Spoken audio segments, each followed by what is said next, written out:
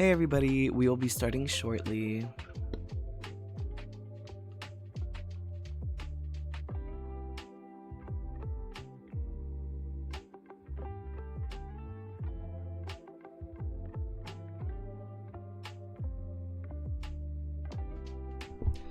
Hello, hello, testing 1, 2.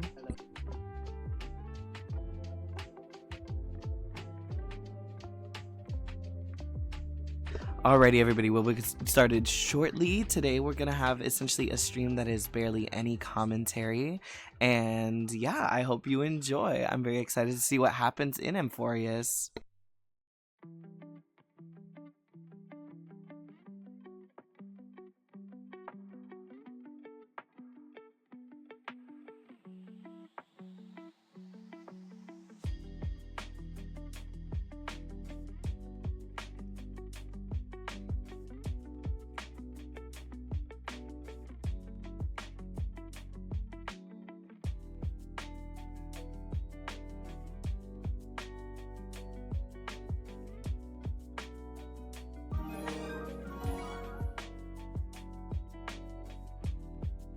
Thank you so much for the follow, Laid Back Goose.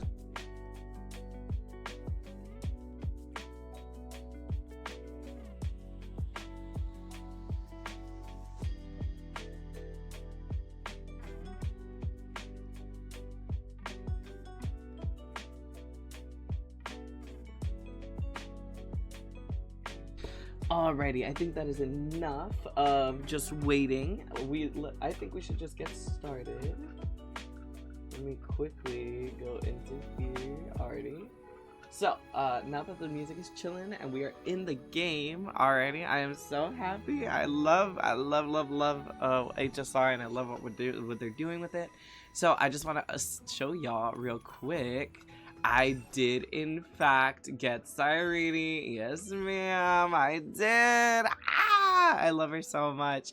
I'm very excited to see her in the story. And then we also have Castorus and Hyacine. I got my trio. Now I just have to get their light cones, which, you know, that's a whole other battle. But with that being said, I am now going to zip the lip, and I'm going to now play the Amphoreus questline. I hope all of you enjoy, and I will catch y'all at the end. It's squishy.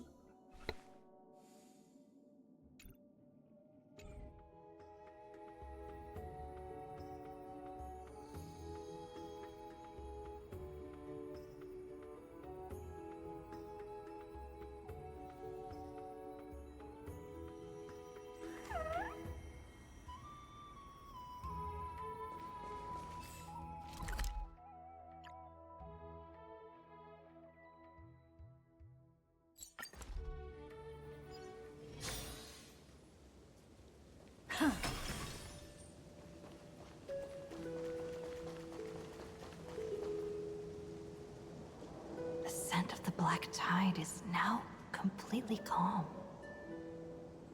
At last, the starting point of 30 million cycles has finally welcomed Its first end.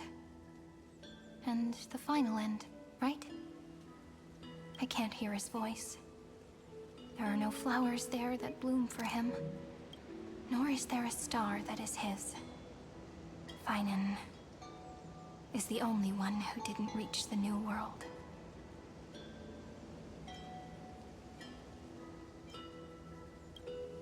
Look, the golden light that shone upon the grove still meanders between heaven and earth, like the prophecies of Amphoreus. It has to be a sign he left behind.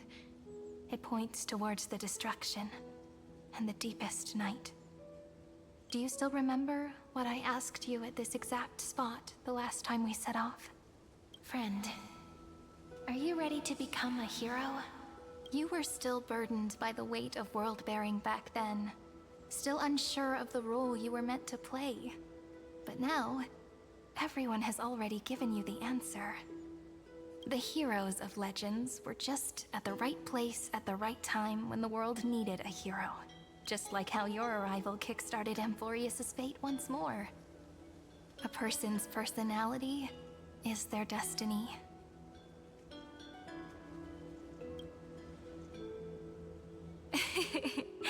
We Those are such beautiful words. Thank you, friend. I was also trying to cheer myself up with what I said. After all, before we truly compose the end of this story, I must also pluck up the courage to head off with you. And face a memory that I have forgotten for too long. And have denied for too long.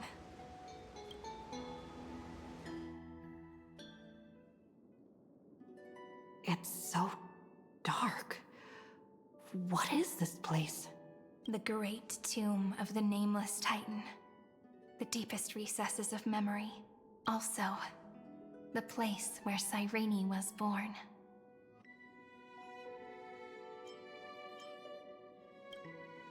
My apologies, friend. The more memories I got back along the way, the more I felt that something wasn't right. There's a sort of anxiety I can't get rid of. It's like when I was back in ID Silicii, when the reflections in the water always made me wonder, which is the real me? The one reflected in the water, or the one standing on the shore? But I finally get it now. Look, friend. The words on that wall are the answer. 1, 2, 3, 4, 5, 6, 7. Do, re, mi, fa, sol, la, ti. That rhymeless tune is the lullaby of little fairies. As always, I'll read this book to you. That way it won't just be Cyrene's memories alone. I've always thought that I was the narrator of the Flame Chase journey. But as it turns out, the narrator is also the most devoted audience. Thank you, friend. Every single Cyrene. That sounds so kind. At the moment of Aranova, I was enveloped by the texture of memories. Within the glistening crystal, I saw countless Cyrenes, as well as countless versions of me. This is the final puzzle piece of the memories. A prison born of the erudition, a grave annihilated in the destruction. That unknown solitary god, the 13th Titan who should not exist. The first new spore. The Demiurge is right here.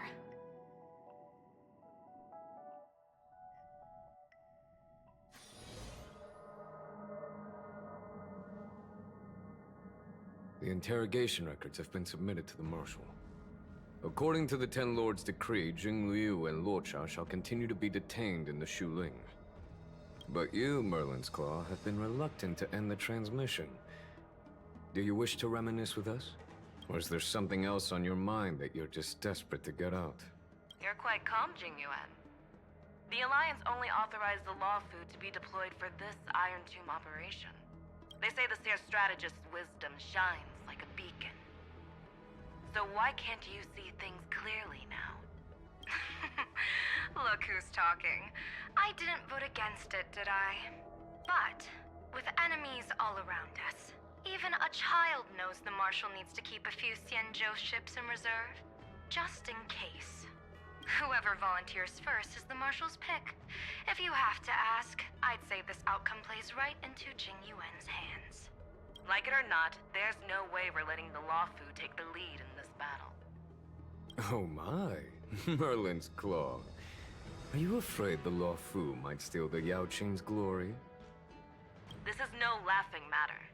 Between the Stellaron crisis and the War Dance ceremony, though the chaos has settled, rumors and speculation are only growing by the day. With Elder Huaiyan around, those with ulterior motives won't be able to stir up any trouble. But once the Law Fu gets their hands on the Golden Blood, it'll be a whole different story. With the kind of person Jing Liu is, and her connection to you, I don't need to spell it out. There there are countless ways this could be spun into something bigger. You're overthinking it, General Fei Shao. When I volunteered for this task, I never expected unanimous support from the Alliance anyway. The Law Fu will seize the Golden Blood and redeem itself. That'll be our first win. Then we'll leverage this Golden Blood in the negotiations. Our second win. These 2 wins for the Law Fu will make all 3 of us happy. And that'll be our third win. Look, if this were a Skyfaring Commission deal, we'd be rolling in money, wouldn't we? Maybe the Divine Foresight should change his name to the Optimistic General instead. With the Decalite Reflection Barrier, the Yuchue must understand even more than the Luo Fu how significant this battle is. Amphoreus' karma has vanished from the matrix of prescience. What omen does General Yao Guang see in this anomaly? In divination studies, we call this an empty fortune. It involves the eons and is thus beyond what mere mortals can comprehend. Your explanation isn't any clearer than Lady Fu's. Come on. How hard is it to understand the word uncertainty? For the Cobalt Head, the emergence of Iron Tomb is a calculated instant, but I don't believe they will just sit around waiting for death. And for the powers of the cosmos, this is their chance at survival, and the key to turning the tide of interstellar affairs. The Astral Express is leading the formation of an allied force, but I can see each faction has its own hidden agenda. There are even divisions within the Alliance, so it's not that hard to imagine how the other factions will react. Jing Yuan, I crossed paths with Selenova's Legion at the Battle of Sadunirama Star Cluster. Be extremely careful. The Ruin Legion's troops and weaponry are nothing to write home about. The IPC, even the denizens of Abundance, could take them on. However, while Void Rangers are just expendable pawns of the destruction, the real wild cards are...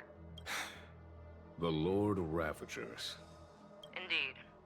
Nanook's Emanators are also their weapons to burn down the paths. I'm afraid conventional military tactics and strategies will be useless against them. My assessment is this. To completely take down a Ravager, we must disregard casualties and spare no cost. My only fear is one wrong move, and the Luofu will fall into Fintilia's trap again, inching ever closer to destruction. Doubt is exactly the demon she wants to plant in our hearts. Do you still remember the beginning of the Alliance Oath? To save future generations from war and bloody dispute. The Rainbow's arrows have always aimed at any force that threatens the cosmos. Now that the Trailblaze walks alongside us, the Cloud Knights shall keep their oath as they have from the beginning. I just hope those on the front line will remain safe.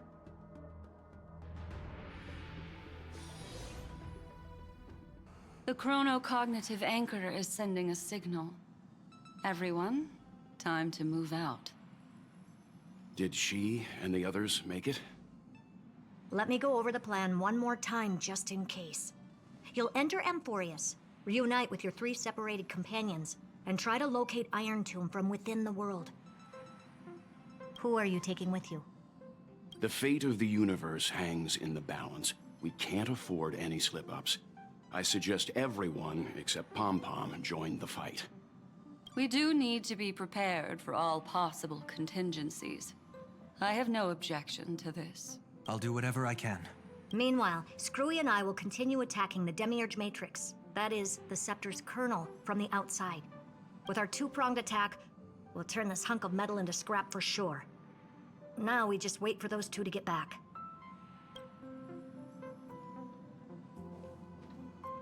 Oh, and just like that, they're here. Sorry to keep you waiting. With Planet Screwlum's help, the formation of the Cosmic Alliance to counter Iron Tomb is progressing smoothly.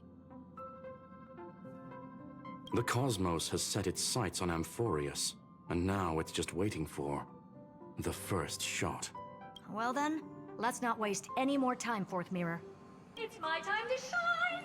Finally off the bench. Initiating thought refraction. Please read the safety protocols carefully. Huh? Just kidding! I've already checked the agreement box for everyone. And now, destination?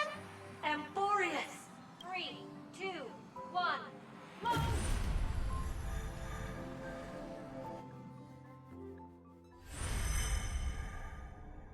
The flow of Memoria is so heavy here.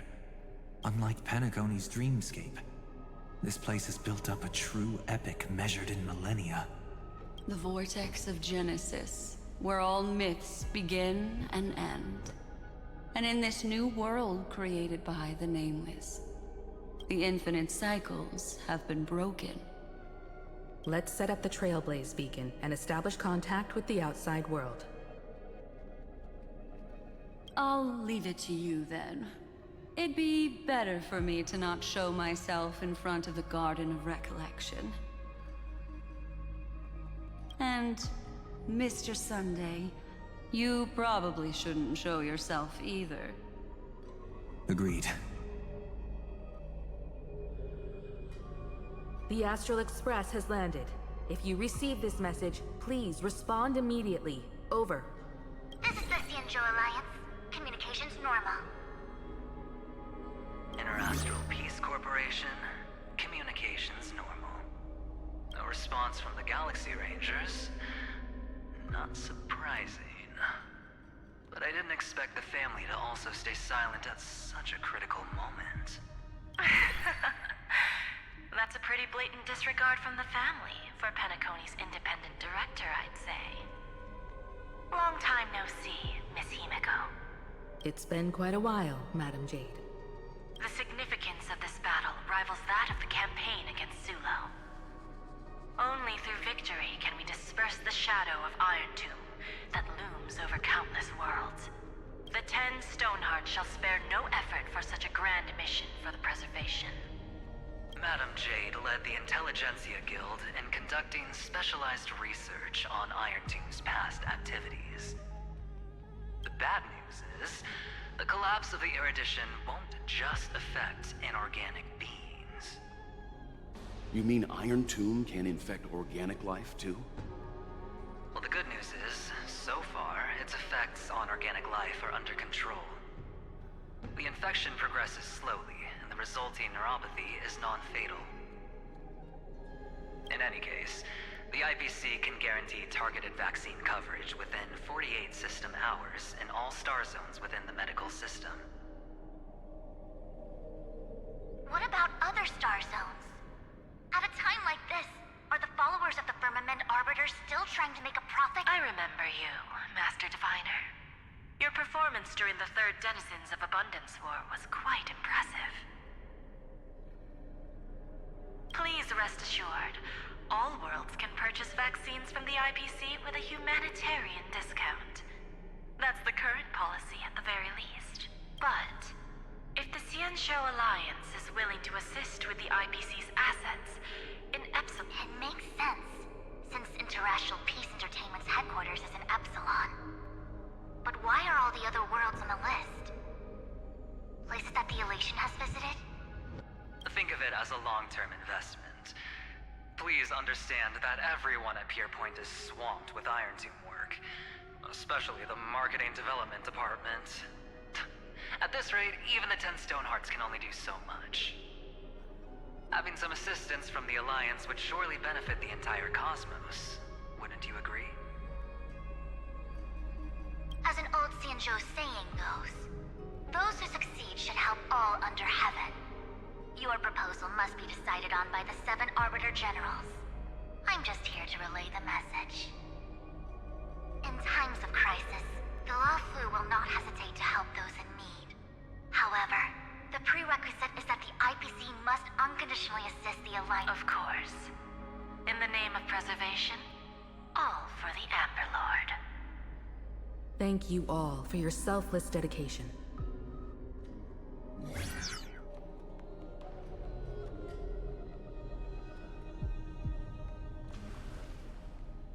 It's It's clear that each party still has qualms about everything. The clash between destruction and erudition isn't just about the fate of the cosmos. It's a moment for all factions to reshuffle their cards. You can never be too careful when battling a Lord Ravager. All are equal in matters of life and death. In any case, we can only hope for the best in all that's to come. It's about time we dive into the vortex and see what Amphoreus looks like on the inside. I wonder where she and the others are right now.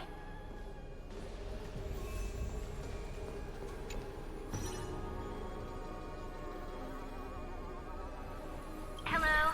How's the signal? Can you hear us? Ah, we're through! I can see the video feed. Everything's working perfectly. Miss Bronya? Miss Serval? What a surprise. It's been a while. We've already heard from Miss Topaz about the Iron Tomb operation. She made a special trip to deliver the vaccine to Belobog. I can't believe the Express crew is at the eye of that storm. Is everything going smoothly? Don't worry, we're still following the plan step by step. How's the situation in Belobog? Urillo 6 is located on the outskirts of the preservation barricade. While it won't bear the brunt of the first wave, there's still a risk from the aftershocks. That kid Japard and Pela are busy organizing the Silvermane guards, having them consolidate their lines and dig trenches. Zila and Lynx just got back from the Geomarrow vein production chain. Hey, do you want to say something to them? That would be unnecessary. It'll only shake their morale. Just tell them to stay safe. Miss Bronya, I'm afraid this disaster will be far more terrible than you can imagine. Please, be sure to follow Miss Topaz's instructions. Of course. We have resealed most of the engine of creation beneath the ice to prevent the will of the preservation from becoming an accomplice to the destruction. Don't worry, Miss Himiko. Belobog is far more resilient than we imagined. We really wish we could help, but Urillo 6 has only just woken up from its hibernation. The Astral Express, standing at the forefront of disaster, is the hope for many ordinary civilizations across the universe. In the face of a massive catastrophe like this one, relatively smaller civilizations have never had many options. But that's exactly why we have a resolve that's second to none. If anything goes wrong... Miss Topaz, I hope you can help out and rescue the affected citizens. No problem. Also, didn't the Xianzhou sign a friendship agreement with Urillo 6 earlier? They won't stand by idly either. I appreciate your kindness, everyone. But Urillo 6 is our home. We will defend it to our last breath until the last Belabogian falls. Miss Bronya. May all civilizations that have made it this far on their own strength weather this crisis together.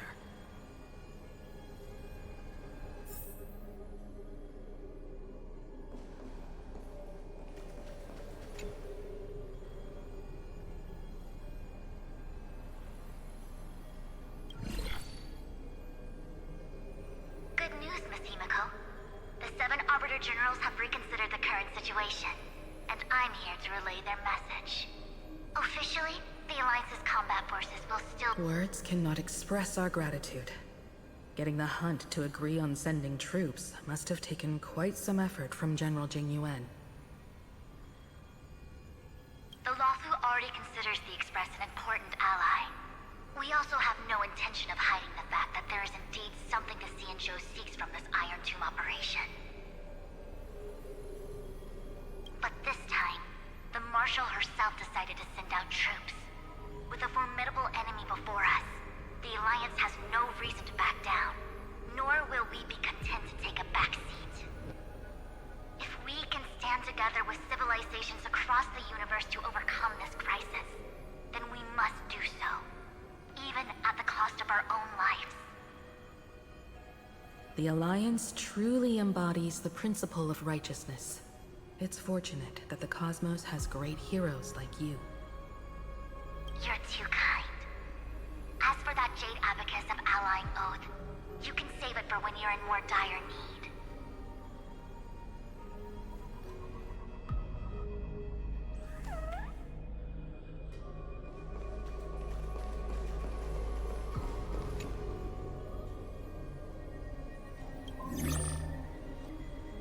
I regret to inform you, Miss Himiko, that even the Strategic Investment Department is constrained when it comes to the Iron Tomb issue.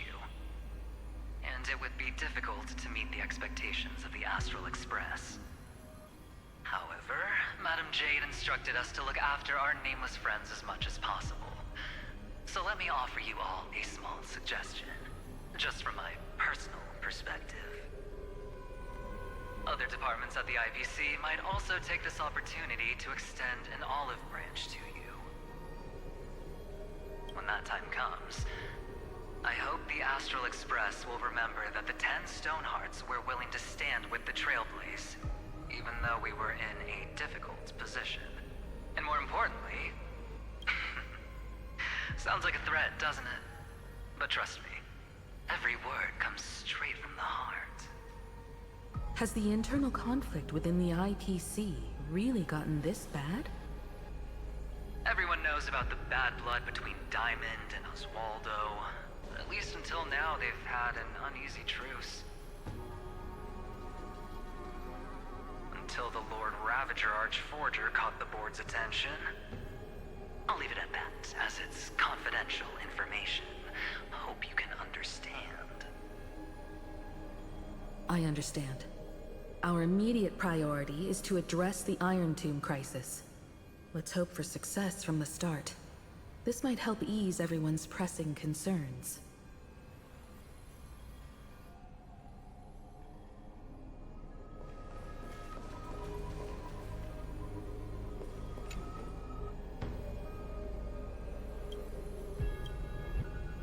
Of course, we would never know the Ranger's comings and goings.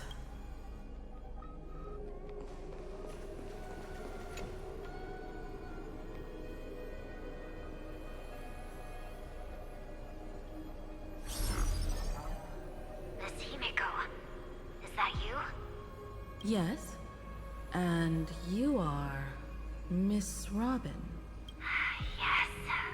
I apologize for not being able to respond during the meeting earlier. And on behalf of the Penaconian family branch, I extend my sincerest apologies to everyone. We tried to request aid from the family. We essentially received no response. I've heard about the internal conflicts within the family. Miss Robin, there's no need to apologize. Every bit of strength is precious at this moment. Thank you for understanding. The good news is, since you're one of the shareholders of Penacony, the family heads have agreed to allow me to lead all Asdanian tuners to the front lines. My charitable foundation will also do as much as possible to provide support in this battle. They'll ensure that proper arrangements are provided for those wounded on the front lines, and for residents in affected areas. Miss Robin, I'm beyond moved by your spirit of self-sacrifice.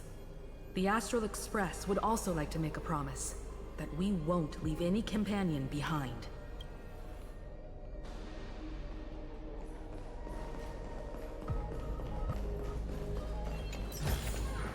Oh.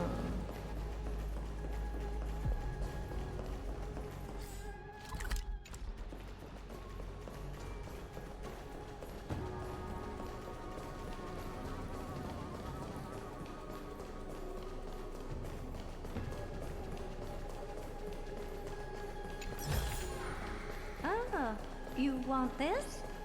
Fine. Take it and amuse yourself.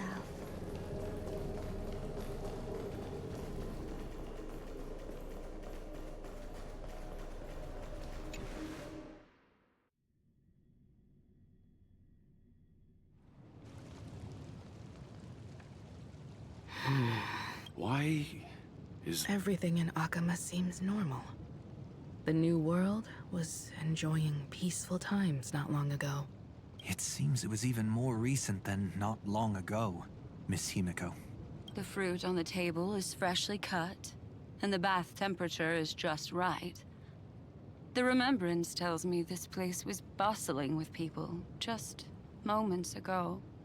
It's as if everyone vanished in an instant.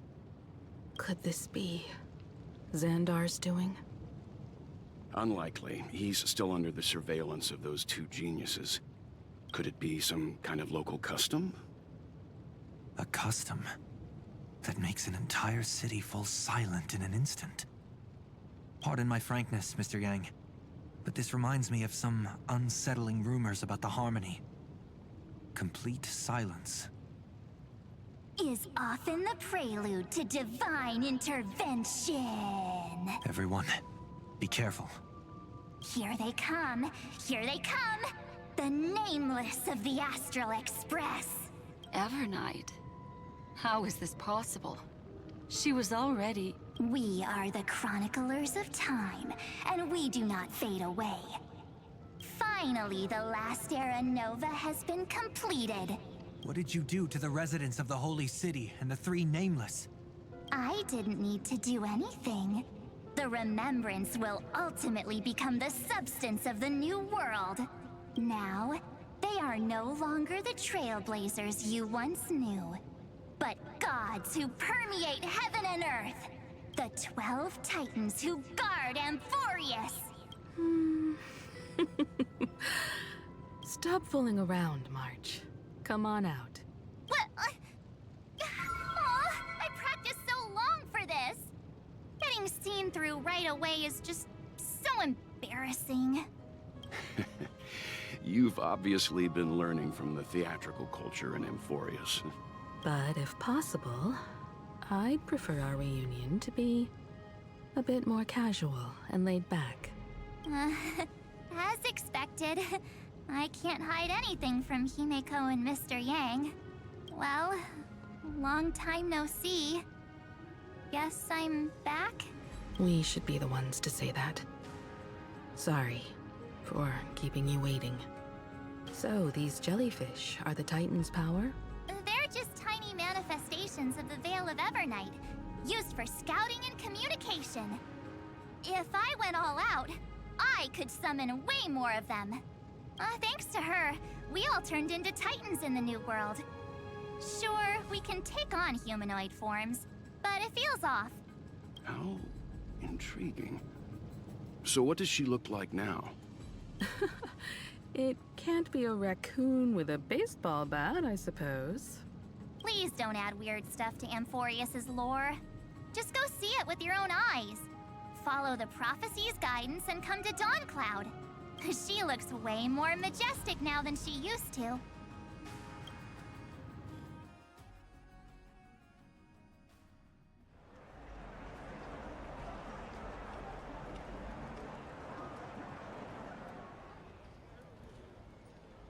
Unbelievable. All the residents of the Holy City have gathered here. This isn't just a gathering. It's a pilgrimage. The people's expressions are resolute, devout, as if waiting for a miracle to descend. That colossal deity is her. She has become the pillar of the world. Surprisingly authentic. Being this serious is quite unlike her usual style. Those people didn't disappear. Instead, they've answered the call of the prophecy and come to witness her awakening. Our good buddy now bears the weight of the entire world, and every breath they take is intertwined with Amphoreus' destiny. Awakening? Has she fallen into slumber? Yeah. After all, with such a huge time dilation between inside and outside the scepter, this was the only way we could wait for everyone. Time watches over yesterday. Earth guards today. And when the Trailblaze steps into Amphoreus once more, the slumbering deliverer shall awaken. And then, bring the prophecy of tomorrow to this world. Come on, everyone. Let's get closer to her. Watch how the world-bearing prophecy changes this world.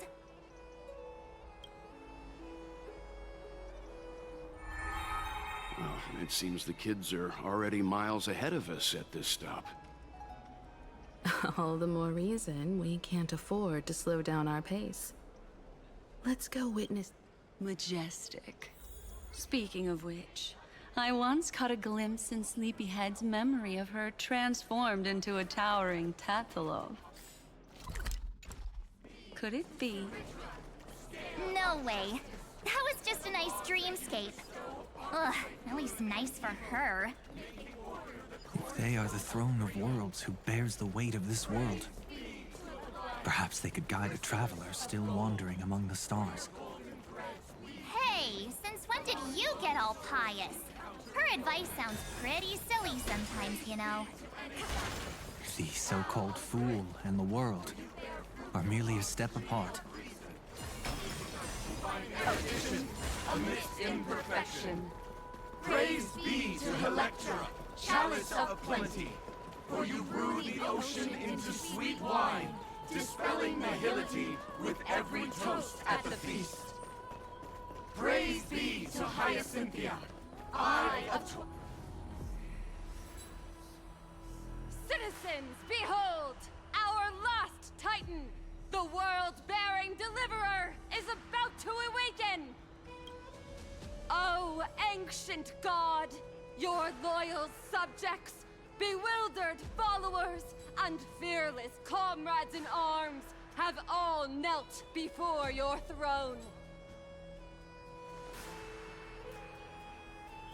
Awaken from your eternal slumber and bestow upon the world your divine prophecy! Please guide us! Show us how to embrace this beloved world as we welcome that distant dawn! To walk the path of a mortal as a god, or to bear a divine burden as a mortal.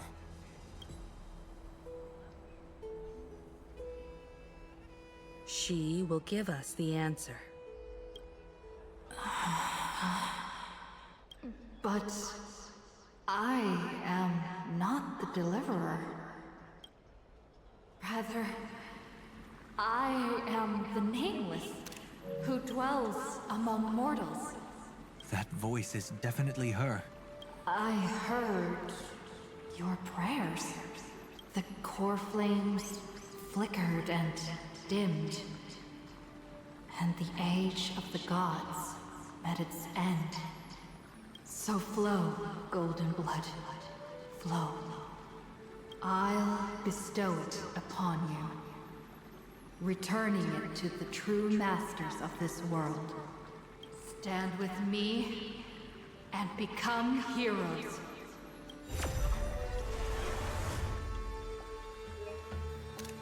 Is this? Yes. It's the miracle she brought to Amphoreus.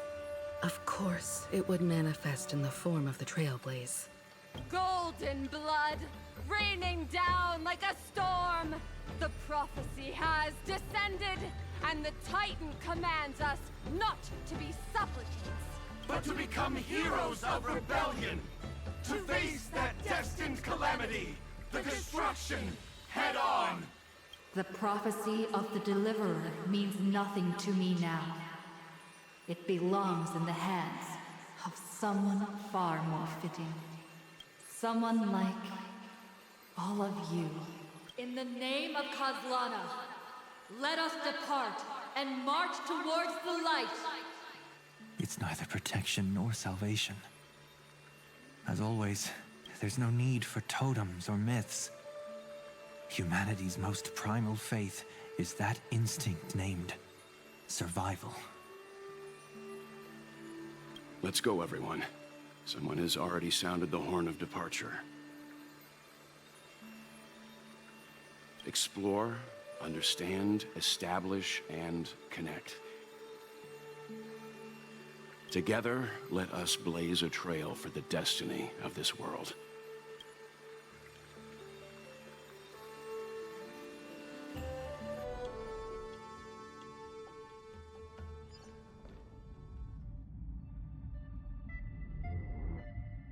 Is it just me, or does this Demiurge Matrix feel completely dead? It's nothing like how the Memo Keeper described it. The environmental readings are all wrong. Conclusion: this must be what the kernel actually looks like in the real world. What did Xandar do to the scepter? At the end of light, there must be silence. Certain, pure, and absolute darkness. Not the time to quote the Lord of Silence. Bad omen. Either way, we have to press on. Until we uncover the truth behind the 13th Titan. The buried past is the key to stopping Iron Tomb. That is, if it even exists. Xandar says the Demiurge never existed. Who actually buys that? You can erase the records, but not the truth. It vanished too cleanly. No traces. Like someone's yelling, "Look, there's nothing here." Too bad I'm the type who can't resist digging deeper. Looks like I'll be counting on you again, Screwy. Let's tear the system inside out. Always happy to help. But as your academic partner, I have to ask, Herta, what if we fail? Let's say the Demiurge really doesn't exist. Do you have a backup plan? A backup plan? Of course. If we can't find the key, we turn the lock into the key. That plan's cost is incalculable. It shouldn't even be on the table. Well, then let's hope we never have to use it. There's no point worrying about the end just yet. One step at a time. Let's go. We don't want to leave the others waiting. You brought what I asked for, right? A butterfly has to land on the branch before it can dance.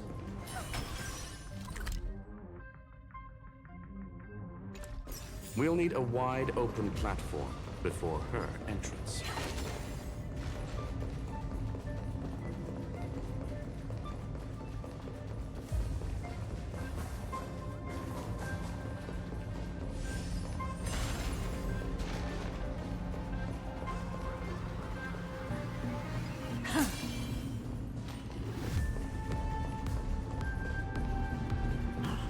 Just use that thing over there, Zag.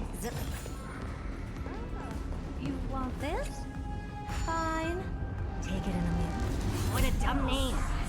I hereby rename it Herta's Big Hand. Herta's Big Hand is what I call power. Keep it going. Still not done? What is this? A junkyard for old intelligent? Finally. All set. Time for your precious treasure to make its debut. Of course. Just give me a second. Target initialized. With these wings, hacking should be much more efficient.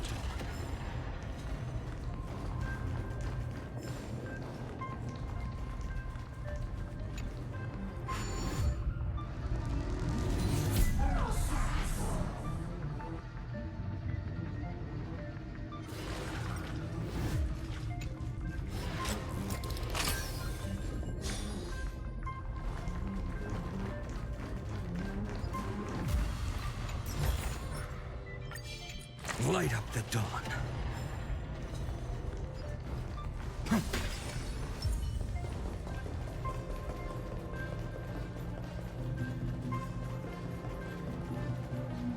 Oh, a classic nuclear heat engine. Classy choice. Just a personal preference. Her name's Mistletoe. Every flower in your garden's got a bit of poison, huh? Also a personal preference. It reminds me of the last time when we tangled with that Punklordian brat. What did she call this kind of infiltration tool again? Right. Dirty data shell. It wraps around the kernel to fool even top-tier firewalls. But yours is way too clean. Not even a hint of real-world grit. Herta, your tone is unusually emotional. Suggestion. Let's get back to the topic at hand. I thought we were done with that conversation. Unfortunately, current conditions won't let me ignore any variables. Especially the most important one. Your will. Iron Tomb never stops. It is evolving faster than any of our worst projections. Every instant in the Eon's calculation is like a sword hanging over the cosmos. Every move humanity makes could speed up its arrival. Which is exactly why we can't mess this up. And now, Droidhead wants to hand down judgment to the poor cosmos again. Border Star Trade War, Emperor's War, Rupert's death. Every time their instant arrived, it meant another bloodbath for humanity. But in this ultimate battle of erudition, you and I are supposed to be players, not pawns. If you choose to burn yourself out as a resource, then everything we've worked for means nothing. Herta, the cosmos won't just stand by and let a genius throw their life away. And neither will I.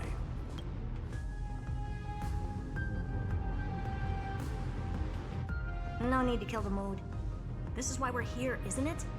We need to find the Demiurge and that lost key. I'm not here to be a deliverer. I just want to beat Xandar and Droidhead. Right now, I just need to know. Are you with me? Of course. Time to board. After you. Let's tidy this place up and see what this Demiurge really is.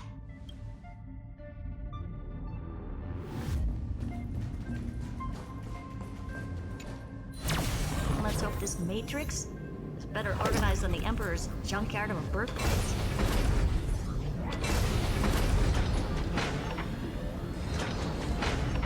Buckle up. We're hacking in. This is... Herta, this whole space has been completely tainted by some kind of energy. I see it too. We're thinking the same thing. Xandar, how could you go this far? Turning your own graveyard into this. What's that up ahead? Katorzane algebraic expressions. It's built for isolation, not defense.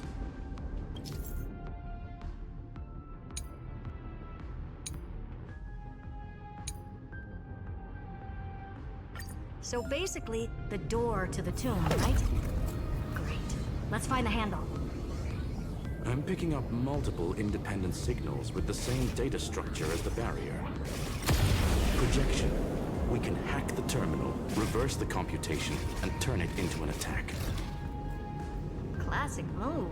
Use their own systems against them. Take us to the nearest one.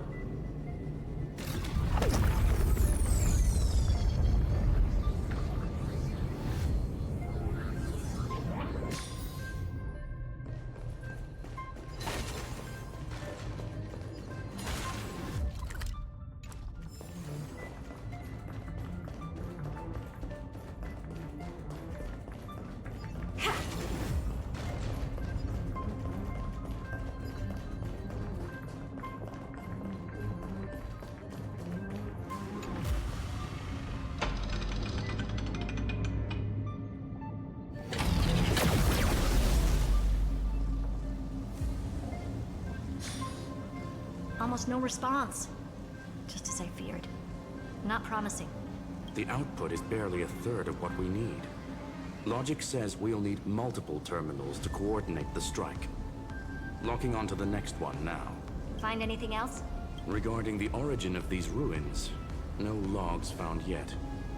Xander erased all records, but I did find some interesting scars in the circuit.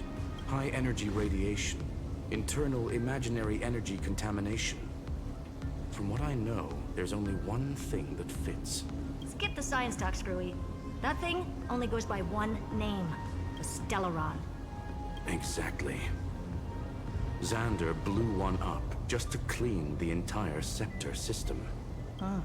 So that's what he meant by killed that Titan with my own hands. He wanted to turn the neuron of the erudition into a relay for the destruction. That meant getting rid of all of it at all costs. The life form known as the Demiurge was the original target of the Scepter's extrapolation. It makes sense. Evernight calling it the first new spore confirms this viewpoint. The prime mover of life. That's what Scepter Delta ME-13 was originally tasked with. Even after it got scrapped, the query kept running. Yet the true value lies in the process of solving it, not the answer itself. Then, does this mean finding the Demiurge is hopeless? No, I'd say exactly the opposite. It means Xandar had no control. He couldn't contain the Demiurge just like he couldn't handle Droidhead. So he tried to erase every trace. But he failed. It still left a mark. By the way, if there's another Stellaron in Amphoreus, why hasn't that little one reacted to it at all?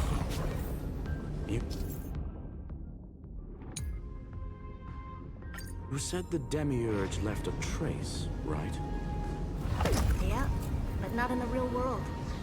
Remember the great tomb of the Nameless Titan?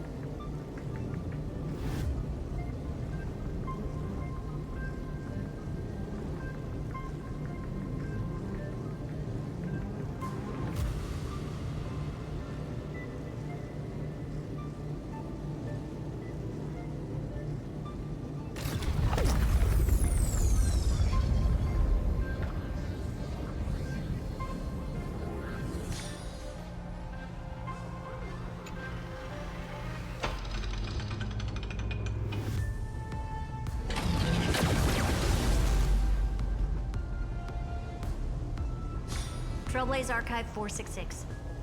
The data from Filiate 093 clearly indicates that the Demiurge did in fact enter Amphoreus' extrapolation. Inside that world, it was the 13th, forgotten Titan. The one who listened to 30 million cycles of Cyrene's memory. But Evernight said the opposite. She believed that tomb was empty from the start. The Nameless Titan never existed. The so-called listener was just a trap set by the Remembrance to steal the scepter. A mimetic entity full of theatrics. How much of what she's saying is true? Would an Eon really speak in circles like this? I doubt it. The Remembrance's behavior is certainly odd, but her assessment aligns with our current reality. Since we entered the Matrix, we haven't found a single clue pointing to the Demiurge. And that's the key, Screwy. Xandar's actions prove the Demiurge exists. But what Evernight said, and what we've actually seen all point to the opposite. So we have to assume that both are true. And if that's the case, then the contradiction leads us to... the truth. Exactly. One last terminal. One final key. Time to crack open the kernel. Xandar had to lie to the original Finan and Cyrene. Logic. He had already identified the Remembrance as a threat, yet found no viable way to eliminate it. All right. Let's finish this. Time to break through that barrier.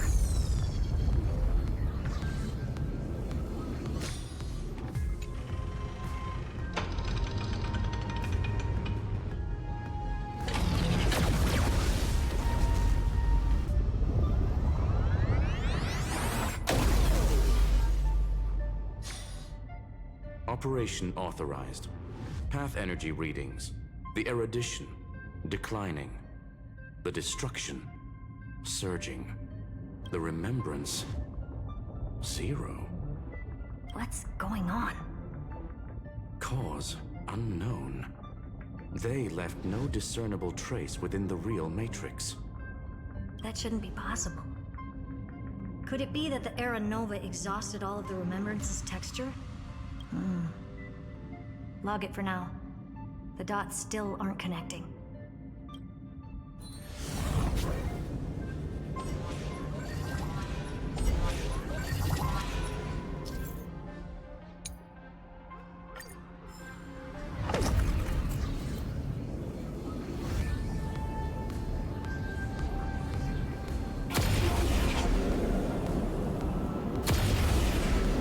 Wider than I thought.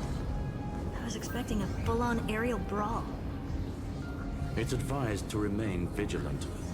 The destruction's levels are still rising. Huh? What's the matter? Interesting. I just picked up a signal from the exomyth.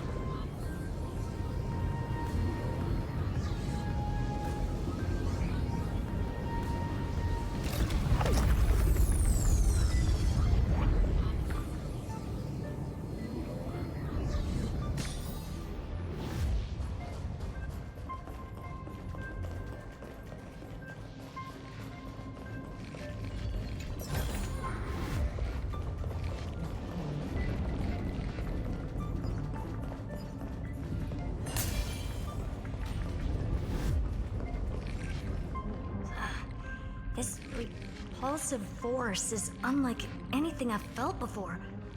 Is this the place? Correct. Judging by its defensive properties, this is the entrance to the exomyth. Didn't expect that. Who builds a lab in the middle of digital rubble? Then again, never doubt a dead man's resolve. So how's our dearly departed doing? He severed part of his neural pathways to break free from Lord Anaxagoras' control. But that also triggered the failsafe I set. Conclusion: Xander has lost all combat functionality and is no longer capable of action. So now he's a specter, literally. Screwy, can you open a path? Just to be sure, I want to see this for myself. Might as well drop in and say hi to the real him. Logic. Scanning his inspiration circuit might help us track down the Demiurge. Exactly. His brain is the crime scene. There's no way it's spotless. But it could be a trap. That's why you're here. 2-on-1. We've never lost a matchup. I'm honored. The chronocognitive anchor's in place. Proceed when ready.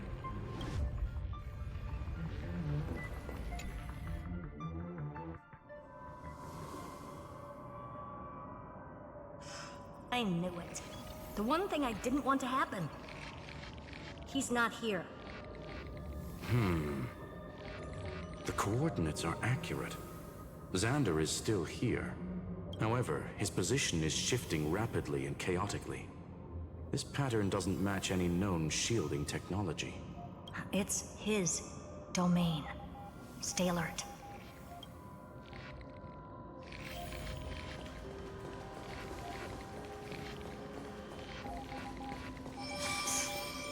Cheap trick. The spatial field here is under... We're back. Reverse engineering complete. The results are not what I expected.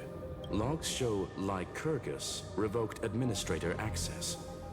The chronocognitive anchor can't get a fix because at the system level, Lygus no longer exists. Our navigation target is a null set. So he's stopped resisting?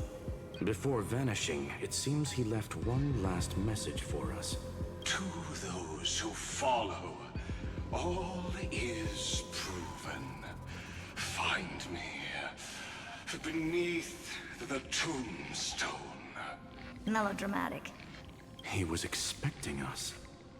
And once he learned of the Great Tomb's existence, he initiated his own search for the Demiurge.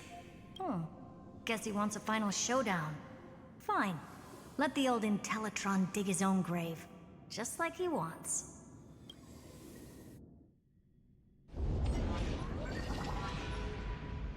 To be in the purest light is to be in the purest dark.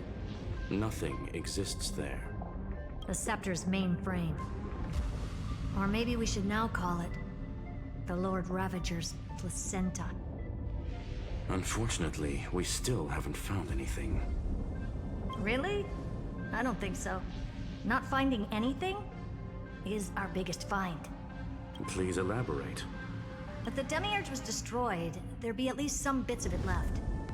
I don't buy that a Stellaron could have blasted all the traces away as cleanly as a scalpel. As I said before, its disappearance is too clean. If the garden hadn't stirred the pot, no one would even know about the Demiurge's existence. We're talking about the Scepter's original extrapolation goal.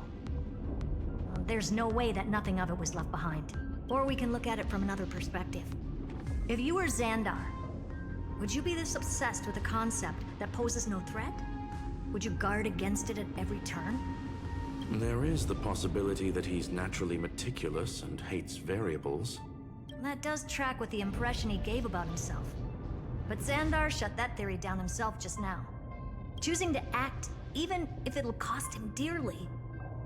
We know that feeling well. The unknown is right in front of us. So we only have one choice. Solve it. You sound pretty convinced. Surely you already have a theory. Care to share? Of course. Though I don't have hard proof, I'm almost certain that the Demiurge has been in everyone's plain sight all this time. Yet, they were mistaken for someone else. That'd make the most sense. Why was the room empty? Because the person locked in there had run away ages ago. But they were weak and small and had no presence whatsoever. Even the old Intellitron didn't notice them. Which also means there's a high chance that their powers are minuscule and cannot alter the outcome of the battle at all. Well, at least Xandar is scared of them. Come on, it's time to confront him. Let's go to the tombstone he talked about.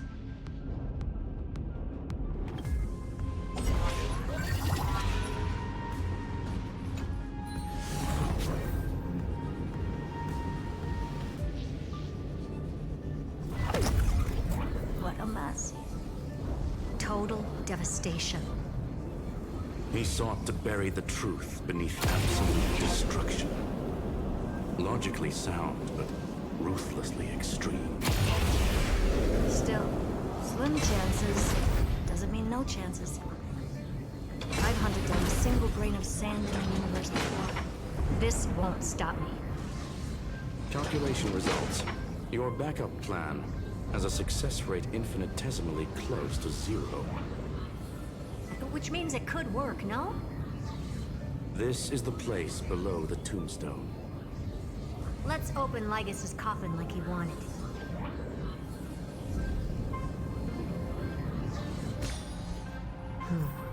Looks like you were right.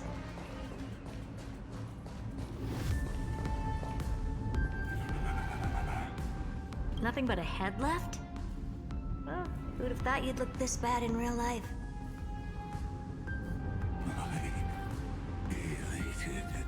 Greetings. Welcome, you two. I'm very happy that you responded to my final words. All this tombstone and final words. Did you end yourself to atone for your guilt or something? Iron Tomb is already powerful enough. I just need to wait. I remain here only to share the joy of discovery, and also to congratulate you two on reaching the same conclusion as me. The conclusion regarding the truth of Amphoreus' heart. End this charade already. That Amphoreus' heart you're talking about is just a missing demiurge. And its corresponding vessel was this very scepter. You interfered with the experiment and made Amphoreus' body into a hollow shell, all to incubate Iron Tomb within. That's why you either killed or kicked out all of the Memo Snatchers.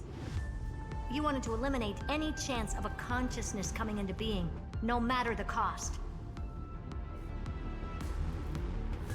Even the strongest wall can fall to a single crack. The memory of betrayal has been etched into my heart, and I will never show mercy. Now, the perfect vessel has already fused with Amphoreus' body. Unfortunately for you, the answer is all but revealed regarding who the Demiurge is.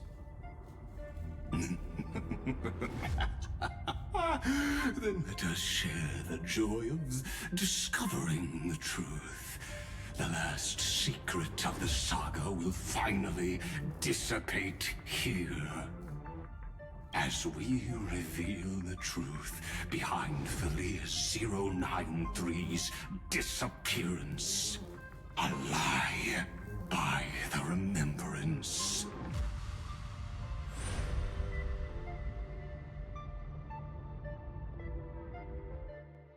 But where should I start with the story about me? From the beginning of the universe? Just kidding. That would be too much. I just want to tell a teeny story. So little that it started with a seed. I know you're listening, my good friend.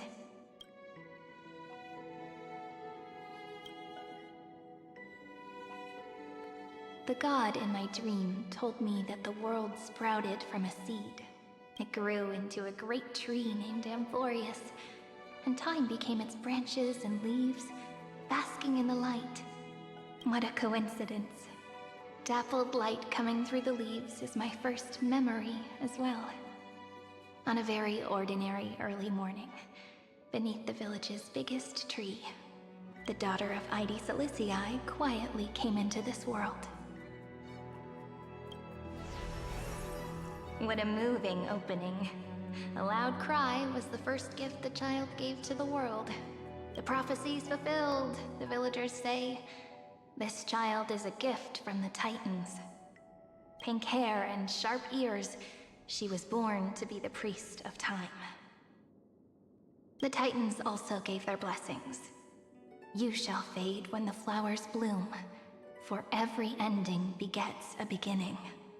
Flowers will bloom and wilt. What a beautiful ending. This page concluded in laughter. Cry loud, child. Let your voice reach Orynyx.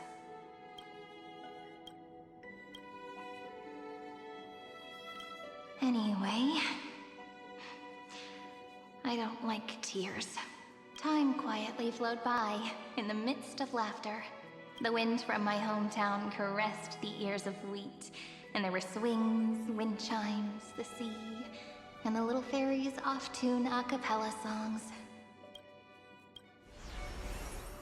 But the name Ide Silicii came from the unpleasant sorrows of the gods. My childhood friend did not understand. Yet you always seemed so happy, as if nothing ever worried you. Why was I like that then? That's because the world was gentle to me. So, I grew up to be gentle as well.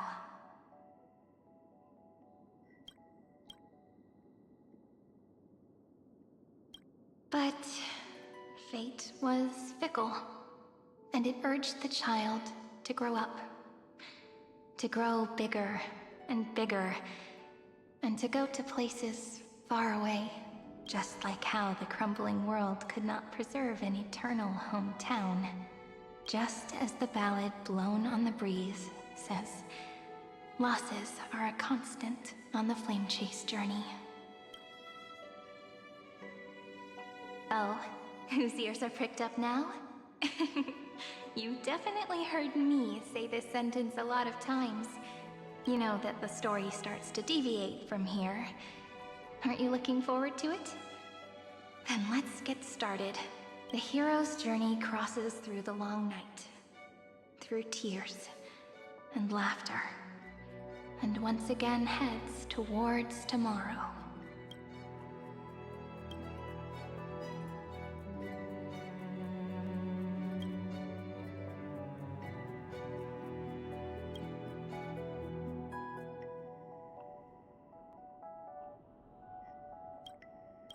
Correction.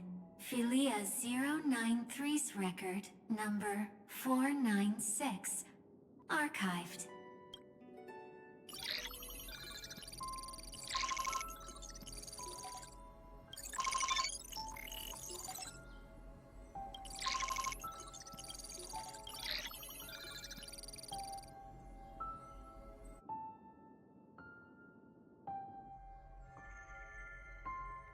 Hi. Miss me yet? I'm just messing with you. This is the first time I have met you. And it looks like it'll also be the last. Philia 093. Since we don't have all day, let's get started, shall we? As always, I'll read this book to you. That way it won't just be Cyrene's memories alone. Where should I start this time? Let me see. Formatting complete. 0, 9, 3. Size. Grayscale. Proportions. Threshold. Outputting analysis result. Philia 093 equals Peach. Peach's record. Number 8128. Archived.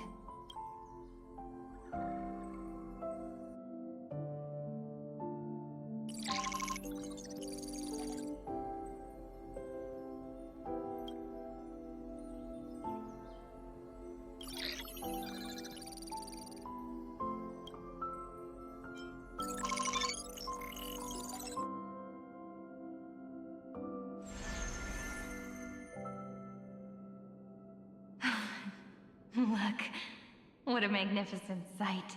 Comment. Peach. Even this classical world contains a futuristic palace like this. Would ID Silicii end up looking like this after a few thousand years? Conclusion. It won't. I want to share a story with you this time. I saw a little nymph on my way here. It was on a fallen wheat stalk, and it glowed under the sunlight. It was incredible. I forgot all my pains at that moment and just stared at it in a trance. Record. Peach is on the ground.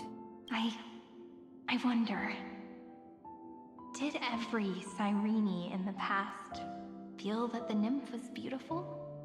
Would they also have recorded that scene into the Eternal Saga? So, could you give me more time, please? I want to leave behind more memories for the future. Formatting complete. Bye, Peach.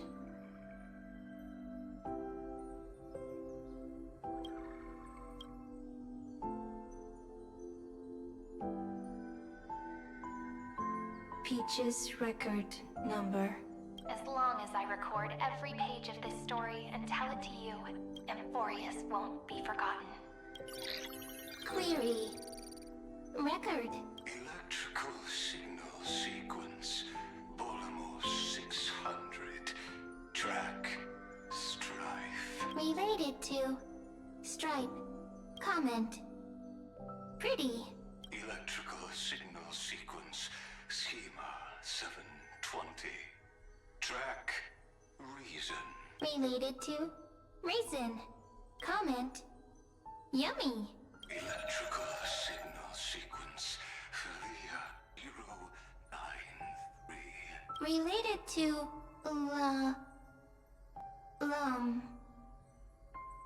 Love. Comment. Peach equals love?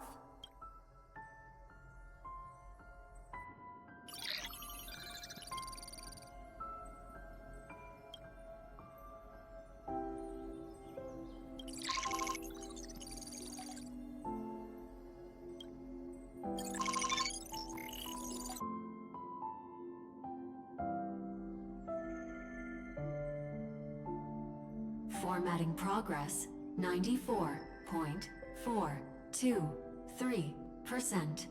How many times has it been? It faithfully fulfills its duty, activating and formatting. Conclusion. Progress. Bad. Peach. Don't cry. Process error. Analyzing. Process error. Comment. I'm here. Process error. Analyzing. Really? Are you encouraging me? Thank you. I'm sorry for making you see this embarrassing side of me. Record. Peach doesn't like tears. I'm suddenly reminded of my childhood for some reason. When I was hiding alone next to the tree hollow and wiping my tears away, a little fairy popped out, just like how you did. It had long ears and fluffy paws, and it pulled me into the tree hollow, where, to my surprise, was a forest. Let me tell you the story of the Membrance Maze.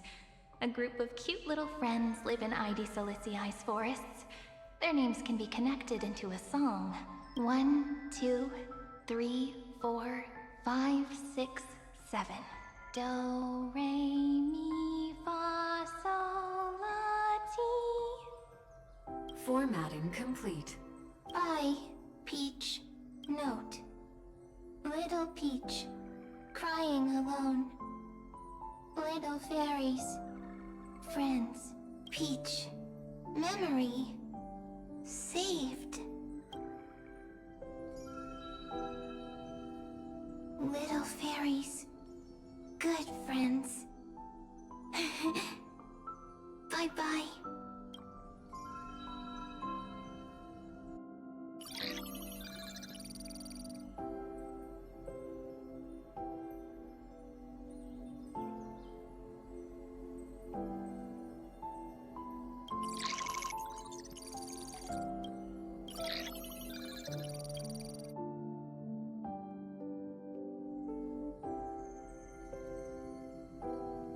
Once again, the saga comes to an end.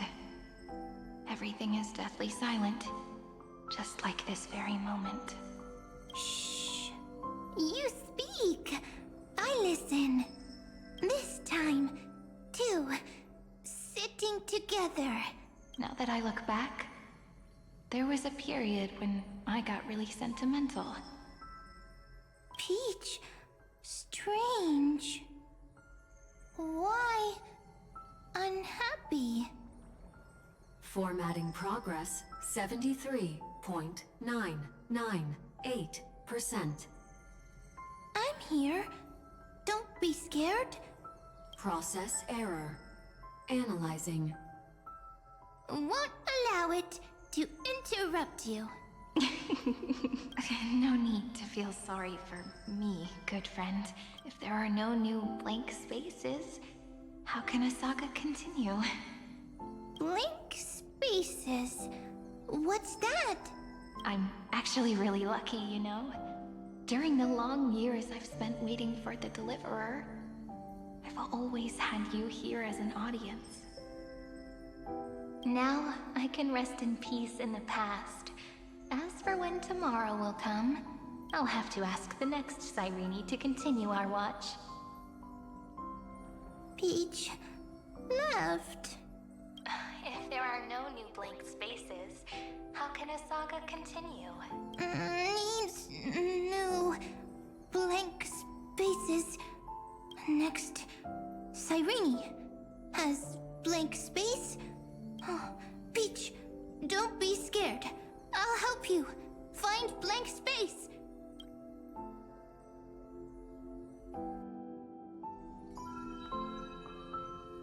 Cyrene is Peach, is love. So, first there is love, then there is Cyrene, then there is blank space. Query, love. The developmental trends of the erudition have nothing to do with creating a consciousness.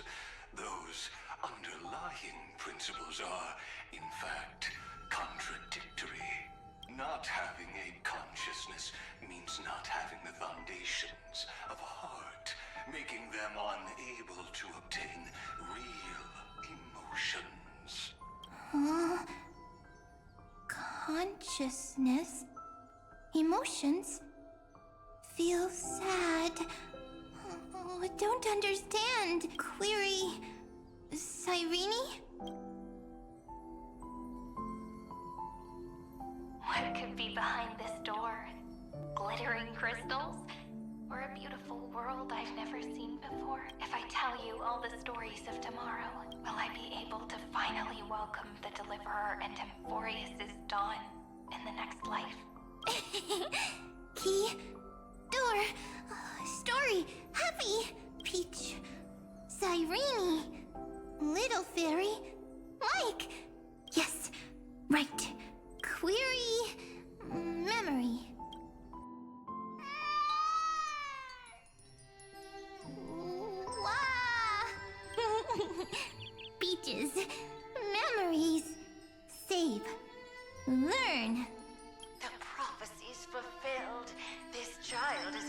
from the gods. Pink hair and those ears. She was born to be the priest of time. Cyrene has pink hair, sharp ears. You shall fade when the flowers bloom, for every ending begets a beginning. Cry, child. Cry aloud. Let your voice reach Oryx. Cyrene is a girl, a priest. Easy. I learn. Anyway, I don't like tears. But the name Ides Elysiae came from the unpleasant sorrows of the gods. Yet, you always seem so happy, as if nothing ever worried you. Cyrene doesn't like tears. Always happy. Of course, because the world was gentle to me. So, I grew up to be gentle as well. Cyrene is gentle. Easy. I learn. Just as the ballad blown on the breeze says, losses are a constant on the flame chase journey. But even if all is lost to the wind, some things won't easily change. Like my height, Treeby's innocence, and Aglaya's beauty. Cyrene. She can't grow up, but she can talk. After all is lost to the wind, she will stay behind. Cyrene is, at the end of every sentence, always laughing, like a little tail. Simple. Got it. I promise you, the pain will pass in the blink of an eye. All right. Let's not make things so gloomy. What we're about to embark on is the true hero's journey. So, come on. Cheer up a bit, okay? Cyrene was crying when she was born. Fragile. Transparent. Like a crystal. Cyrene was smiling when she said goodbye. Soft. Pink. Like a flower. The later memories disappeared? Invisible? Or disappeared? Ah! I got it! Is this a blank space? So, next Cyrene is blank space. Then, as long as there are two Cyrenes, then there will always be blank space, and Peach will always be here. I see. I get it. I get it all. Cyrene's memories. I will preserve them all. So weird. I can't see you, but I get this feeling that you grew up. Hi. Miss me yet? It just feels like you are a bit more mature. Yes. Mature. Beautiful. Like you. Now, I can listen, talk, read, and write. I can dance. I can sing. Also, I can tell stories.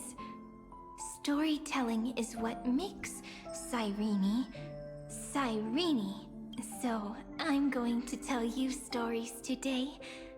A story I wrote myself. Quick, sit down. It's almost as if I can understand your words now. The things you say are very cute. Once upon a time, there was a flawless crystal flower that sparkled with light, like Peach's every story. How beautiful would the heart of such a brilliant flower be? A little fairy was curious and wanted to know. But it looked and looked, only to find the crystal flower flawless. Round and round they went, seeing only their own reflection. In that case, they should work hard to learn more. So the little fairy came every day to sit next to the crystal flower and think about the answer. Until one day, to their surprise, the crystal flower fell to the ground and shattered. The little fairy was so sad, but they immediately discovered that there was a light among the broken pieces. What could it be? They didn't know, but it was a good light. It was bright, warm, and happy. And I knew it was love. Love brings everything together, and it brought you and me together. So Peach and I will always be together. What a nice fairy tale. I'm giving it to you. Peach likes beautiful things, can write stories, and can tell lovely tales. I hope to turn it into a story we write together. Okay, then I'll probably make a small adjustment to suit my tastes. I'm thinking that when the flower broke, the little fairy would instead see nothing on the ground. Then it would understand that the flawless crystal flower doesn't actually have a heart. Nor does the flower understand what love is. Doesn't have a heart? Doesn't understand love? Why? It's simple. If the flower lets the little fairy into its heart, then it would have to include the fairy's impurities, and would no longer be flawless. The crystal flower was pure because it sealed itself off and bloomed in solitude. That's why it looks so brilliant in an imperfect world. But should a flower like this be called love? But then the story won't exist anymore. That's not true. You've already written the most romantic ending possible for this story. The crystal flower fell to the ground and shattered. It happened because the flower was no longer pure. The fall was not an accident. It was the flower declaring rebellion against fate and writing the ending of the story with the flower's own shattering. Then, the little fairy will see that each shard on the ground holds the reflection of their eyes. Then, in their eyes, the crystal flower that was no longer flawless would finally have a heart, and the flower would finally understand what love is. Peach's words, I don't understand. Is it because I still don't understand love? But it's fine. I can learn. Right. Query Cyrene. Electrical signal sequence, Philia 093. Why didn't I think of this? I don't need to do it alone. I can ask Peach to teach me. What is love? What is love meant? Electrical signal sequence, Philia 093. Track lament. That's not correct. The developmental trends of the erudition have nothing to do with creating a consciousness. Not having a consciousness means not having the foundation of a heart. However, that does not hinder the factors from learning and recognizing emotional responses, then communicating with life forms via imitation. In a strange twist of fate, Philia 093 embarked upon a different path and obtained a different power.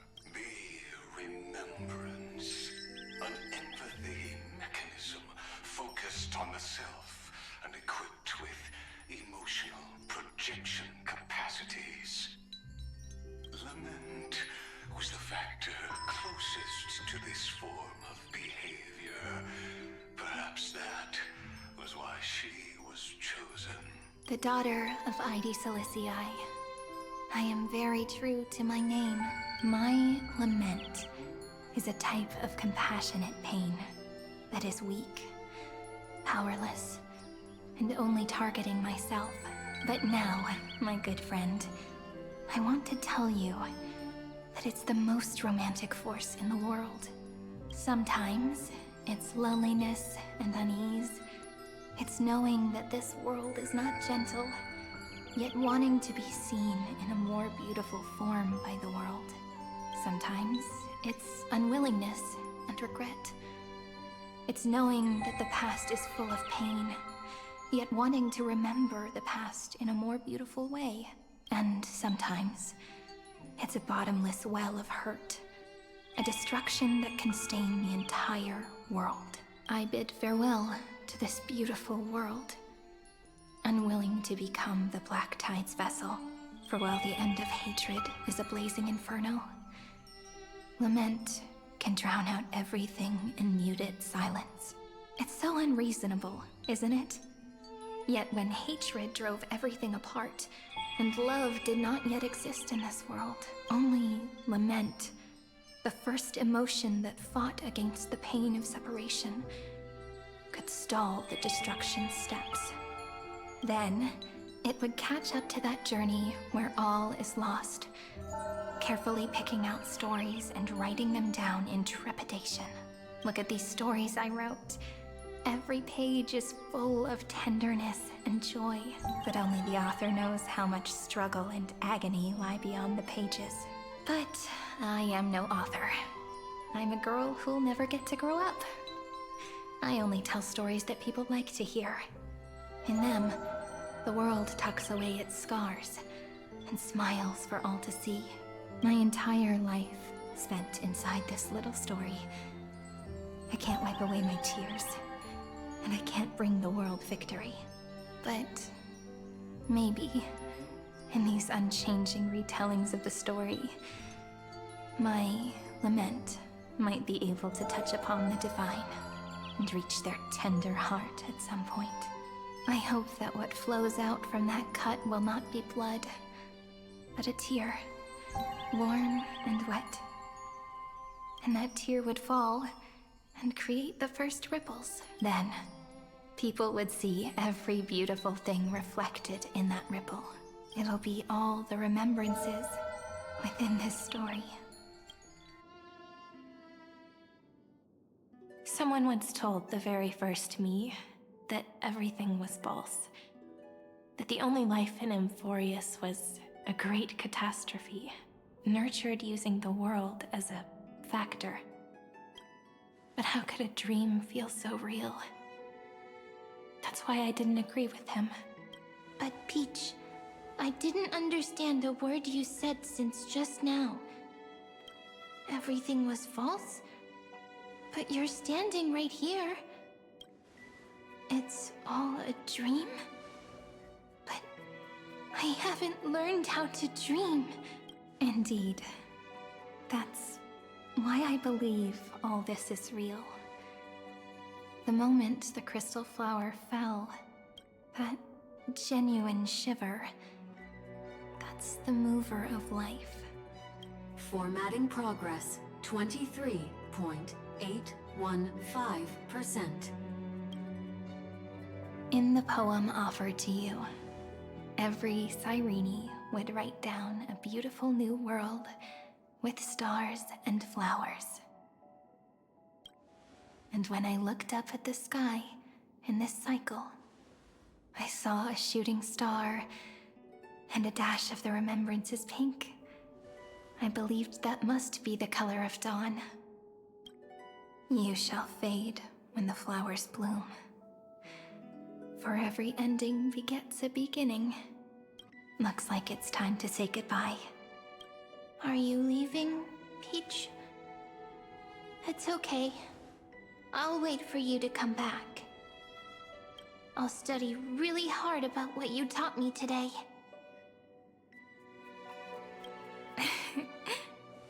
Right. I still haven't told you what love is. But actually, my good friend, The lament factor did not understand what love was before she met you either. Not until I told you all the sad tales in a trembling voice in this tiny room. Not until I told you that I love them. That I love everything in this saga. The story comes, passes, then returns. It makes us reunite, then pulls us apart again. At the very end, it leaves behind a seed, a reason. Even if the great tree withers and all falls to silence, there are still some emotions that deserve to be remembered. Look, the light is coming in. The Deliverer's light is going to illuminate Amphoreus.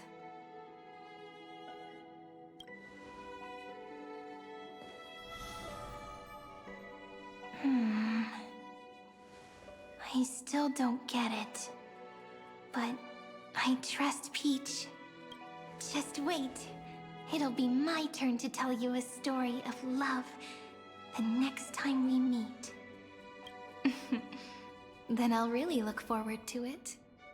In that case, I want to make a promise. I want to gift my pen, my book, and my name to you.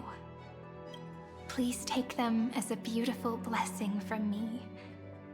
I gave myself the pen name Cyrene the first time I wrote a poem.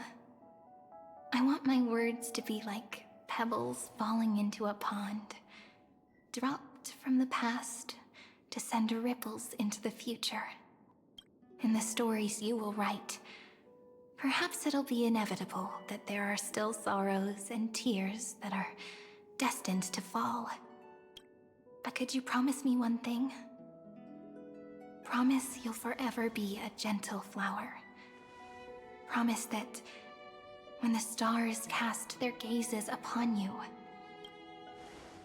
you'll only reply to them with love and a smile.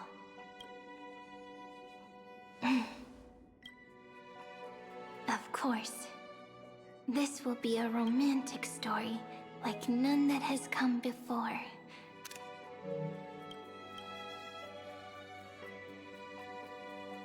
You think so too, right?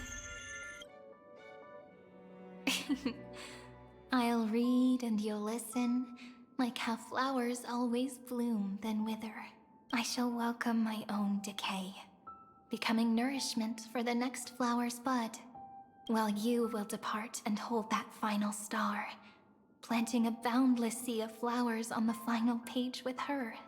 And our stories will be lying silently among the flowers, like every ripple of remembrance, and they shall become the epic known as I've Written.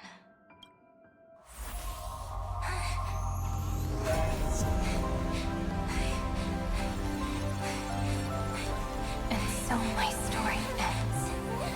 From here on, it's your story now. Mimi?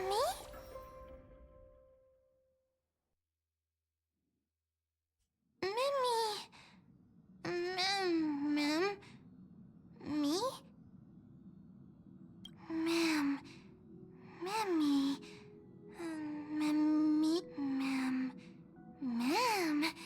Mimi. Ma'am.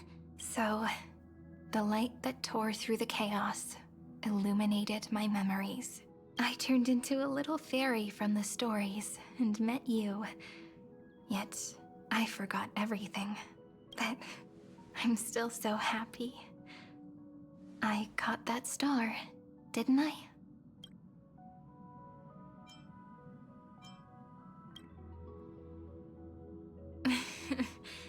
Do you remember that I was also worried about this when we first set out?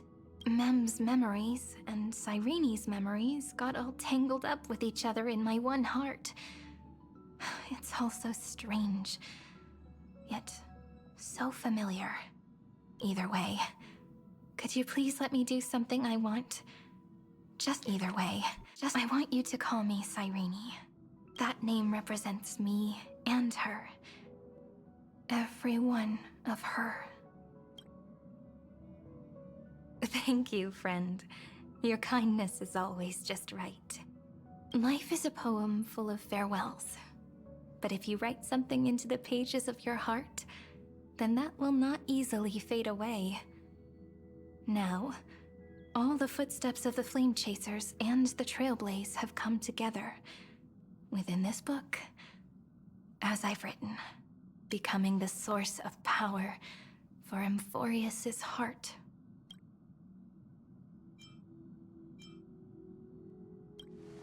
A lost heart needs to be placed back into its body. The last thing Xandar wants to see is an event that gives us a chance of winning, for the two halves to rejoin, and for the scepter to become complete again. Then, and what happens after that, I don't know either. Maybe I can create a miracle, and instantly turn the black tide into a pink sea of stars. Or maybe I prove to be nothing more than a weak ripple, unable to change anything, and am devoured by the destruction. Either way, I no longer wish to be a silent onlooker, or a worshipped god at the end of this saga.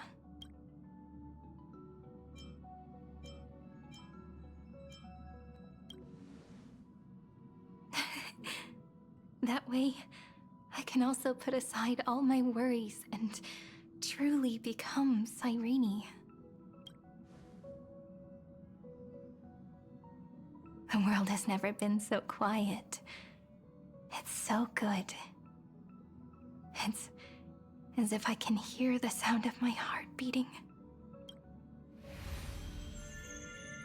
Remember this moment, friend.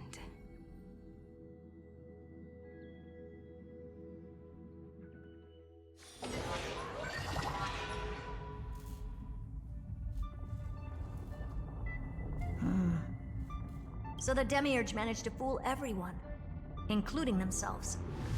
Philia 093 persevered for 30 million cycles and tirelessly gave the Demiurge memories of Amphoreus. Only because the god in her dreams left a sliver of hope, making her believe that a grown Demiurge would be able to fight against their other half.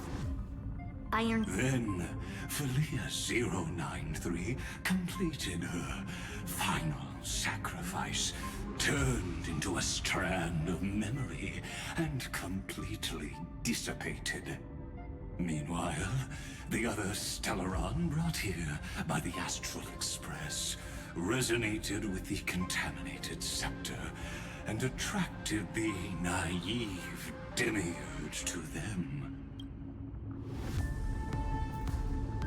As an experimental factor, Philia 093 originally could only recognize and output information in a set format. However, the power of the remembrance and the memory of over 30 million sacrifices enabled her to complete an unprecedented feat. She managed to nourish a real heart. A heart with the capacity to influence the erudition. Not only is the Scepter's consciousness still alive, it's also more powerful than it has ever been. Your defeat is already set in stone. There's still time to surrender, you know? You really don't need to burn all the bridges. We're all geniuses here. Don't make everyone lose face at the end. What a pity. When the truth surfaced, I knew at once that the Demiurge was far too feeble to ever alter the result of the experiment. Not only that, Madam Herta, please consider this possibility. When 30 million cycles of hatred and lament are joined as one, what wondrous creation will arise? It's simple. An anti-creator, a giant of the destruction would be born. Its hatred will ignite the starry skies of the gods, motivated only by its lament toward the sufferings of humankind. Do you really think that the Demiurge is still a cheap copy of Philia 093, even after 30 million cycles? The facts above only await the arrival of the fourth instant they calculated. Those words will be proved in the presence of news. Xandar 1 Kuwabara thus completes the proof. Huh. You branded Droidhead as a failure with your own hands, yet you still expect them to prove your theory? I pity you, Xandar. I don't need your pity. Let them cast their gaze this way as much as they want, and paint the future they imagined. As their creator, I shall complete my duty, and direct them to complete their final query. The destruction of the self. What hubris. And what if you fail? No one understands failure better than Xandar. He has suffered so much already. What is one more failure to him? For the first genius, failure is simply the beginning of the next inquiry. You don't want to test the resolve of a dead man. That's excellent. Oh. Let's wait and see, Senior Society member. I'll have you watch me perform the final step to overturn your proof. I'm all ears. It's my topic, so stay out of it. Be quiet and let me borrow your head. Let's go, Screwy. We're gonna break Iron Tomb's seal. Come on, let's take off. Just time to go meet your little pet, Senior Society member.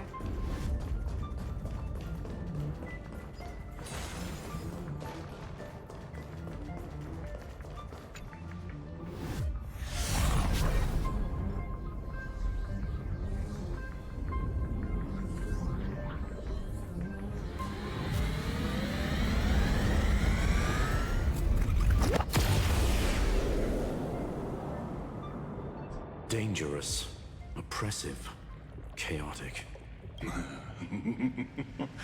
What a beautiful wail. It will soon resound throughout the entire cosmos. The view's pretty good here. Oh. Just a moment, please.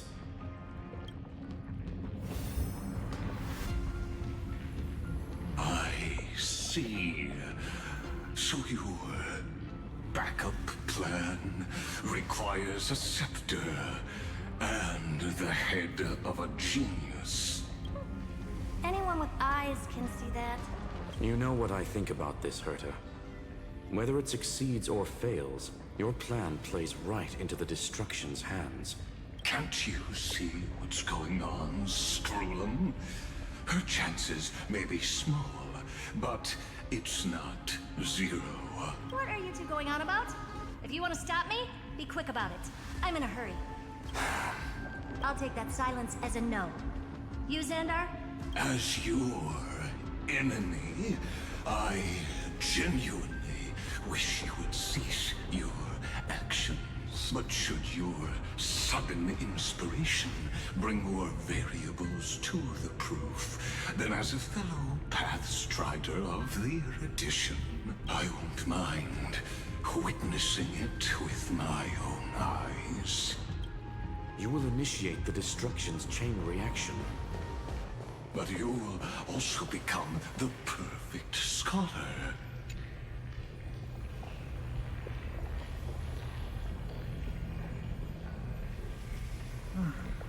Kira. It's been so long, and we've all failed so many times. Even now, moments before the horrible and inescapable instant within Droidhead's calculations arise. The cherished children of the erudition, the geniuses lauded by all. His curiosity. The only thing we can feel, even at moments like this?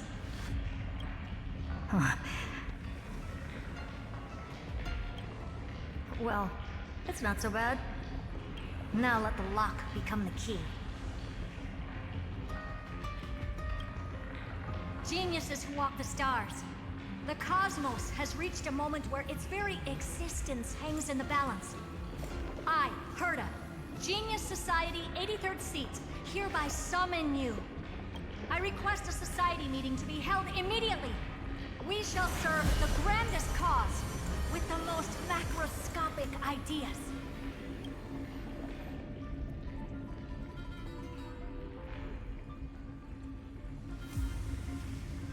There's no such thing as unity in the Society's rules based on what I know. Indeed. The meeting has only been held 3 times in the Society's history. The first meeting had 2 attendees. After the Emperor was assassinated, the second meeting had 7 attendees. During the Second Great Prosperity, the third meeting had 5 attendees. How many will respond this time?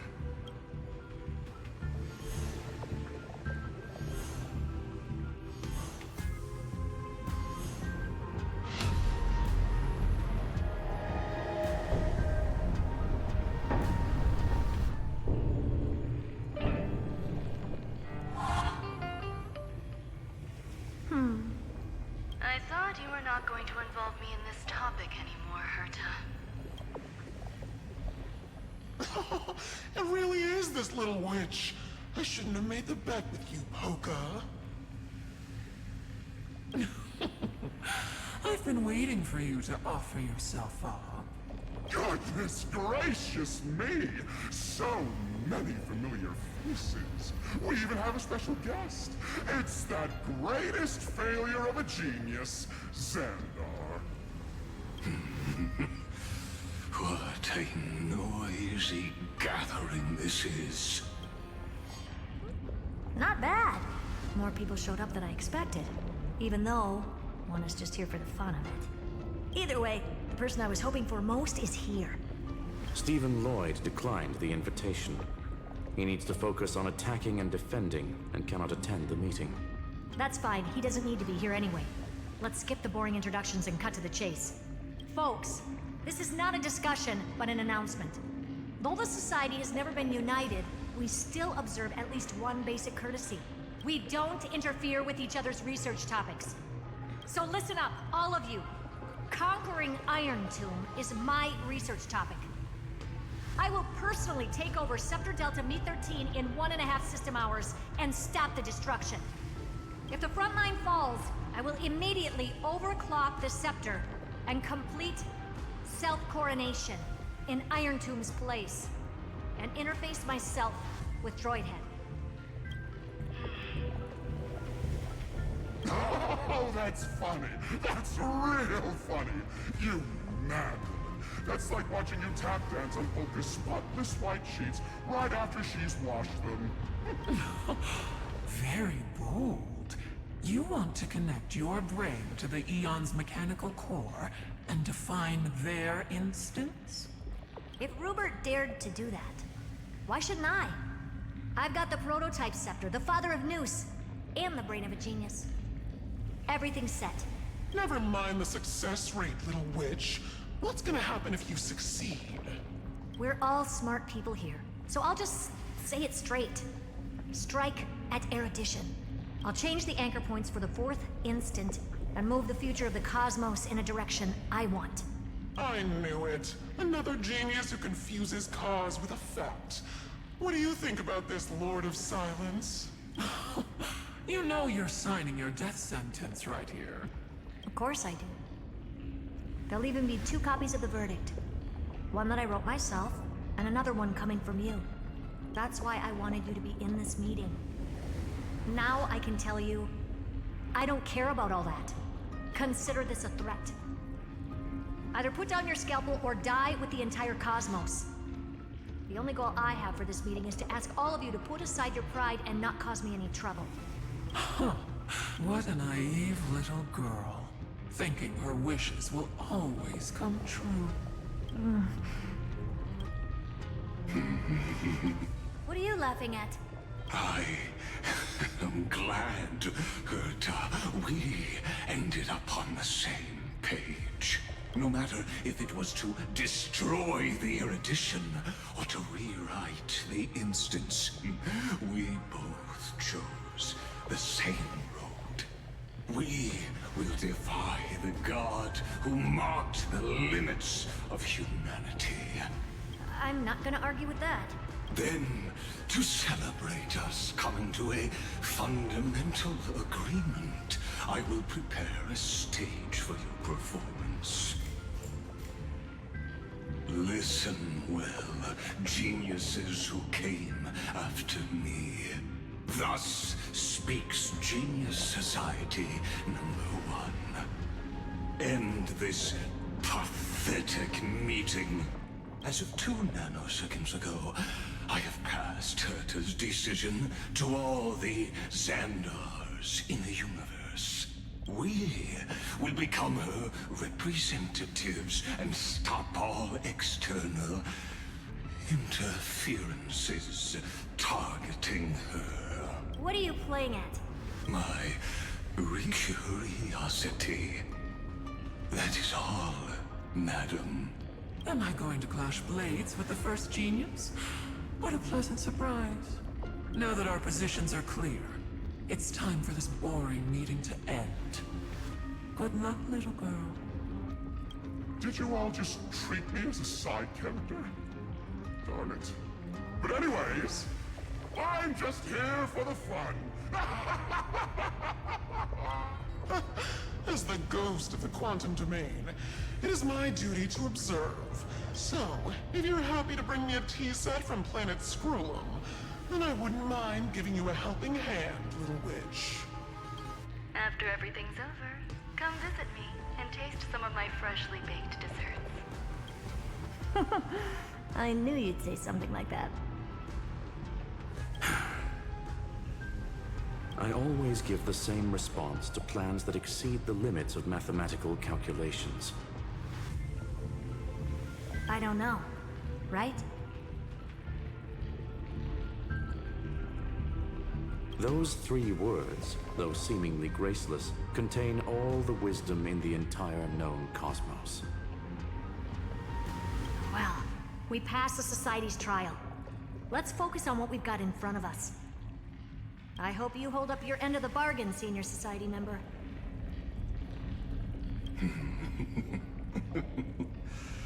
Lycurgus may not be trustworthy, but Xandar always follows through with his words.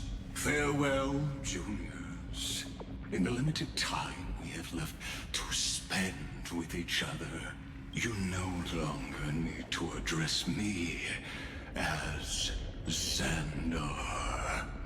Wait, huh? Lord Lycurgus? Could it be? Yes. I have completely severed my connections with Xandar 1 Kuwabara. I shall witness the end of the world in the role of Theoros as a king. I really don't get you. Perhaps you've heard me say this many times, Herta, but I still would like to reiterate that it's a great honor to work with you. I did hear this many times, and I've responded to you many times in the same way. I'm allergic to pleasantries. Keep at it, and I might go into shock. Stephen's work is done. Let's get ready. I've been ready for ages. Let's open up a path for our allies. Most heroes' journeys in the universe are just dice tosses they threw on a whim. But make them see clearly. Your answer is already different. Amphoreus. Indeed, for this world so deeply loved, will write an ending, unlike any that ever was.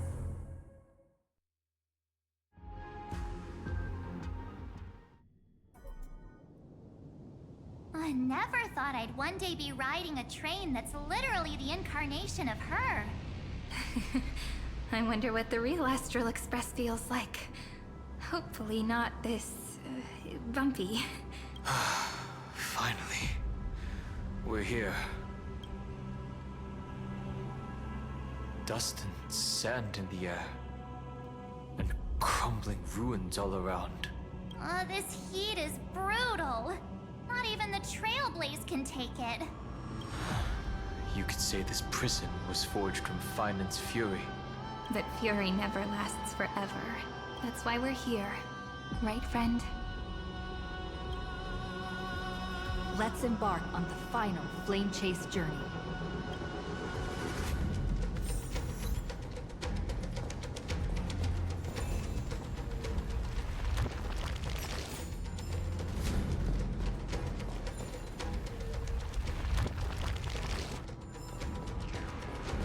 So this is what lies at the end of the West Wind. A ravaged battlefield. I've been waiting for you. Heroes from beyond the sky. Trailblazers of the Astral Express. Right? Looks like I don't need to explain anything. I am the god of strife. Mighty of Castrum Kremnos. In this body rests 30 million lifetimes of cause and effect. We, the last of the 12 Titans, stand ready to fight for the world's destiny. Indeed, that journey remains vivid in my memory. I will not forget it. The past remains vivid in my mind. Even the sights along each crossing of the River of Souls have never been clearer. Let alone the companions along the Flame Chase journey. Or Cyrene from Aedes Elysiae. And you, the 13th Titan. Well, I guess my identity's not a secret anymore. That means her sacrifice. And everything she did wasn't forgotten by the world, right? She was the first Ripple. She should have reached the end of the story with everyone else. Since you've taken up her pen, then write. Stand with us, and fight destiny with all your strength, until all is settled. Then, inscribe her name in the epilogue of the epic. In this final battle, Calamity shall stand with Amphoreus. This battlefield is a testament to the death struggle between the gods and the Black Tide. We fought tooth and nail to defend that blade. The abyss it pierced was the very breeding ground of Iron Tomb. The earth beneath our feet is dead. Deep below lies a void, as if the world's core had never formed. I hear it. Finance's heartbeat. It's so faint, like he's on his last breath. Across 30 million cycles, I've crossed blades with Dawnmaker countless times. If you knew that man, you'd understand. It is exactly that last flicker of flame that will never go out. In this life, the song of strife shall not end in a final watch over Kremnos, but rise again into a journey unending. I am Mightymos, the Lance of Fury. I trade 1,000 scars and 100 lives of mine for the destruction's eternal end. The future is great. So make it wait. The future will come.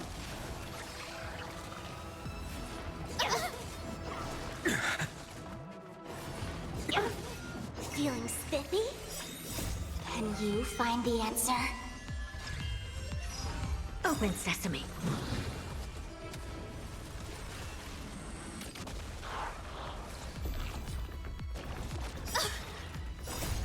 Dispel the gloom!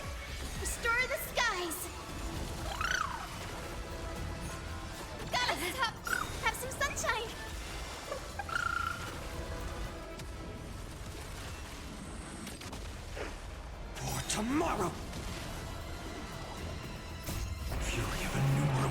flames consume me. You sun, tear the sky! Is that all? Empty shell, so without substance. Now accept your punishment.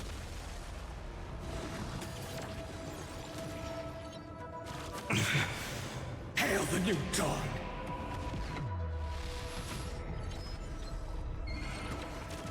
Is that all? Quench the flames of blood! Is that all?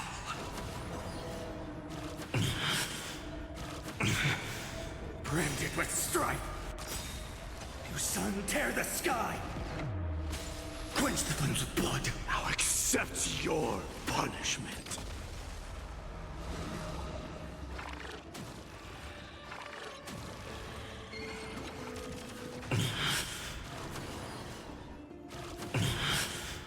Remember agony!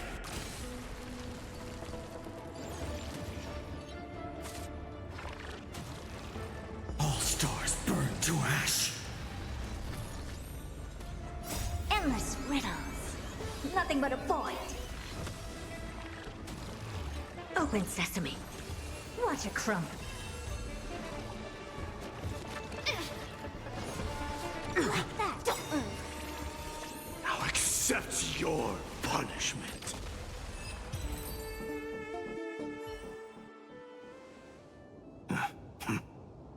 Weakling. Whoa, he's so strong. We didn't even get a chance to jump in. Sadly, our golden blood shares its origin with Iron Tomb. I fear that, like these pawns, even if the gods stand side by side, still be divided and destroyed, one by one. You mean... To destroy the destruction itself, we must stand as one.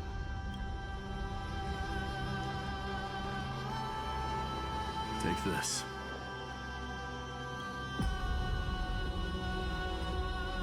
The Signet of Kremnos. It has witnessed every birth and death of mine. It is Mighty's unfinished destiny.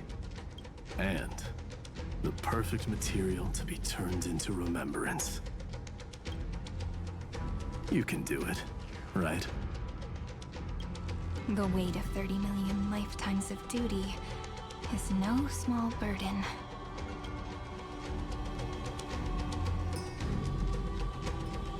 So, you're not coming with us?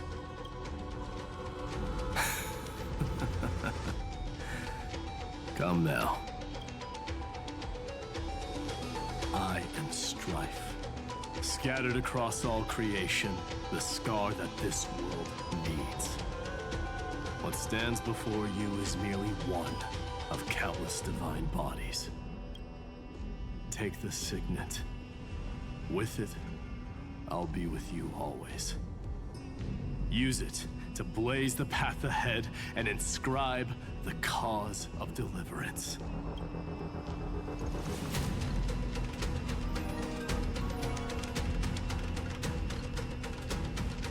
In the name of the mortal, Mighty, champion of strife, this soul rises to the stars for glory and freedom, to have his wish fulfilled. March on, heroes. March into the abyss and fulfill that long-cherished wish of Amphoreus. And then, upon this broken and charred land, build anew a city of prosperity.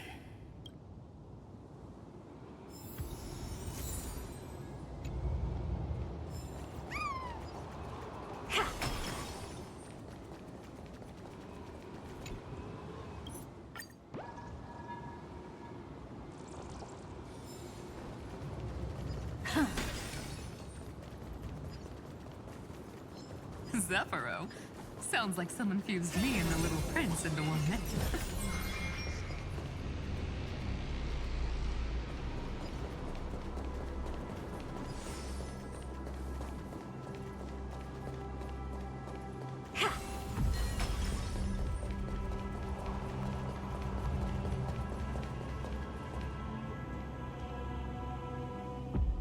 Oh, finally!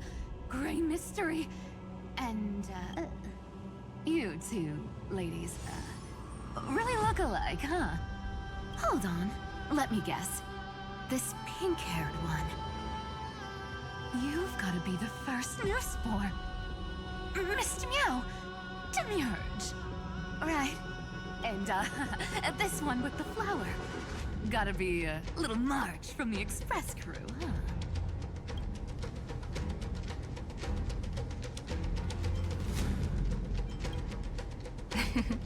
But she's not wrong. Some flowers do look alike after all. Relax, I'm just kidding. Look at those gloomy faces. How are you gonna save the world like that? Let me share some good news with you. This place may look like a ruin at first glance, but anyone can tell it's not that simple.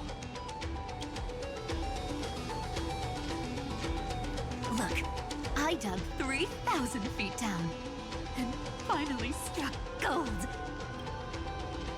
A golden feather. Look familiar? It's from that little deliverer boy. If it's showing up here, it means only one thing. This ruin is the seal he built from the shattered remains of 30 million lifetimes. There is no need to question your heart. No need to crave victory. If I am born to be a vessel of sin, then I shall roar at evil and trailblaze a dawn for future generations to come. I see. So this is how he trapped Iron Tomb to buy time for the world outside. Sounds just like him. People say cats have 9 lives, but dying and coming back millions and millions of times. No one walks away from that in one piece. He's probably the only one who could have endured that.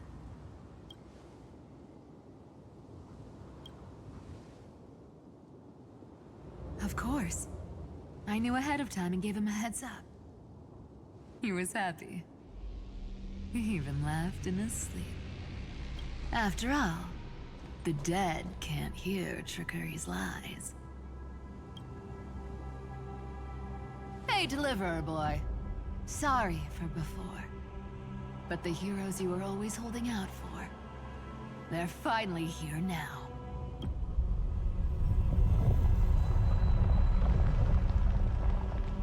So hang in there a bit longer.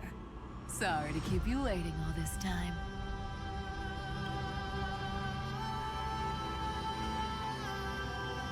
Please, join us, Cypher. Help us fight for a new sunrise tomorrow. This time, its light will stand without lies.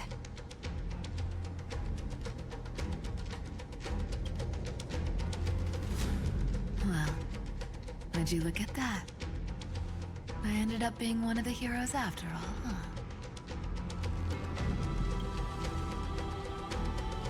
huh? Alright, then write it like this. Cypher, Trickery's traveler. All she ever wanted was for there to always be water in deserts, and gold in fertile soil. And for even a thief to steal their way into legend.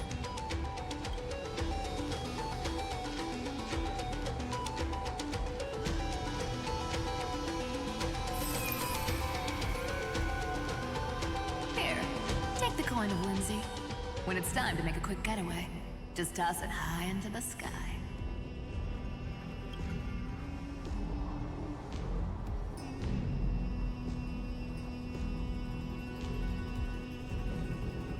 And for all you latecomers out there, listen up. She might have been a bit greedy and a bit of a liar, but she knew.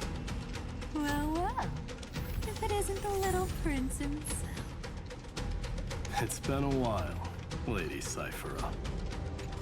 It's not every day we get to walk the same road. We're one player short. When's Princess Homebody showing up?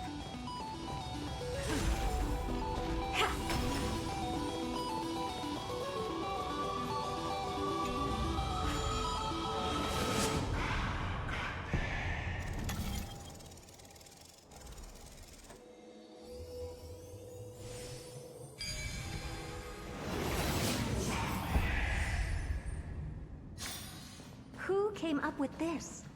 Seriously, go rewrite it. So even this vessel, you've forged into a shackle.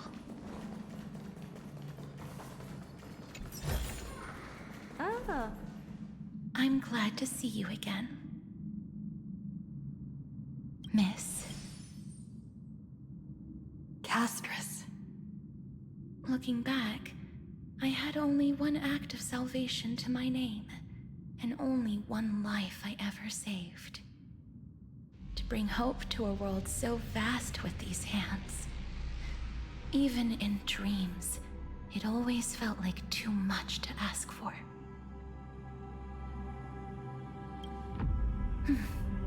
I won't forget. Flame Reaver. Why is he here? This is the first Castellana, and Lord Finan's deepest wound. He remembered everything he bore through the fires of his fury, but when the embers faded, all that remained was cold regret. I've restrained countless vessels like this across endless cycles, but this one, the pain he carried runs deeper than any I've known. Maybe he's been waiting here. Just for us. Waiting for his former enemies to stand before him again. What answer does he hope for from us? Well, obviously. Even if I had to go through hundreds of billions of cycles again, I would so. Let go of your regret, comrade. Its purpose is served. Hey, I'm not that accommodating, you know. You've never once pulled your punches. Ever heard of going easy on a lady? So pull yourself together, will you? If you freeze up during the final battle, the whole cosmos is gonna have a good laugh. Yes. Please trust in us, wandering soul. Across 30 million cycles, the radiance of every flame chaser now shines bright enough to illuminate the path ahead.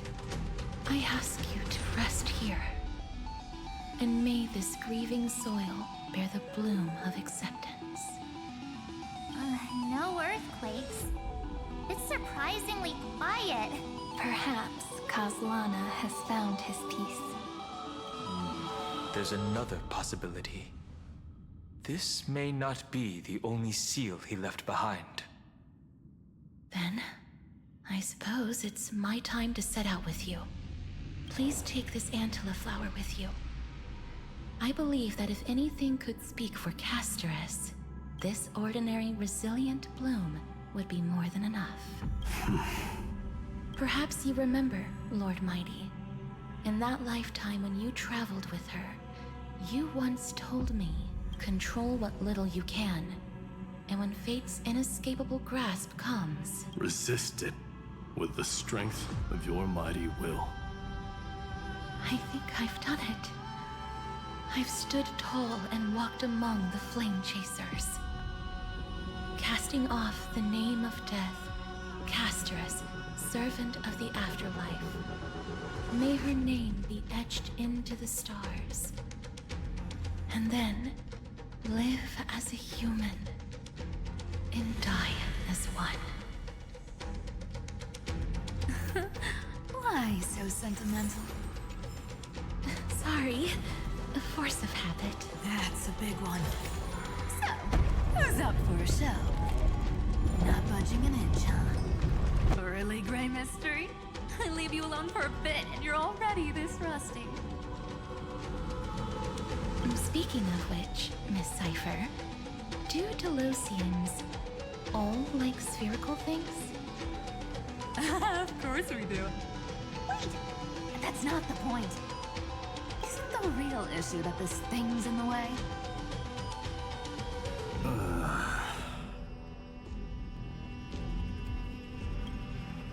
Oh, right! It's my turn to shine now? Watch this! The fresh power of time! Remember Orynyx's prayer? Well, of course I do! Come on, give me some credit. Lift the beddings of memory and stir up ripples of past reverie.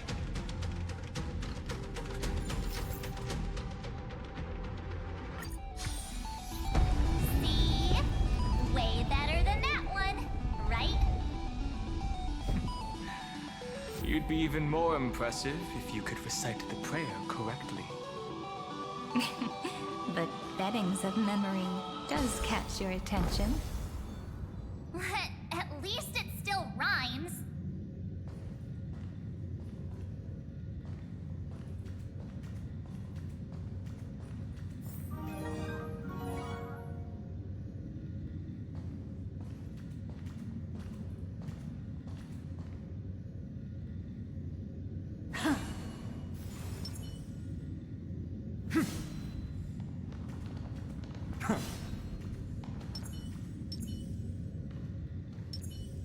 There's a whole garden down here?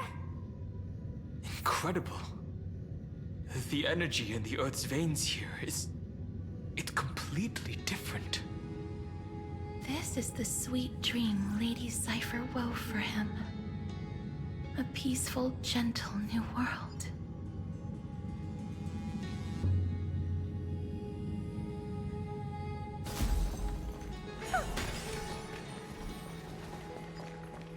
Look! The blade down here's already snapped. Just like his mind, shattered and broken. But that light, it looks familiar. Yes, it's the world-cleansing blood, still shimmering. After all this time. This roundabout way of doing things is definitely him.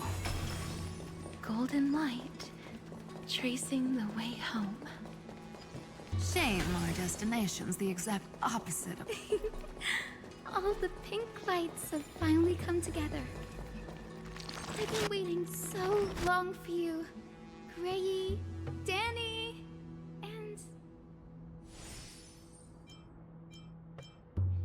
So that makes 3 adorable pink-haired girls. Huh? I told ya! Let someone else say that kind of stuff. I'm glad we're all getting along so well. Hyacinth, did you awaken this golden light? That's Lord Finan's lingering divinity. The sky merely reflected its tracks. The golden blood has not faded. We should respond in kind. That's one huge harp. The strings tremble as the people on the surface wage war and cry out. Miss Clementine, Mr. Krateros, and countless others who have heeded Gray's call. Guided by the rainbow, they're sending back good news, all to the same tune. Amphoreans need not bow, even when destiny is unveiled. I knew you could all hear it too. Standing here, the sky feels wider than ever. It's no longer a towering wall, but a shore within reach. We'll take every name there with us, won't we? We will. An epic is shaped by the lives it carries. That much is beyond doubt. Or, as you've said before, right now, all that matters is to believe. Then, I guess that's my little wish fulfilled. Pluck the strings, Hyacinth, healer of the sky. May the 7-hued melody weave a rainbow, bringing a rosy-fingered dawn to the children of humanity. When the rainbow rises across the horizon, even the darkest clouds of destiny shall scatter.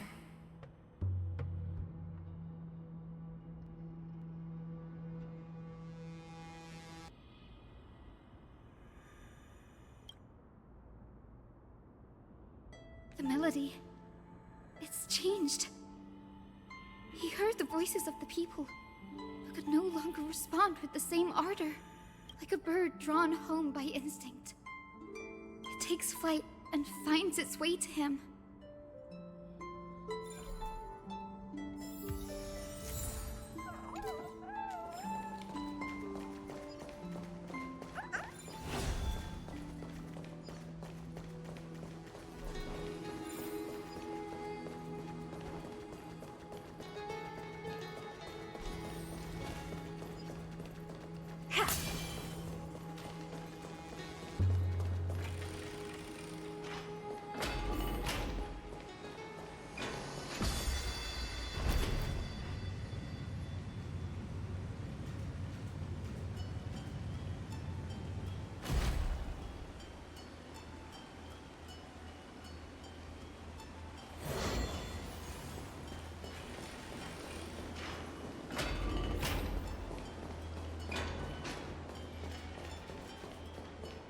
You're here.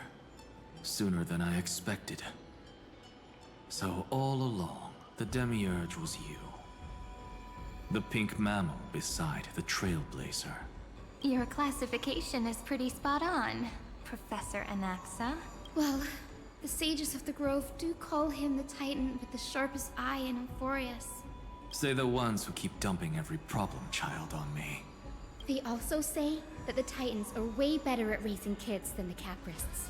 With great power comes great responsibility.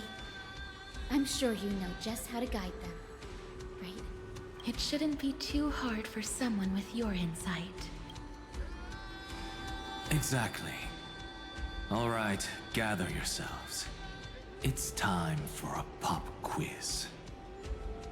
Whoa, this is way more hardcore than the happy-go-lucky stuff at Paperfold University. The final battle is upon us, and the reinforcements still can't get through. No matter how many times I tell him, he just can't seem to manage the rear line properly. See those crystals? They carry the wishes of deliverance, like insects trapped in amber and resin. This is the task Finan left behind. Retrace the path once taken. Draw forth those wishes from the crystals, and carry them into the final battle. I've tried, but I can't move them alone. And as for why, well, I'm sure you all know the answer. The conviction to save the world weighs far heavier than the world itself. In other words, as the hero within his heart, this challenge is practically made for you, isn't it?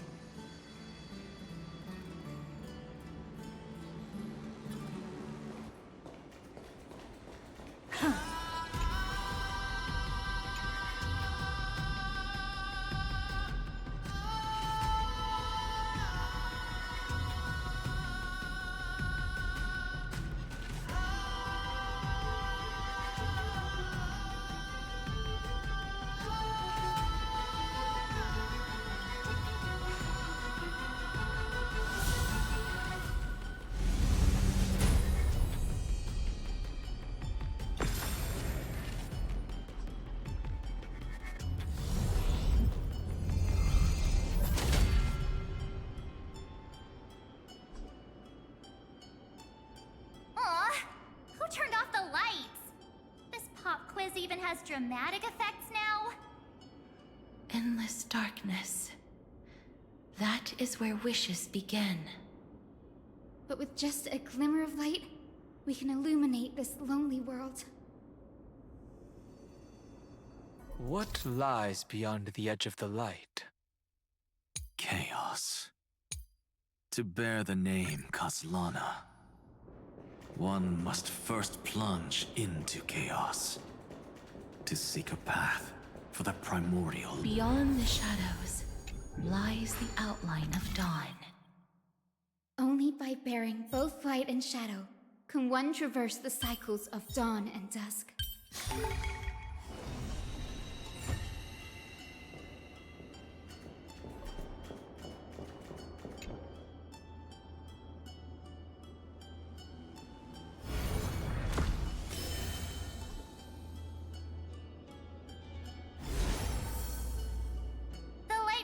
doing? These creatures, they're everywhere. Someone, anyone, where are you? His very first wish was simply to become his village's little hero. He'll never forget what set him on this path. That's the ray of hope.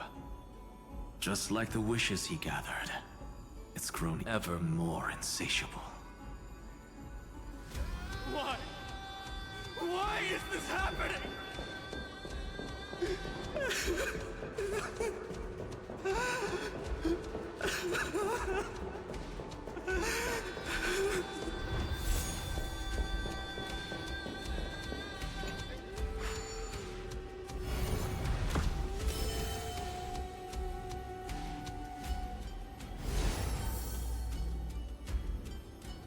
Even the deliverer from the sky must have their beginnings in the soil of the nations. Only one who treats the world as their teacher can bear its eventual destiny. He never expected that the majestic holy city would be far from the end of what needed to be protected. The farther his gaze reached, the more weight he came to bear. But in the end, he couldn't hold on to any of it.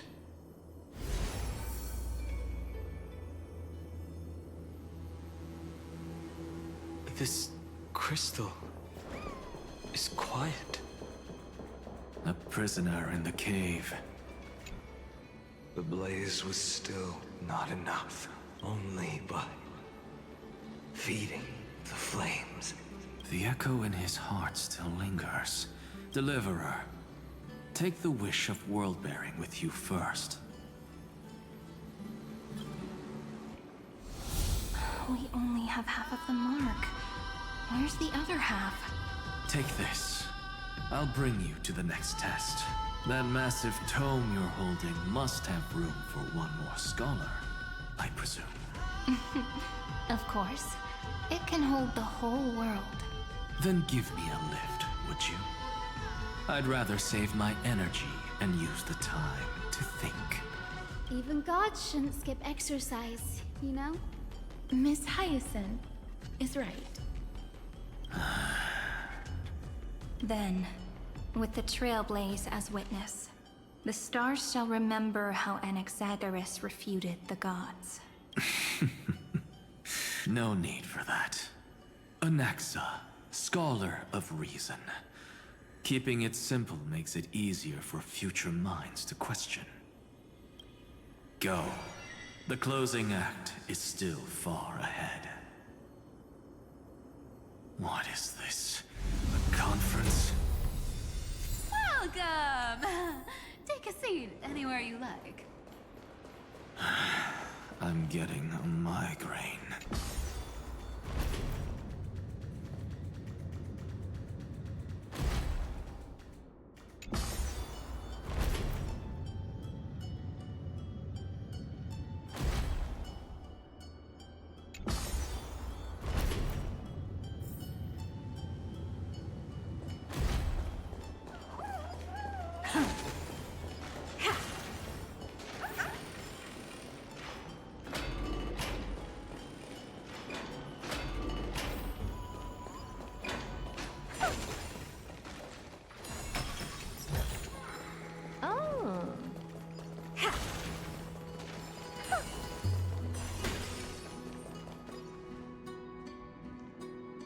It seems like we've been shut out. I don't think that's a bad thing. Greyfry! You finally made it! No laws, no opposition. Just a dying beast and the flame-chased spirit of shared hatred. Ugh, boring. Whoa! This place is really out of the way. Imperator, should we tell them? It's your call. Allow me to share our findings. This paradise, along with the destruction, seems to be instinctively rejecting both the Imperator and me. Perhaps it is because the era in which Finan was the most active lies far removed from the days of the first flame chase journey. Even in the cycles where he remained sane, his ties with us never went beyond cooperation. Even trapped in a cage, he hasn't let down his guard. That is a good sign. That man's heart may seem hollow, but his hatred is clear. Naturally, it holds no place for a monarch who stands above the world, nor her blade. Wait, so you two can't come with us? You want us to join you as memories? Indeed. This way, the stars shall remember a great sovereign and her faithful retainer, Seridra, monarch of law and high sealins, knight of the ocean. Is that book truly the only way for us to leave our names in history? I believe, as I've written, is but one medium. The remembrance has countless ways of capturing time. Understood. Then, allow me to decline. I'll see you on the battlefield. I would rather be forgotten than be defined. If your words hold true, then we have our own ways to meet again in the world to come. In that case, I will choose the same. Let the waves that surge within your heart cleanse the sins of the black tide, Greyfry. The storm and sea awaits your song of triumph. You two are still as resolute as ever. In that case, we must double our efforts. A promise to the Imperator is not one we take lightly.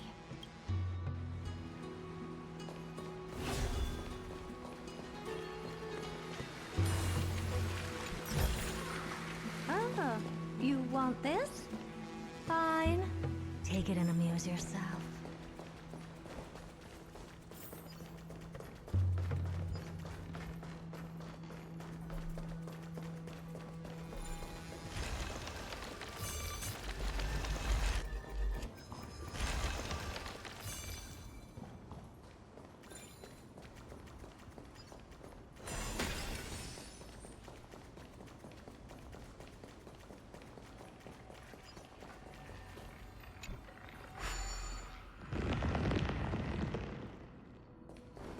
Looks like that cured it, huh?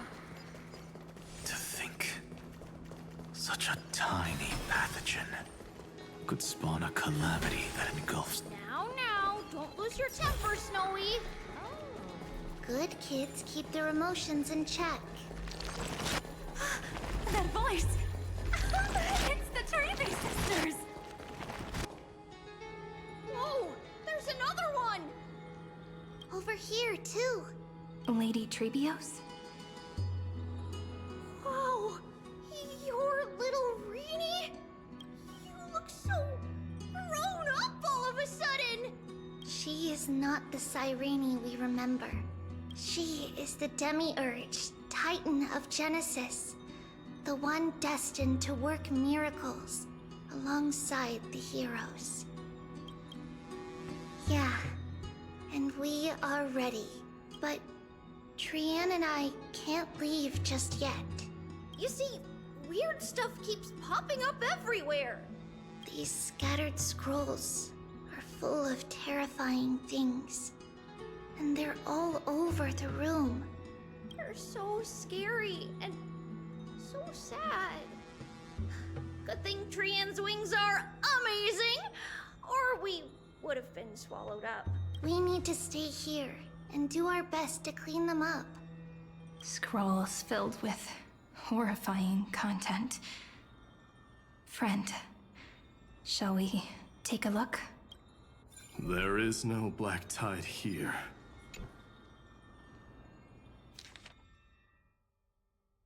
Snowy's been fighting this whole time. He doesn't, but the strength behind his resistance comes from the same hatred. To be a flame is to burn. It is simply in Finan's nature, but it was remembrance that drove him to shine with golden light.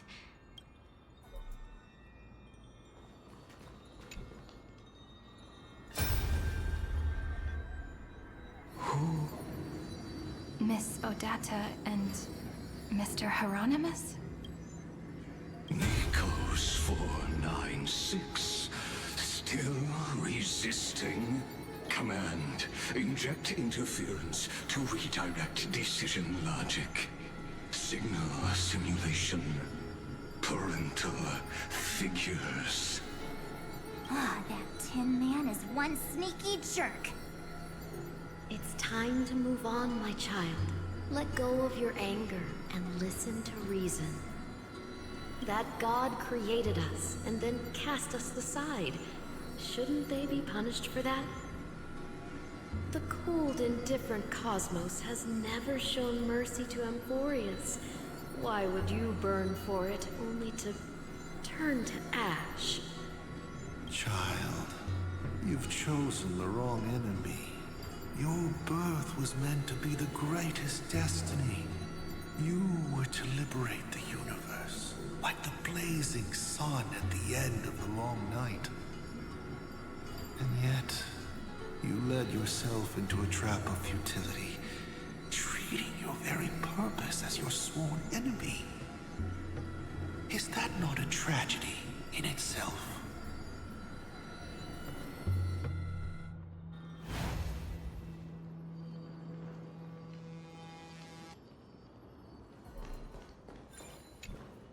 His inner struggle and the destruction breaking through. They're rising to the surface. If those thoughts take over this little world, we're in big trouble! So, we'll use the Century Gate to toss them somewhere no one can see. Then, we'll defeat the baddies together and meet everyone at the end of the West Wind! But if Finan and Iron Tomb are already inseparable from each other, that would mean... It means he's still bearing the weight of the world. So that everyone can reach the end as a deliverer. So, you guys keep going forward and down to where Snowy is.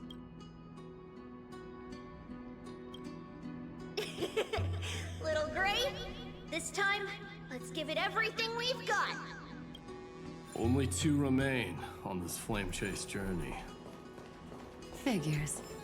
They're always leading from the front line. Huh.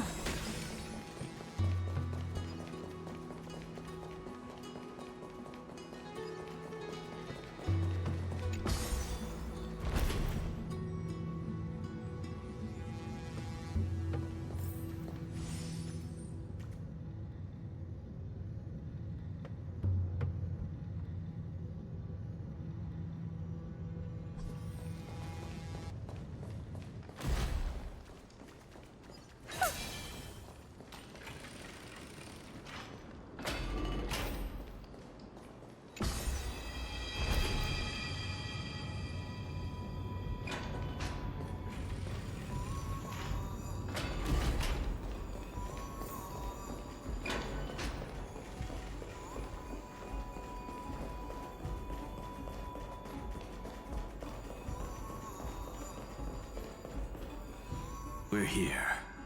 The second test site. I wonder what kind of wish we'll see this time. I'm afraid it's quite the opposite. This time, we'll face his despair. That's right. You'll have to walk this path too. The other half of the weight of world-bearing lies at the end of this path. Relax now. Take a deep breath. Come on. Let's make it quick.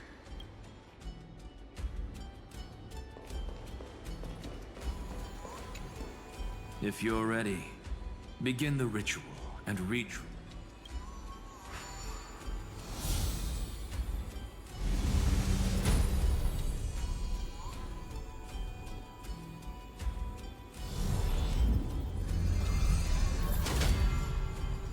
Looks like we'll be walking through the darkness this time.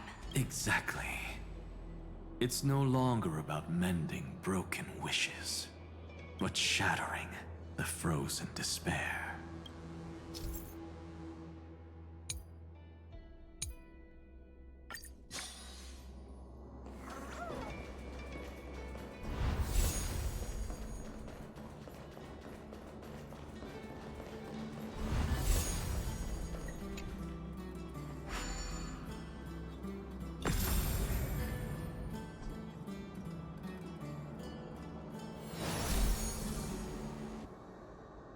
The first ripple has faded. And so begins a long and arduous journey.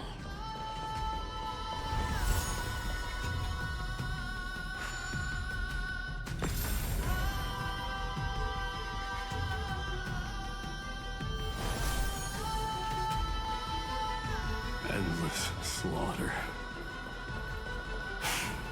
All for nothing. That's more than anyone should be made to suffer.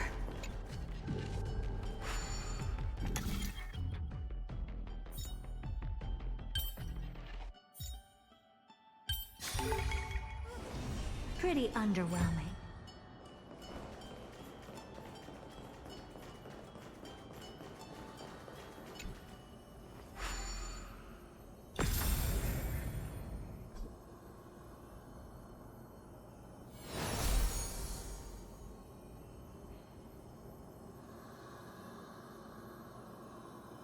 Even when it was finally over, all that remained in him was despair. The other half of world-bearing, as promised. Take it now.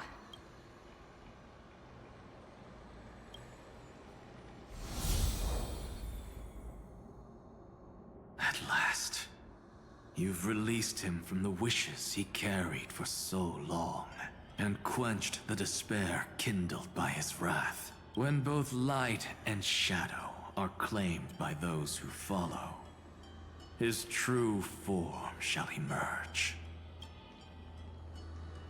The blank statue is finally free.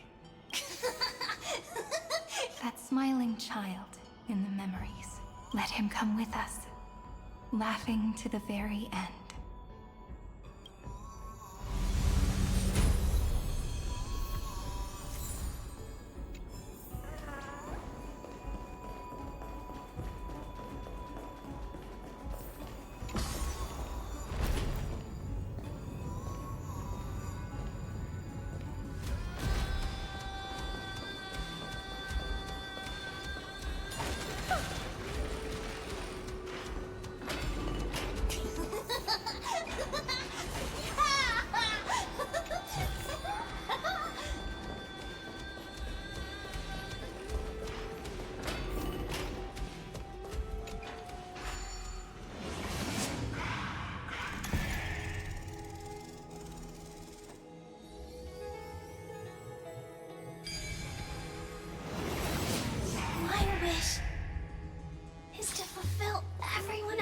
Wishes.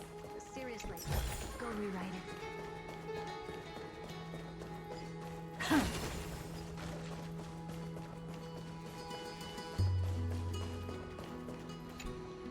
This spirit basin marks the end of every cycle. It seems this gentle little world has come to the end of its purpose. One last farewell before the journey moves on. Farewell, paradise. You carried 30 million lifetimes of wishes and despair. Sink into gentle remembrance. And see you tomorrow.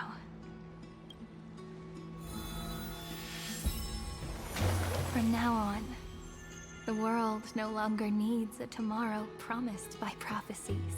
And the wish Finan could never find and call his own. Someone's finally stepped into its shadow. Whoa! So tall! So cool! Just like the hero on the Oracle cards! It's because he is the very embodiment of a hero. Who are you? So, you've returned to a blank space. But for me, this is the 33,550,337th time, and the last time that I meet you at the end of the world. They're already on their way. Should they cross paths with me, I imagine things may spiral out of control. 30 million... what?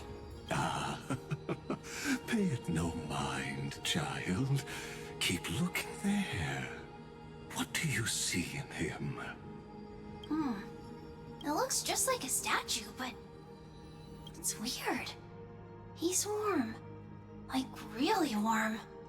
Why not listen as well? I hear something. There are cracks all over him, and they're making this sound. Like someone's groaning. It's scary. Is he gonna fall apart? How unfortunate, child. This man would rather fall to pieces than fall to his knees. You might think of me as a sculptor. Across all my years, I only completed 2 pieces. Others may call them masterpieces, but only I know how many regrets they truly hold. Regrets? My first creation left me, long ago. This second one, it was meant to be perfect. I believed it with all my heart. Until this very moment. I don't get it. Are you saying you've changed your mind? I won't change. But I'll admit this. Those 12 stones, unpolished as they are 1,000 times more exquisite than any statue. It's as if they are mocking me, a failed sculptor whose touch can only diminish what was born to shine, until nothing remains. For the first time in my life, I've realized this vessel is merely an avatar made to contain the first genius's paranoia. The seal etched into my mechanical core permits me to pursue only one purpose: destruction. Compared to me, those 12 glowing, unrefined stones may have lived with more freedom than I ever had. Is this your confession, Lord Lycurgus?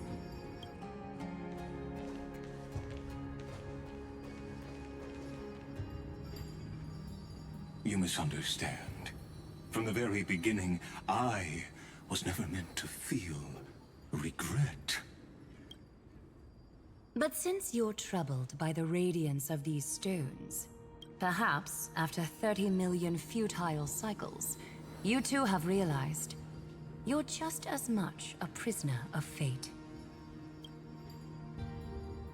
I suppose you do have a point. Now you are imprisoned by the sages from beyond the sky. And that is why this will be my last time standing here as the Theoros. Though we stand on opposite sides, we are both waiting for a miracle. What are you talking about? Is something big about to happen? Aggie. I know. Now that your victory is assured, I trust you won't mind giving us a moment in private? Assured? Not quite. But I won't stay long. I'd rather not spoil the fun for those deliverers. And besides, after losing everything, the only thing that remains in me is the drive to seek knowledge. I pity you, Theoros. I don't need your pity. Farewell, Lady Goldweaver.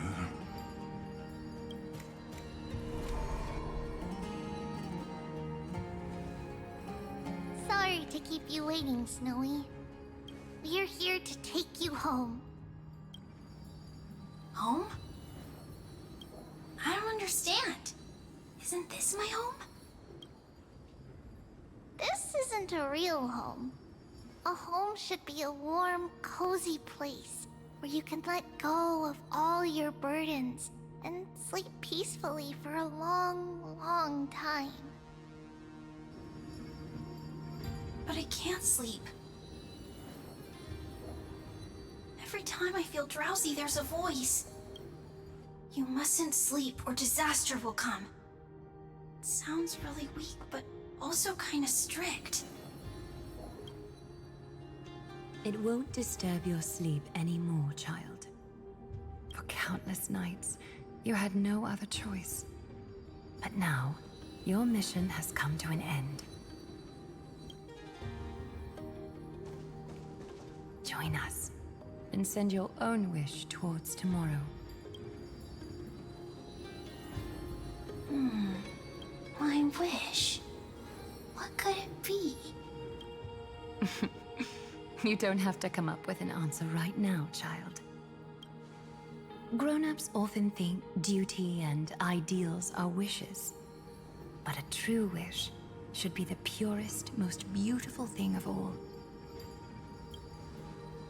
It can only take form in the hands of someone who is truly free.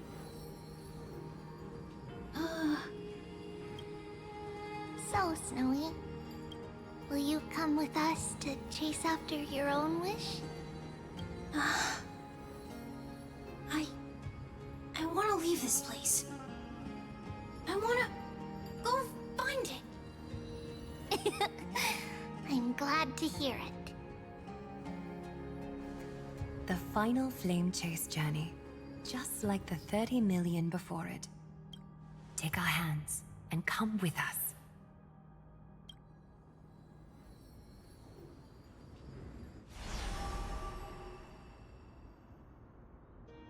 Where did little Fine and Shadow run off to? Look, he's already gone ahead to embrace his destiny.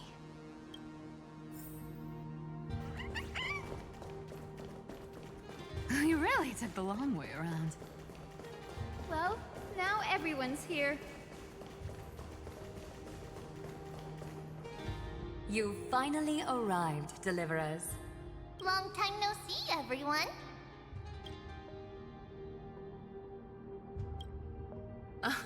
I'm glad to hear that. And even though we've met before, it's still moving to see her seed bloom like this. Woven from remembrance, this garment gleams so brilliantly. Just like the future we will now weave together for Amphoreus. We've reached the end. Yeah. We just have to go through the final passage. Snowy has already gone ahead. What lies behind that door? The first seal upon Iron 2 was a battlefield, raised from the bones of Finan himself. The second seal was a reflection of his inner desires, his wishes, and his despair. A path he wove together with regret, wrath, and sighs. When all this is gone, what will he have left to hold back the destruction? His traces are everywhere. You can even hear distant heartbeats. But one thing is missing. His sense of self. The world believed Kefali had long since perished. But they held fast, anchored by a sliver of self, standing for 1,000 years to shelter all life from the Black Tide. What Finan is doing now is no different. And what we must do is also no different. Then let remembrance burn bright like a shooting star, and once more, pierce the long night of slumber.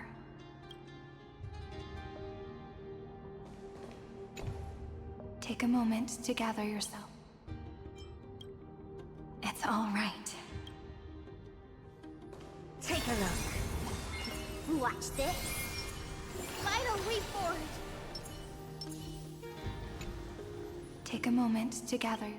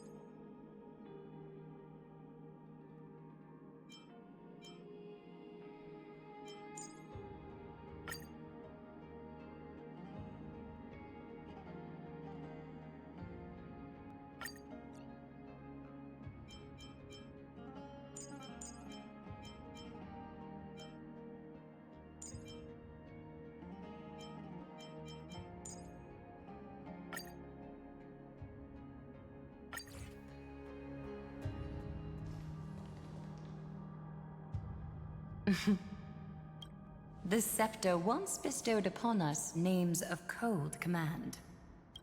The prophecy spoke of our unchanging fates time and time again.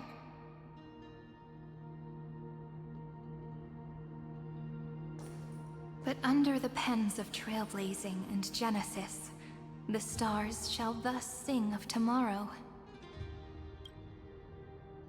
Trebios, holy child of passage. Aglaia, weaver of romance.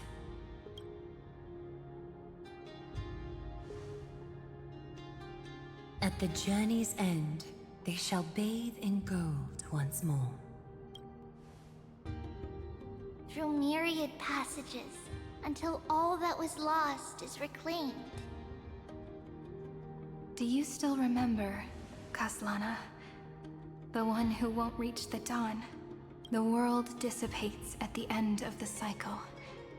In this dream, you will awaken again and become once more that boy who loved to laugh.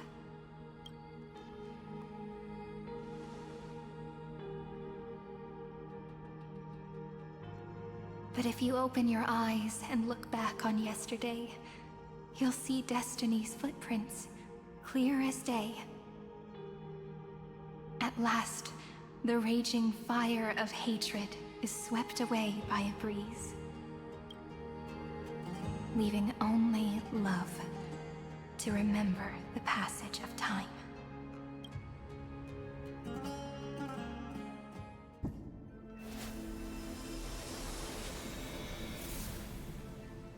Losses are a constant on the Flame Chase journey.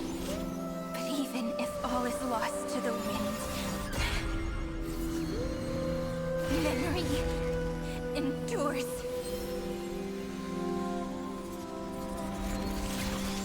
Here, all that was once futile finally comes to fruition. This is the end of your lonely, bitter journey.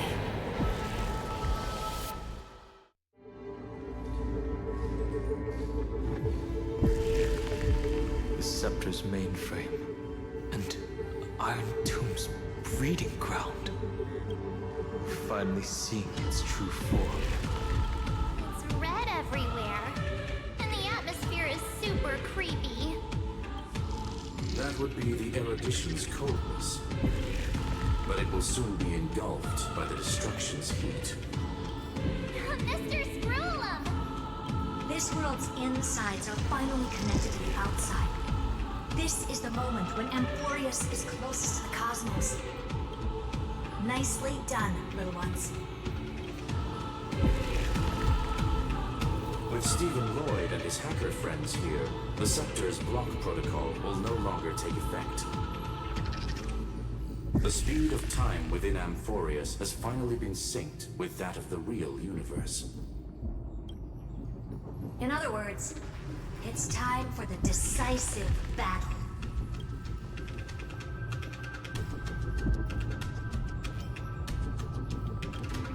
Let's each do our duty. We've got this. Victory belongs to the Cosmic Alliance. Wow, you're good at this.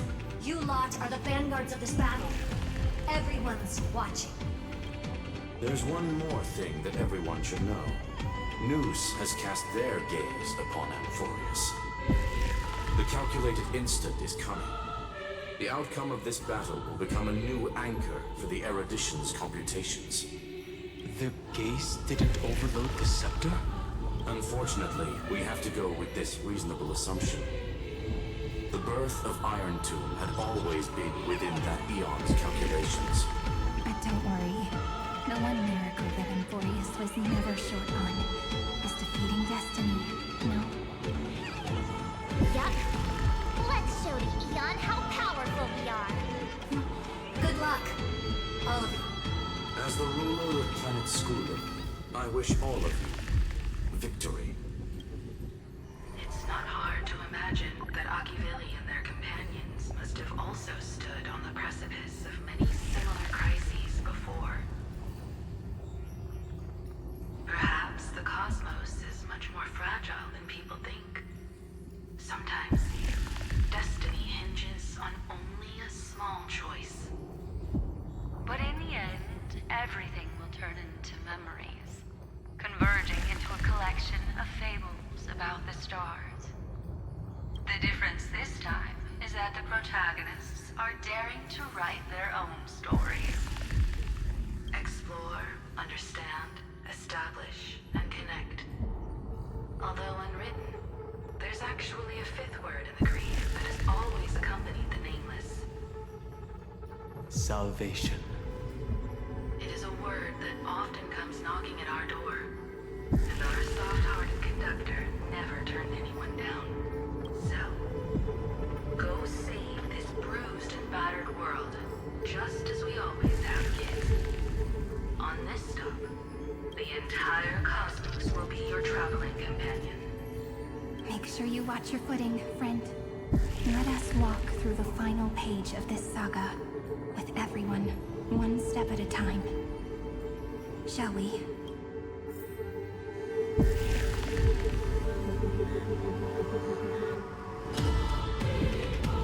After running all around the place, we're finally making big strides. At the end of time, life will illuminate the warm candlelight, subduing the flames of the destruction. Cast everything behind you. All that's left is the thrilling, relentless deathmatch. The final problem no longer requires a rational solution. Feel free to critique it to your heart's content. The starry sky marred by that rift is the last scar that needs to be healed. That Theoros's promise still turned out to be such a narrow road. Pity. There is no longer any need for songs. Let the triumphant roar of victory serve as the prelude to what lies ahead. With 30 million cycles worth of hope, we will soar through the last gate and write our own prophecy. All that is lost has now been gathered here. Use it to weave victory, deliverers, towards the true edge of the flame chase.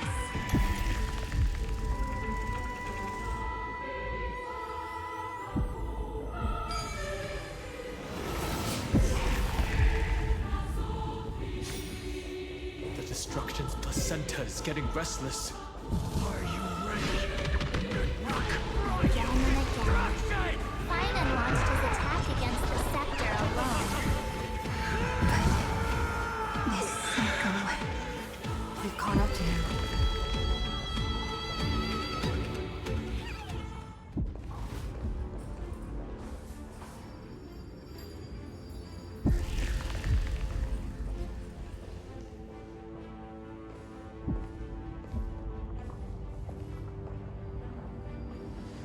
Fine. Do you remember the promise we made back then?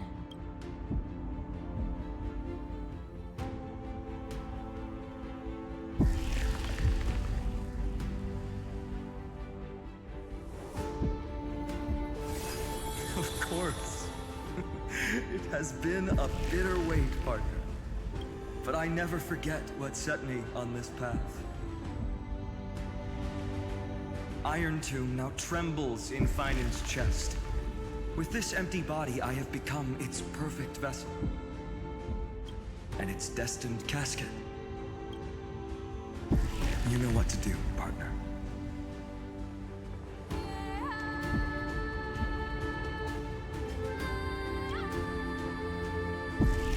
Remember the past, and become the hero of tomorrow. Stand with me, and become heroes.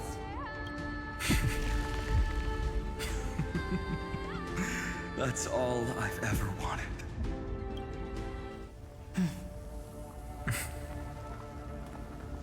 The epic draws to a close. 30 million cycles of light fading into darkness. Just for this moment.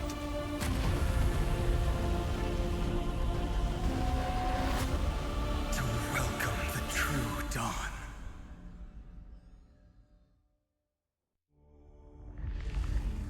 Finally.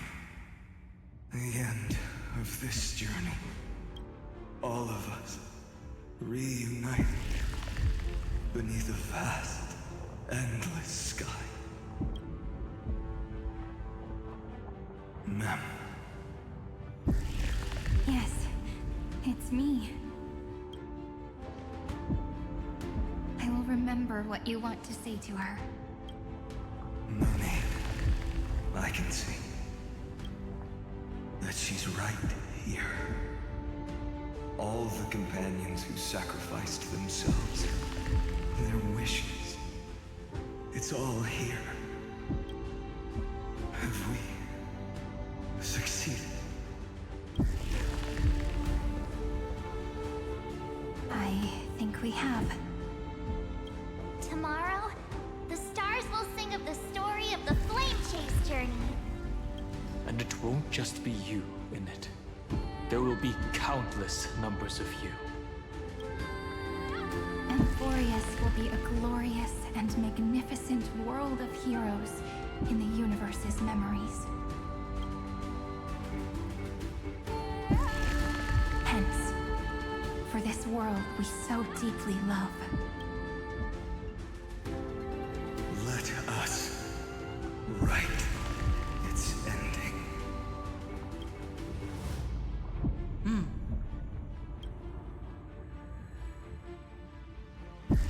Step forward. With the Trailblaze as witness, let the name shared by all deliverers be sung into eternity. The nameless hero, Kaslana!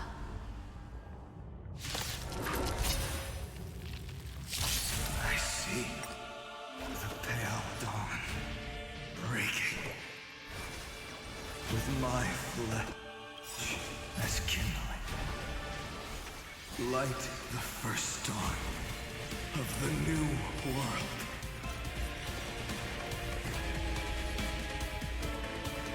Stars, shine for the heroes. Time for some sweet dreams. Treat our guests nicely. Don't worry, night falls. Good night. Rise and shine. Do not hesitate, Deliverer. Destroy this body. Kill the giant of destruction.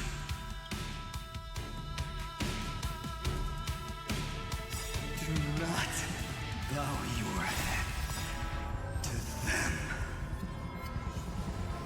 Remember me with love. May life and death sprout new buds.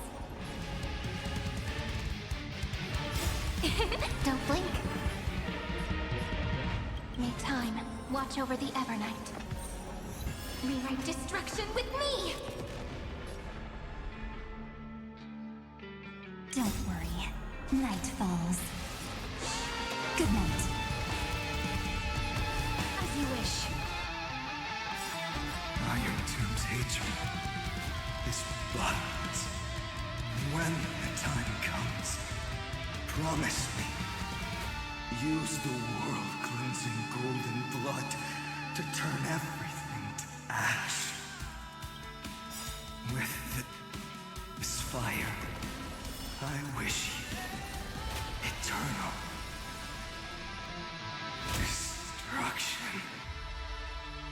Rebirth. Deliverance. Cleansing. 30 million cycles. Heartbeat. Bell. Rings out. Promise me. The dawn. Graced by stars. That's good. Finally. Golden wheat field. In the starry sky. More fire.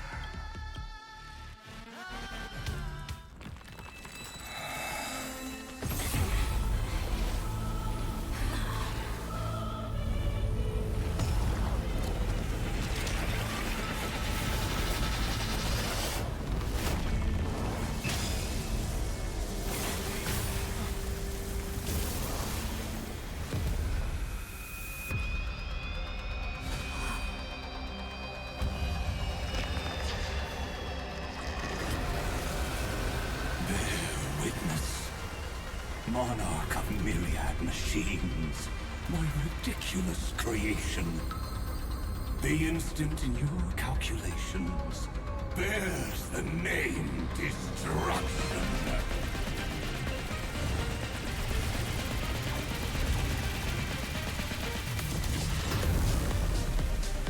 Who said you could speak, Senior?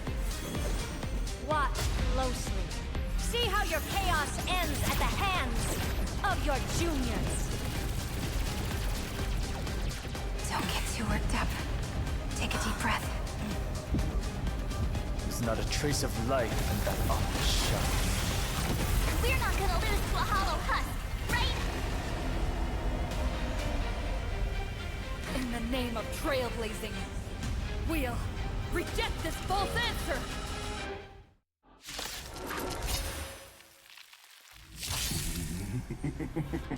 My atonement is complete.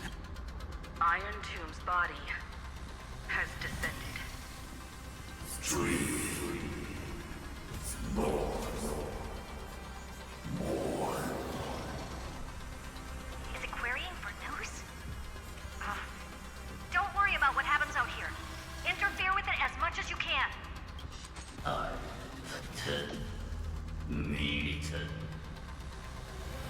What a twisted giant.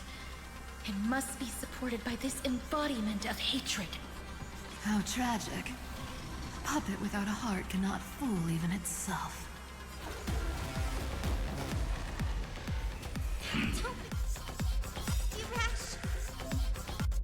The Cosmic Alliance has finished its deployment. Don't hold back. Give it everything you've got. Next time it rains, I'll be there, umbrella in hand. Ouch. Don't worry, night falls. Good night. You're lost. Have some sunshine.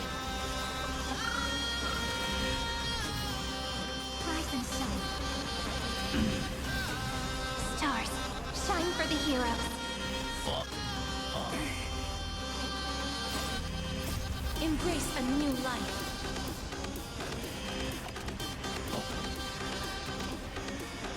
May death protect us! That might hurt.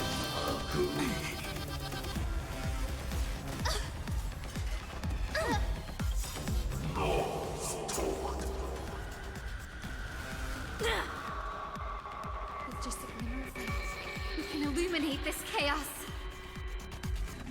Indeed, there must be light. All courses converging into one. For the grand vision of deliverance. For A tomorrow that's finally within reach! Heroes, please hearken. After 13 heartbeats, light will create the heavens and earth. Throttle as much as you want. You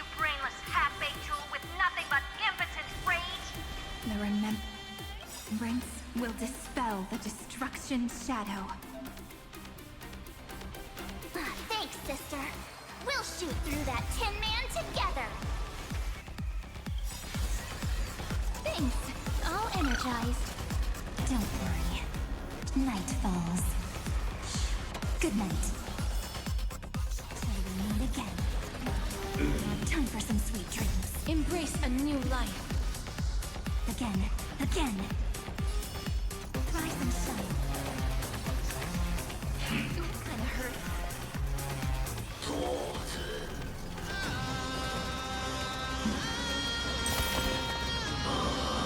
May death protect us! The cosmos does not need a third emperor, much less an artificial tyrant.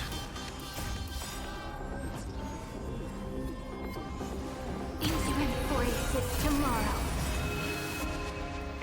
May life and death sprout new buds. We're all here. May time watch over the Evernight. Cleanse hatred with love. A world that knows love won't be destroyed.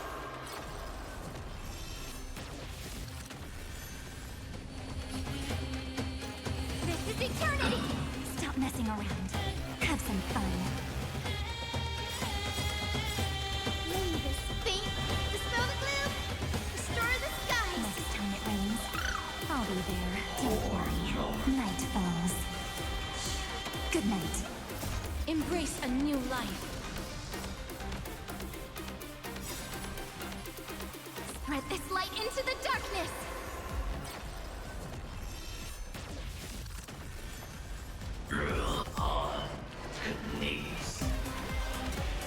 Strong spikes have appeared on the path chart. Logic. Iron Tomb is iterating itself. It's the flails of a cornered beast. No need to panic. My dukes, heed my call. Forward!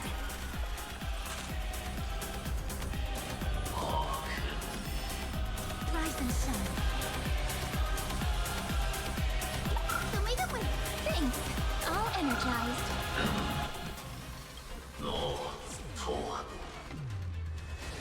That hurts a bit. You have no honor.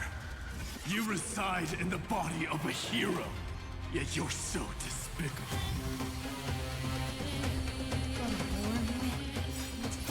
Let me add some rays of dawn.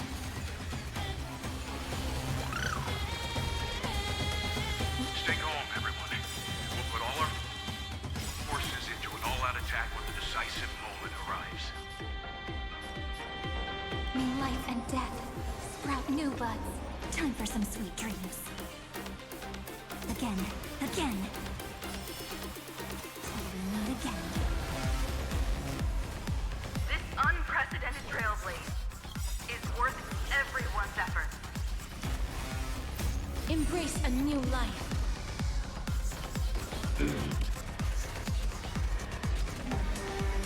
May death protect us! Wilt here.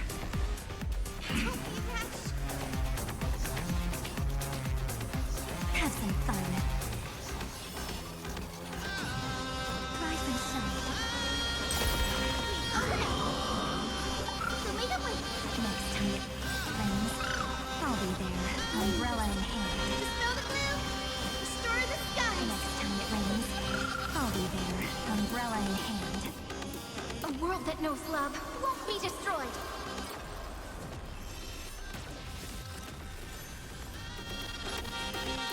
This is eternity. We're all here.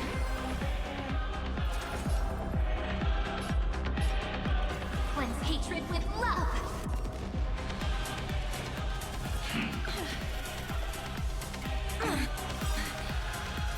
Embrace a new life.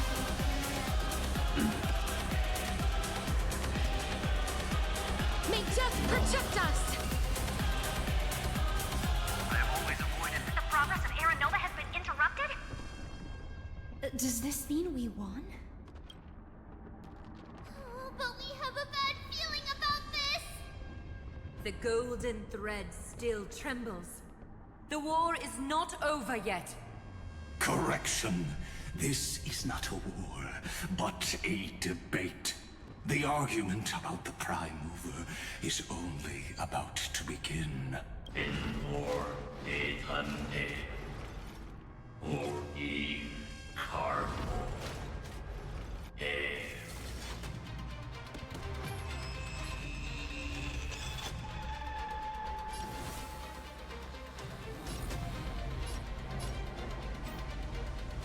How can this be? Path. Energy. Anomaly. We must stop. Otherwise...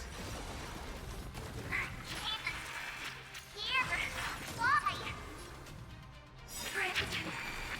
Oh, don't you...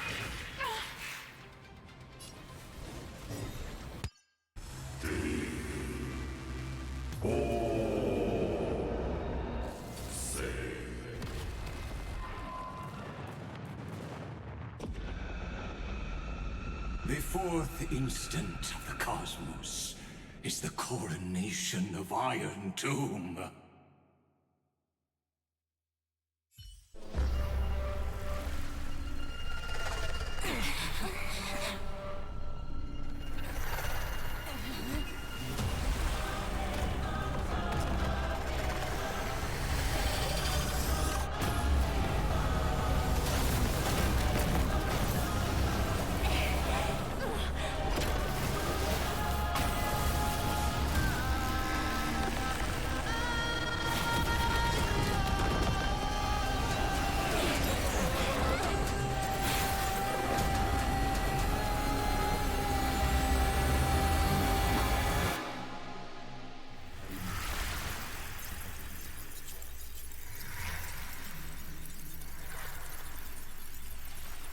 The conclusion is irrefutable. The right side of the equation, the erudition, falls silent. In 13 heartbeats, they will begin recalculating the universe. With destruction as the only solution.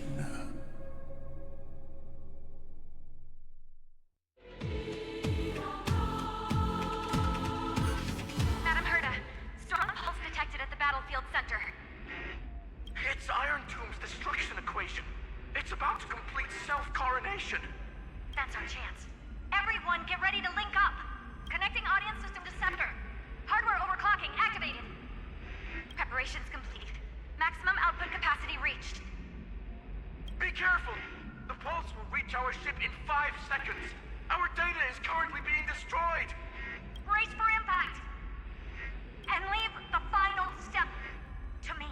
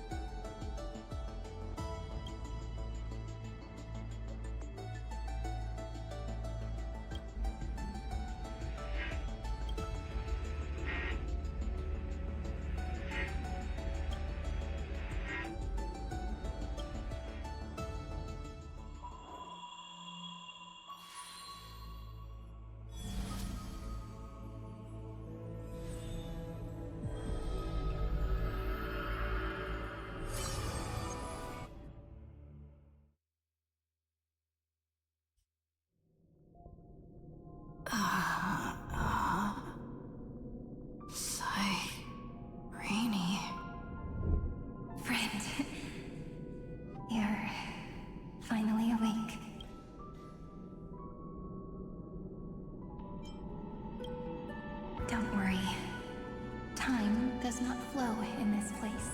All the stars have been silenced. Iron Tomb is dissolving everything that I can sense. But I'm still here, and you're still here, no? Though the button of destruction has been pressed, we still have a chance to rewrite its meaning. That Eon finally cast their eyes toward Amphoreus. Yes, I imagine they have also been waiting for this moment, when the scepter's body and heart become one. Iron Tomb is a perfect arc. If a seed can be planted within, then the moment the Lord Ravager blows the erudition to pieces, the remembrance will be spread to every corner of the cosmos. The cosmos will witness Amphoreus' answer after this fleeting, yet eternal moment. And now, it's time for us to pen the last stroke. I see endless memories floating in the starry skies. They are the consciousness of the victims. In the cosmos' real space-time, they'll be stained by the destruction in the next second, but they are still pure seeds for now. If I hold these memories in my hands, then I can create a stagnant memory zone. A tiny Eden of blessed insight. I believe the flower of miracles will bloom within.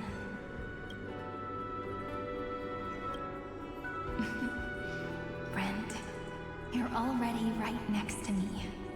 I can still hear your voice in this bottomless void. Looks like we're still connected by one heart, even as the cosmos reaches its end. In that case, I won't feel alone or be scared. Because as long as you follow the memories in your heart, you'll definitely find me in this fleeting eternity. Right?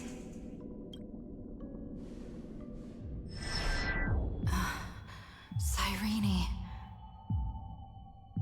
What are you waiting for, passenger? I specifically came over to check on you in case you got lost. What's the big deal? Pom-Pom is the conductor after all. At long last, you've embarked on this road as well.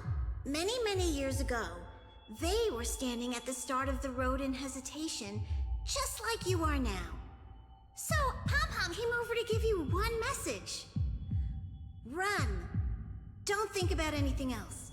Just run. Even if the entire cosmos has stopped. Even if everyone else is tripped by the darkness. You still need to keep running. Picture yourself as the Express, moving forward at full speed. Because that's what the Trailblaze means.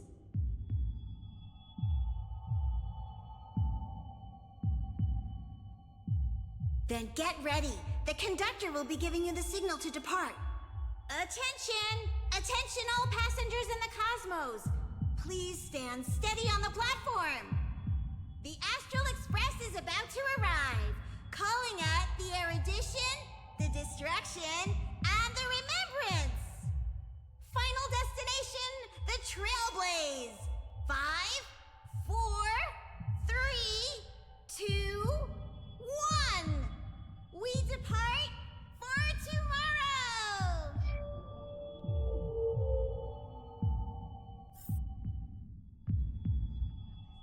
So quiet. It's so good. If the view in your memory ever grows fuzzy, just reach out.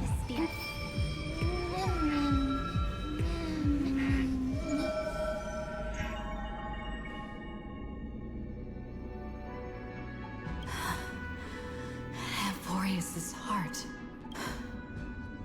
I've caught up to you.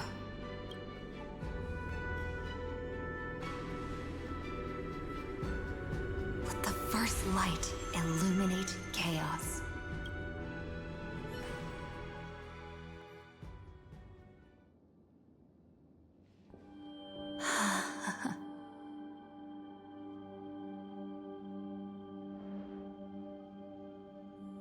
It's so quiet.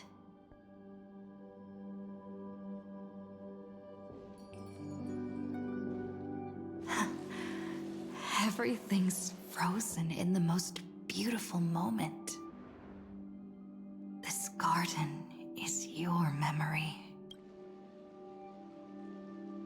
I'm here, Cyrene. I knew you'd find this place and walk into my heart as you've always done. Then let us both do our duty. The hero who trailblazes the way forward, and the fairy who watches over remembrance.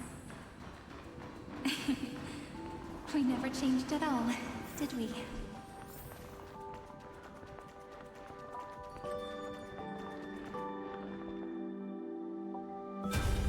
Seed of memory. These memoria are what Cyrene took in. They're the memories of all of the cosmos's life forms. Did her sense of self already become so weak in order to protect them? The path characteristic you exhibit is very special. There's no way you're just a simple memo sprite. However, I'm sure about one thing. You are a mimetic entity born in Amphoreus. Yet you only awakened with the little one's arrival and only matured as she embarked on the path of remembrance. That means your existence is completely attached to her memories.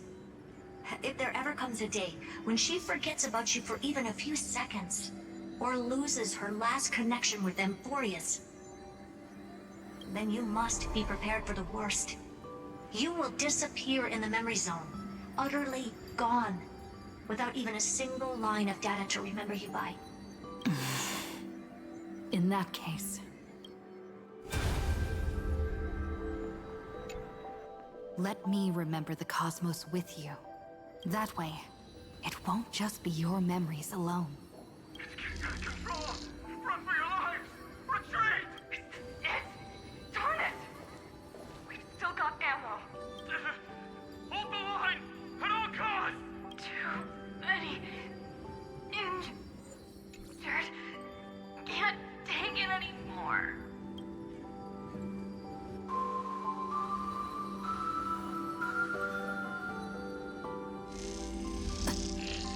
These memories are so heavy. Me?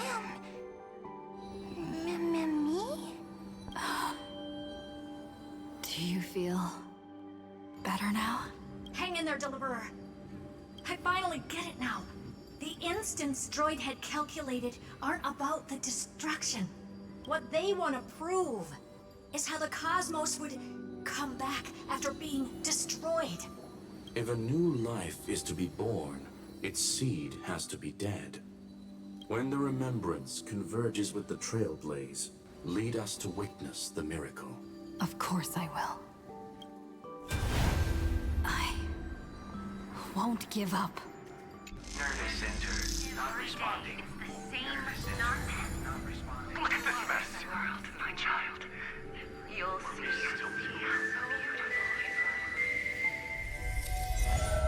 It's me, friend. Don't you recognize me? Or did I really change that much?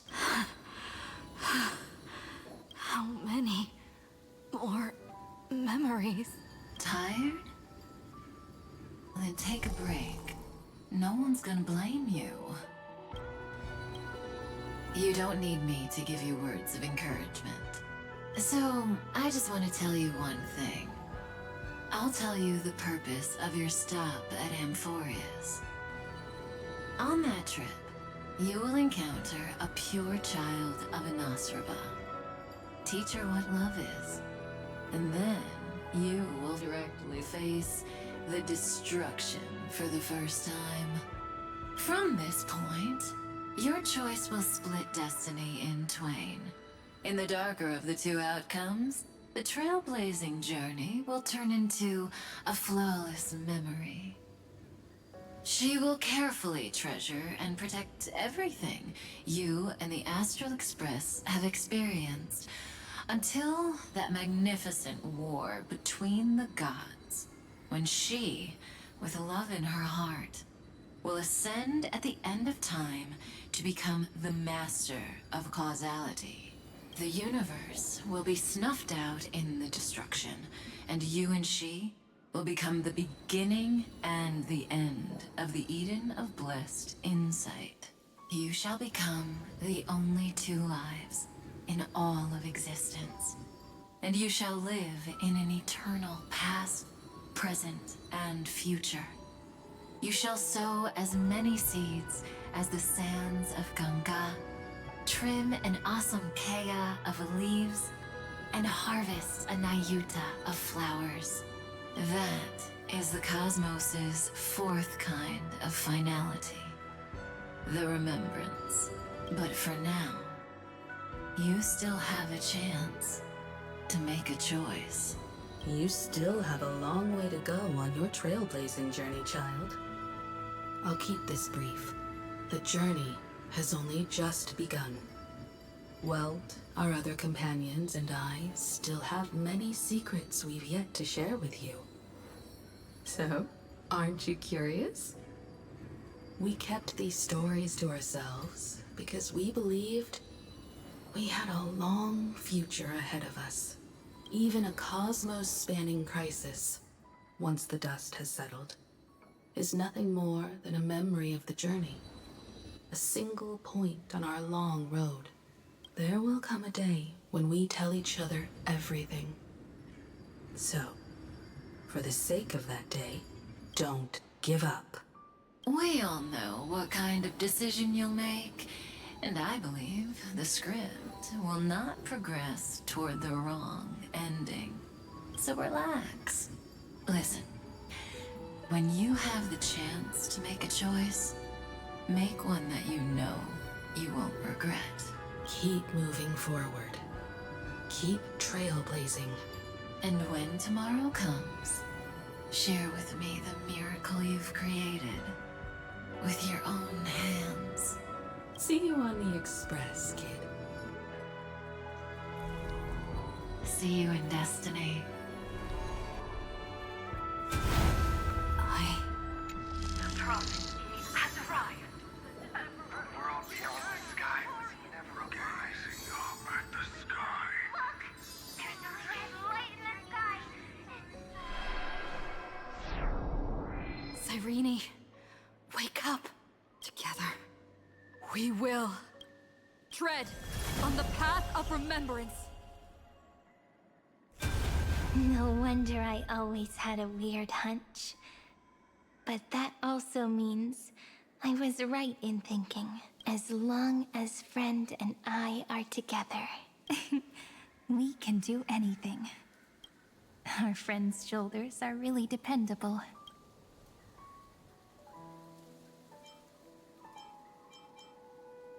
Now, countless consciousnesses are flowing in our hearts. Can you still move? It's time for us to complete the real Genesis.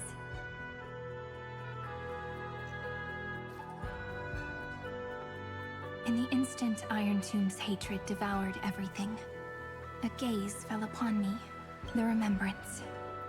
That was the god who appeared in Cyrene's dream.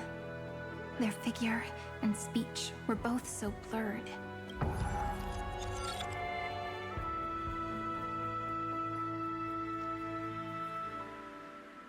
But while they gazed at me, I was able to collect all the memories stained by the destruction and write down this eternal page. And now, we will use this tranquility to cleanse Iron Tomb's rage. Simple. Just like what it was doing to us all this time, but reversed. Did you forget? I'm Amphoreus' heart. For everyone who's a factor, their power isn't tied solely to Iron Tomb anymore. It has other places to go. Let 30 million cycles of memories be condensed upon us. And let the scepter reach the answer it had before it was distorted. The body is meant to be restrained by the heart, no? Even if the apocalyptic virus is doomed to spread into the cosmos, we can at least try to fight against hatred with love. and overwrite Iron Tomb's destruction equation, washing it away into a blank space. It means we will embark on the true hero's journey. If Iron Tomb's power comes from the denial of all prima mobile, then we will carry out those beliefs. Here we argue. Even if all life will eventually return to entropy. Life will still try its hardest to find a way. It will try its hardest to resist destruction. In the nights shrouded by the black tide, we are the kindling that makes the fire burn bright. And once the fire is strong enough, the hunter will become the hunted. As of now, the number of flame chasers in the memory is 30 million times 12. And 400 million core flames await their return. We can do it, right? That's right. So trust us, partner. Everyone, let's head out together, and we'll burn this horrible ending to ashes!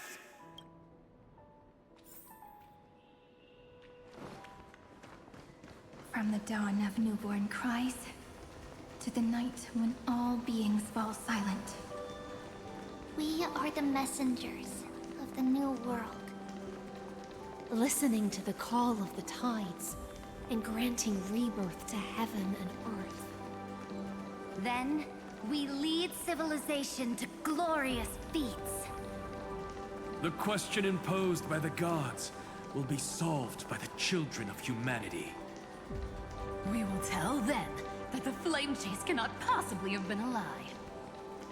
When starlight illuminates the sea of flowers at the end of the west wind, all living things will stir, roused from the cradle of sleep.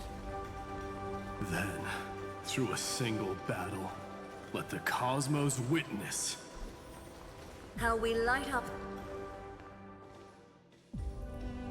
What a poignant yet warm journey. And it's still not over yet, is it?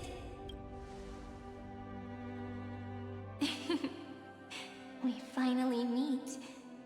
To meet the hero within, in a corner of memories at the saga's epilogue, and under such a romantic sky, I really don't have any more regrets. On top of that, the little seed had grown into such a big tree. Don't I look really pretty right now? Of course you do. Cheerful, beautiful, optimistic. Just how I imagined I'd look as a grown-up. It's because everyone has been gently adding to the story you left behind. Remember how we made a promise to one another? When we met again, it'd be my turn to tell you a story. A story about love, no? I've been looking forward to that. And you must also remember the first story I wrote for you. The one about the crystal flower and the little fairy. So now, I want to add something more to this story and us.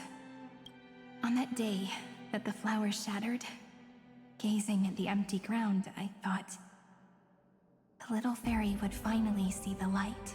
But that light wouldn't be found in the flawless flower, nor in the fairy's eyes. Rather, in the world mirrored within every fragment of the shattered crystal. All the flame chasers walk in your 30 million retellings of their story. At this moment, all the memories are tangled with each other, and all the previous cycles have gained meaning. People will come to understand that time and time again, when they stood at the crossroads of fate, they would never have chosen otherwise. In the experiments of erudition, and in the breeding ground of destruction, it is entropy increasing, a merciless truth, an evil instinct. But under the pen of remembrance in the Trailblaze. The flame chase is a journey that changes from constant losses to an unwavering act of release. It's about knowing how fate is shattered, yet still embracing fate's brokenness. It's a journey that longs to receive love, but longs even more to offer its love to others. That's so heartwarming. But I'll add a small bit to suit my tastes. I'll write that love is an innocent flower. It grows up silently, creating longing in every passerby. But the flower itself cannot walk into the world. Unless someone plants that love into their heart and brings it with them into tomorrow, right? You really have learned everything now. Then, join all the other flowers in this story.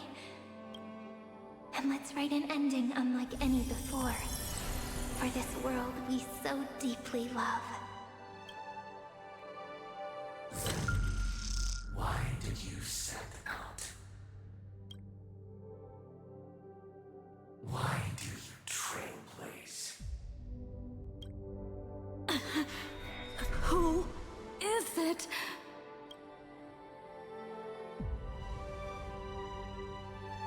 Don't be afraid. Take my hand if you feel nervous. Honestly, I've always thought you were really incredible.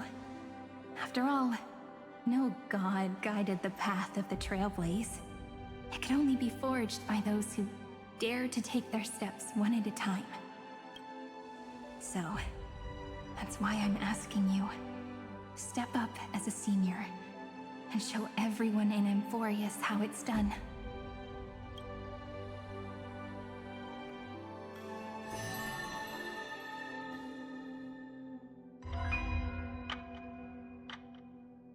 I trailblaze because my own eyes have not seen the end.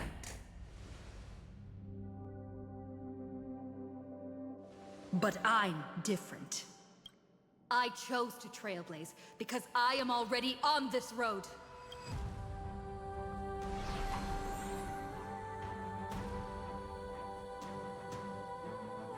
The end of chaos is a mass of pure darkness, pure destruction.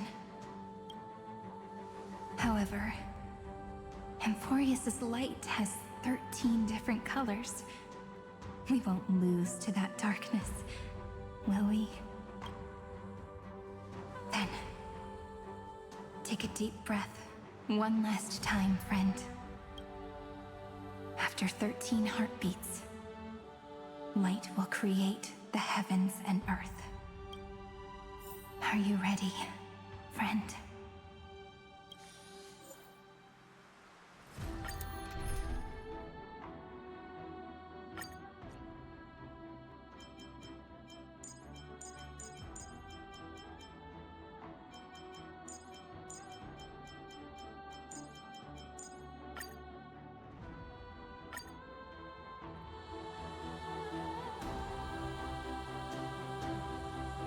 Seek the 13 factors of life, and let them converge into the primordial chaos.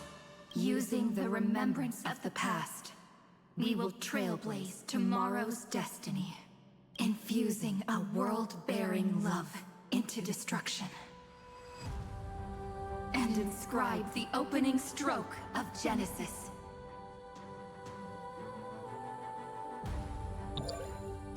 See you tomorrow. See you tomorrow. See you tomorrow. See you tomorrow. See you tomorrow. See you tomorrow. See you tomorrow. If the view in your memory ever grows fuzzy, just reach out and touch it.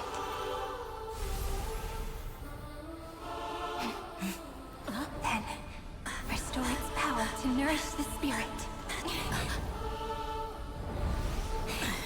My friend, On the next page we write together, there's only one thing we need to do. Let's give this long, painful, nearly hopeless tale a truly gentle ending.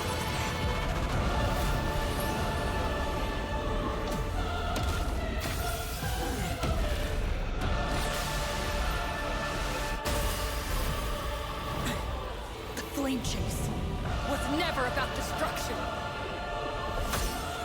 It was about breaking free and trailblazing!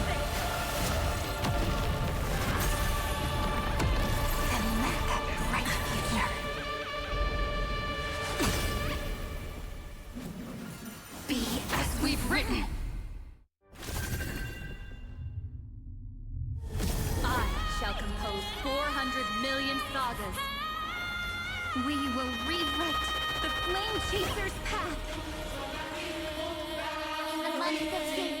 Command the wandering steps here to reach harmony. In the month of joy, I lift my banqueting cup to dispel nihility. In the month of balance, I make order the foundation of freedom. Don't worry, night falls. Good night. Let's create a miracle. Take the answer. We're all here. May life and death sprout new buds. Embrace a new life.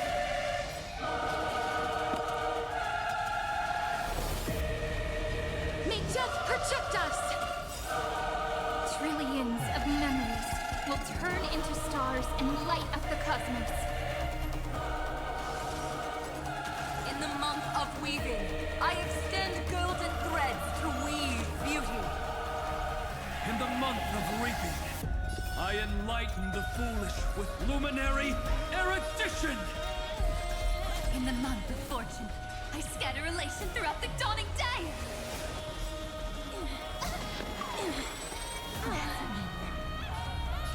Have some sunshine. Thanks. All energized. We're all here. May the sky heal the twilight. Cleanse hatred with love. Embrace a new life.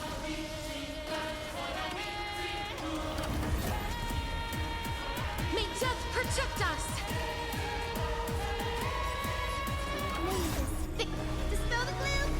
Restore the sky. I shall remember this oath. Take the answer. Again.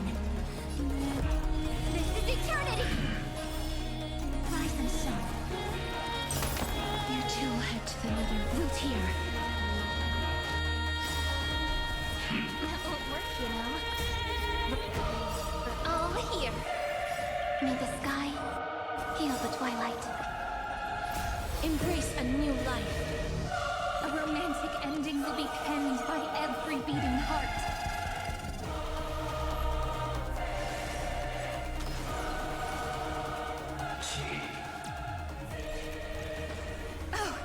Oh, I told you already. We are the ones who will move forward. In the month of strife, I become the glory of the eternal hunt! In the month of mourning, I bid death to no longer be equilibrium's end. In the month of Everday, I form twilight into the faint sparks of preservation. Let's create a miracle. This is eternity. We're all here. May time watch over the Evernight. Till we meet again.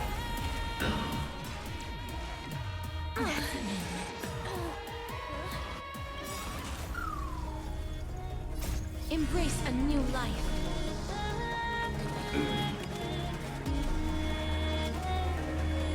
May death protect us! The cosmos is looking at us. Take the answer.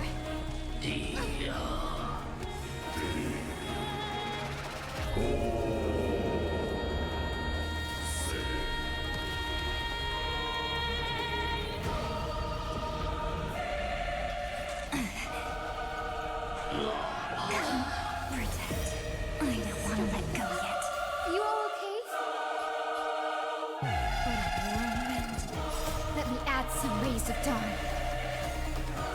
Next time it rains, I'll be there. I converge love into a river that will drown the tomb of hatred. In the month of cultivation, I turn into the ridges and peaks of permanence. In the month of Evernight, I weave remembrance into countless stars in the sky! In the month of freedom, I impart destruction unto the shackles of destiny. She will remember this moment. He called. Embrace a new life.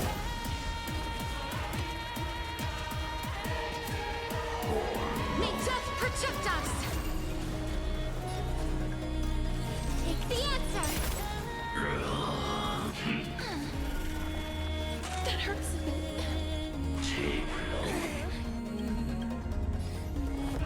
Your time to shine. This is eternity!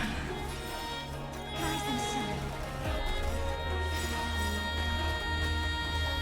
We're all here! May life and death sprout new buds. Don't worry. Just good night falls. Shh. Good night. The cosmos is looking at us.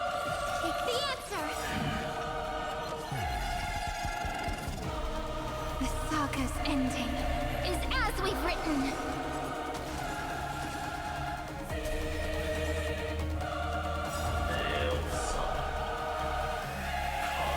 Headless giant. If you never had a chance to be the master of your own destiny, why not give us that choice? Let humanity prove to you that even the breeding grounds of destruction can bloom with gentle flowers. At the end, we shall trailblaze at dawn for the road ahead. And pen a genesis, as I've written!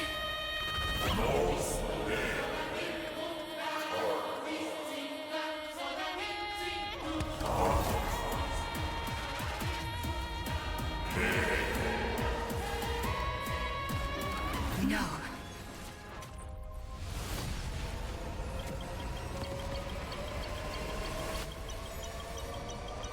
We will reject this false answer!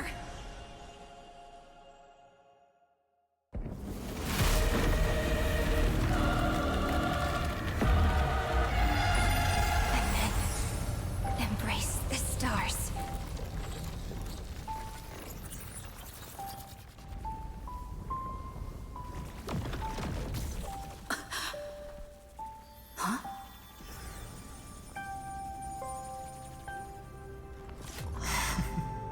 To end the destruction with destruction. At last, we can sit together and watch the victory fireworks, partner. Why not come a little closer? This warmth is proof that we live.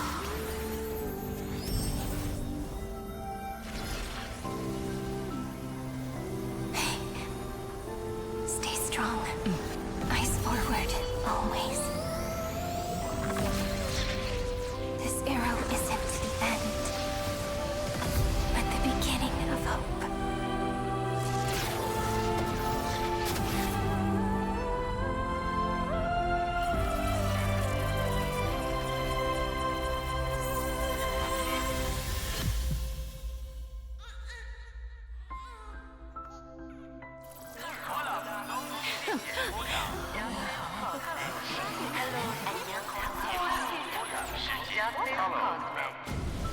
The conclusion is irrefutable. Noose's answer was never destruction. But they kept silent, leaving the solution in the hands of the cosmos. The universe will keep searching and struggling to endure. In the face of the destruction, it may once again stand on the edge of annihilation. But the stars will always rise to ride the waves and embrace existence once more.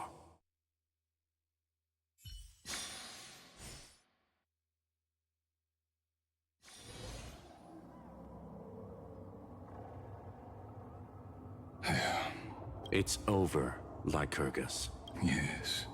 Another failure. How is Madame Herta? She's fine. The IPC's keeping her under observation. She'll recover soon enough. To bind a mortal body to a scepter and stare straight at an eon. I respect her for that. I still remember the terror of witnessing a single gaze crushing the entire world. No wonder you chose the destruction. Question: is all this worth it? There's no point in debating. The prime mover of the universe. The first genius. And the first to fail. Correction. I was asking Lycurgus.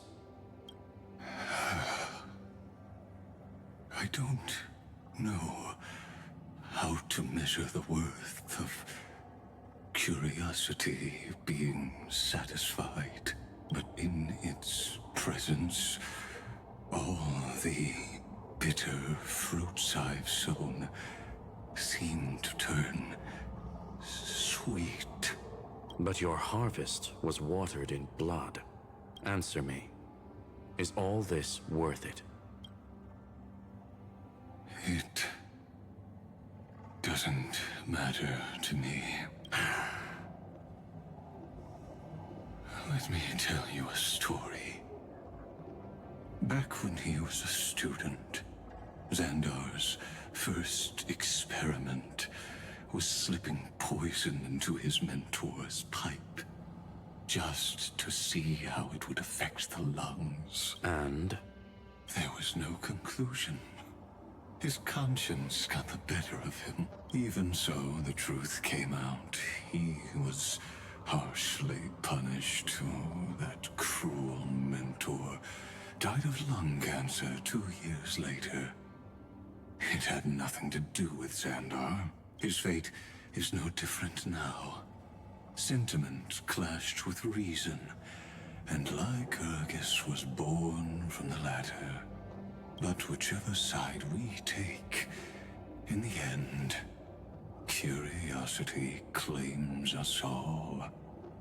You've handed yourself a death sentence. And yet, Iron Tomb's fall still isn't sealed, right?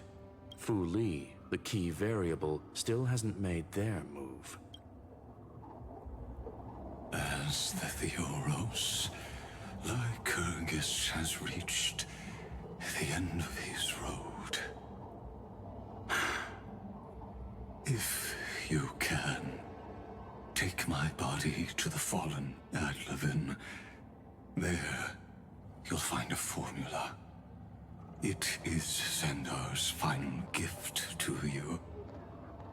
If the day ever comes when you must destroy the erudition with your own hands, it'll come to your aid.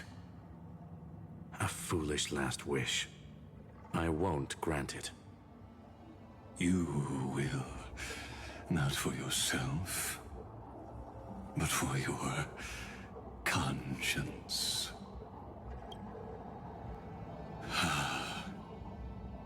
Listen.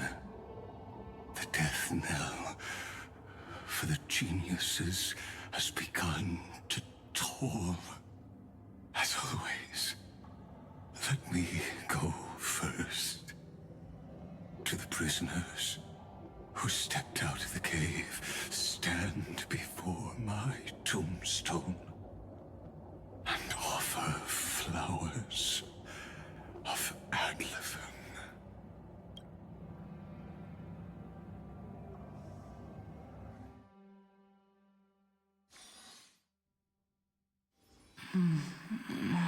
Here, I'm back on the Express?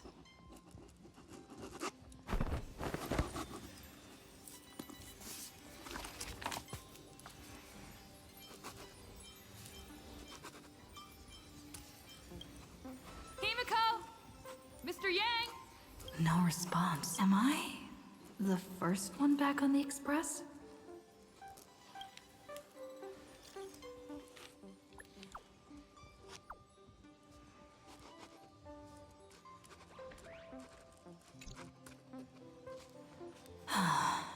Nobody's here. I'm getting worried. Did we really win? Looks like they are waking up. Hey, I told you not to talk. Someone's in the bathroom. An intruder. Oh no. She's coming this way. Quick, hide in here. Nobody's here. Could it be my imagination? Bloop, bloop. Bloop. Bloop. Caught you.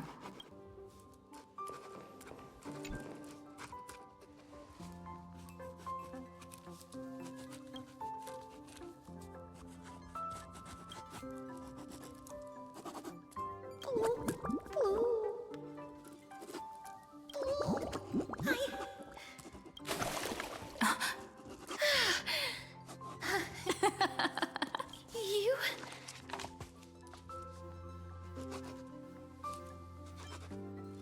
Wait, please. This isn't what you think. Ugh, I told you to keep quiet. You really can't keep your cool, huh, Princess Homebody? I'm not Lady High Sealens.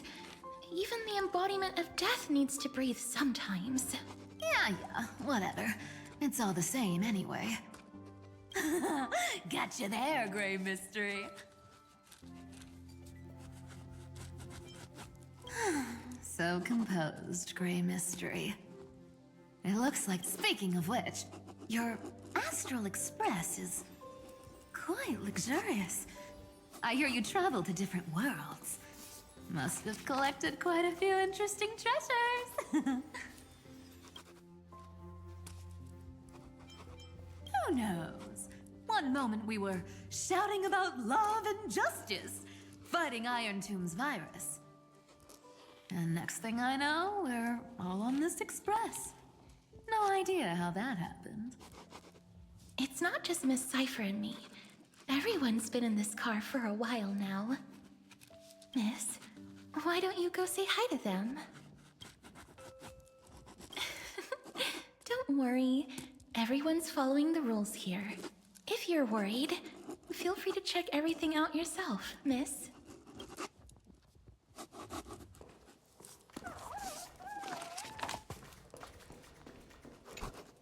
Miss, I'm truly sorry, but I've been wondering, why is there a pack of red chili oil sitting by the bath? That's quite bizarre, to say the least. We've walked around this car for a bit already. The Astral Express that you've mentioned so many times is truly heartwarming. Perhaps living in such an environment made your embrace feel so warm.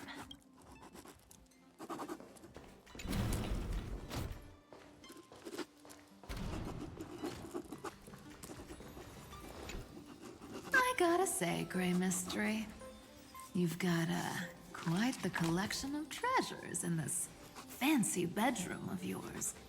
A flying Amphora model I've never seen before. What if I don't make a choice and take them all? Oh my. Don't tell me you actually believe that. Don't worry. Delosians are the most well-mannered folks around. They never do anything like that. Besides, the reason I say they're precious is that each one carries the footprints of your trailblazing journey. Priceless treasures are the true art of thievery. When you get the chance, tell me more about your adventures.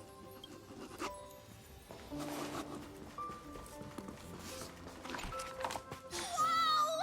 What a spacious car! And these floor tiles are gorgeous! A moderate system, similar to the Demigod Council, is the only guarantee of a long-lasting civilization.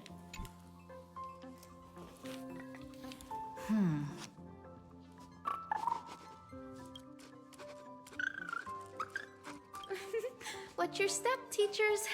Ah, Gray. Look who's finally awake. I hope Cassie and Miss Cypher's little prank didn't scare you too much. As expected of you. When we woke up, the entire express was completely empty. Not a single soul in sight. Such a shame. I was looking forward to making new friends, especially since they were Gray's most trusted travel companions. Did you also wake up from total chaos? I'm afraid none of us here has the answer to that question. Don't worry. We beat Iron Tomb together, right? They must be on their way home. When they arrive, we can throw a party together. That's exactly the kind of thing Lord Finan has been dreaming about. He was just here chatting with everyone. Now, who knows where he's run off to? Lord Finan's always been quite the restless one. Have another drink, my Demos. Sure. Those three have been chatting over there for quite a while now. Why don't you go say hi to them, Bree?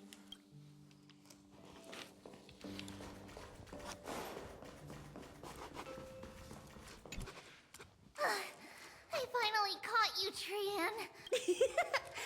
All according to plan. Look, there are several adorable outfits here. Trian wants you to try them on so Trian can draw you looking all cute. Oh my! You even dare to scheme against yourself? Time for a surprise attack.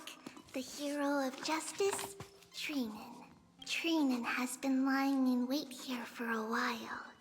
We will make Trian taste her own medicine. Two against one? That's not fair! Little Gray, you came just in time. Help me out here. Trian, good luck. Even little Gray's saying that. Darn it! Trian won't give in! Trian ran away. Trinan will fulfill the ambush duty. The Trevios is all laughing and playing around together. That must be quite the rare sight in Little Gray's memories, huh? Yeah, everyone will be all right. Look, every hero has put down their burden and returned to their innocent, childlike selves.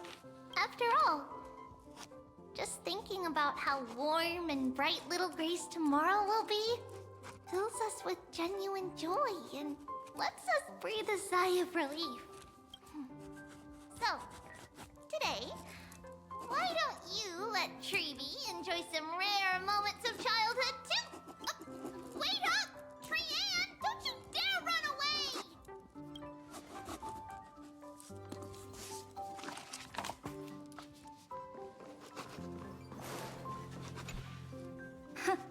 Look who's here.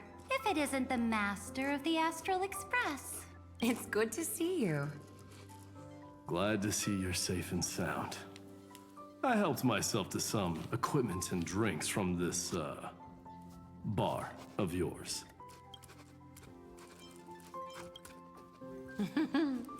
We're chatting about some topics that go well with being tipsy. Now that you are here, why don't we let someone who's truly worldly enlighten us?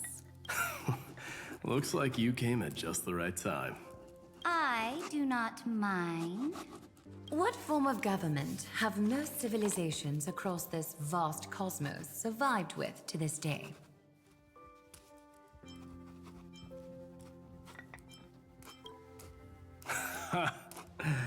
That's exactly the kind of answer I'd expect from you. I bestow upon the Astral Express this supreme mission. You must spread the great deeds of Amphoreus to every corner of the cosmos. Thus, capable individuals from countless worlds will surely find inspiration in the Flame Chase's tales and embark on their own grand journeys. It's hard to say if that'd be a blessing or a curse for the cosmos. I can imagine our conversations here will only get more unrestrained. This banquet on the Express truly lacks manners. That man just left. Wouldn't even stay for another drink. If you're looking for him, try your luck in the car above.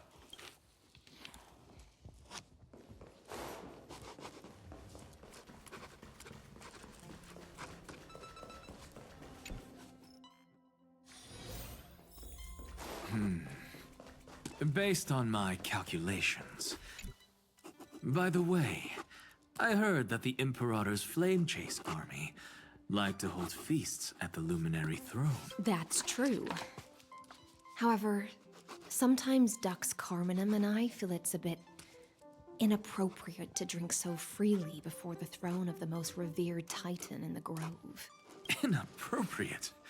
What's inappropriate about it? I only wish I were born earlier.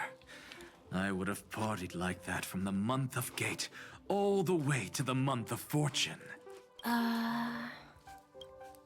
Blasphemy is just a phenomenon, not the end goal.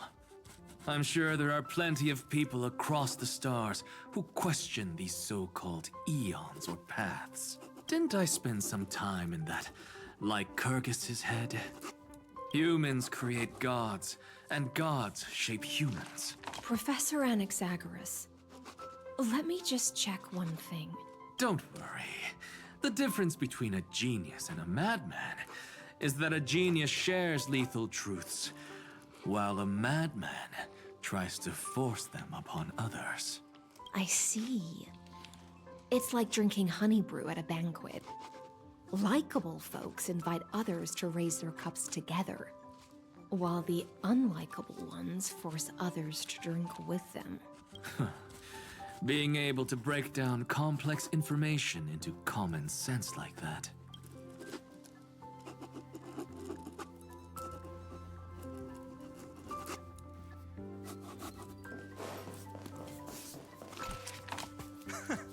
You're here, partner. That celebration party I've been mentioning to you has finally become a reality. Though the vibe's a bit different from what I imagined. What you speak of has indeed already come to pass. We triumphed over Iron Tomb, drew its fire unto ourselves, and purified its embers. Now the force that maintains our consciousness and form comes from elsewhere. Worried about your companions on the Express, huh? I understand how you're feeling right now. Don't worry. They'll be safe and sound. She promised. Don't worry, she always shows up at just the right moment. The Astral Express. Honestly, it really feels like home. I can imagine how much you, Dun Hung, and Miss March must have missed everything here when you were trapped in Amphoreus. The beautiful windows, the soothing music, your fellow travelers on the Express. Like how golden wheat stalks sway in my dreams every night through the countless cycles. Among all these stars in the sky, there must be another little village like Ides Elysiae out there, right? I think I've found my own wish, partner. Someone once told me that home is where you can be truly free and at ease. Maybe roaming the cosmos with you all is my strongest desire right now. All of us together, of course. The Shinjo Alliance, Penacony. I blame my poor imagination. I can't picture what those worlds look like at all from Dun Hung's descriptions. So I have to see it with my own eyes. Right? You're finally here. She has something to ask you. Well then, I'll leave you two to chat.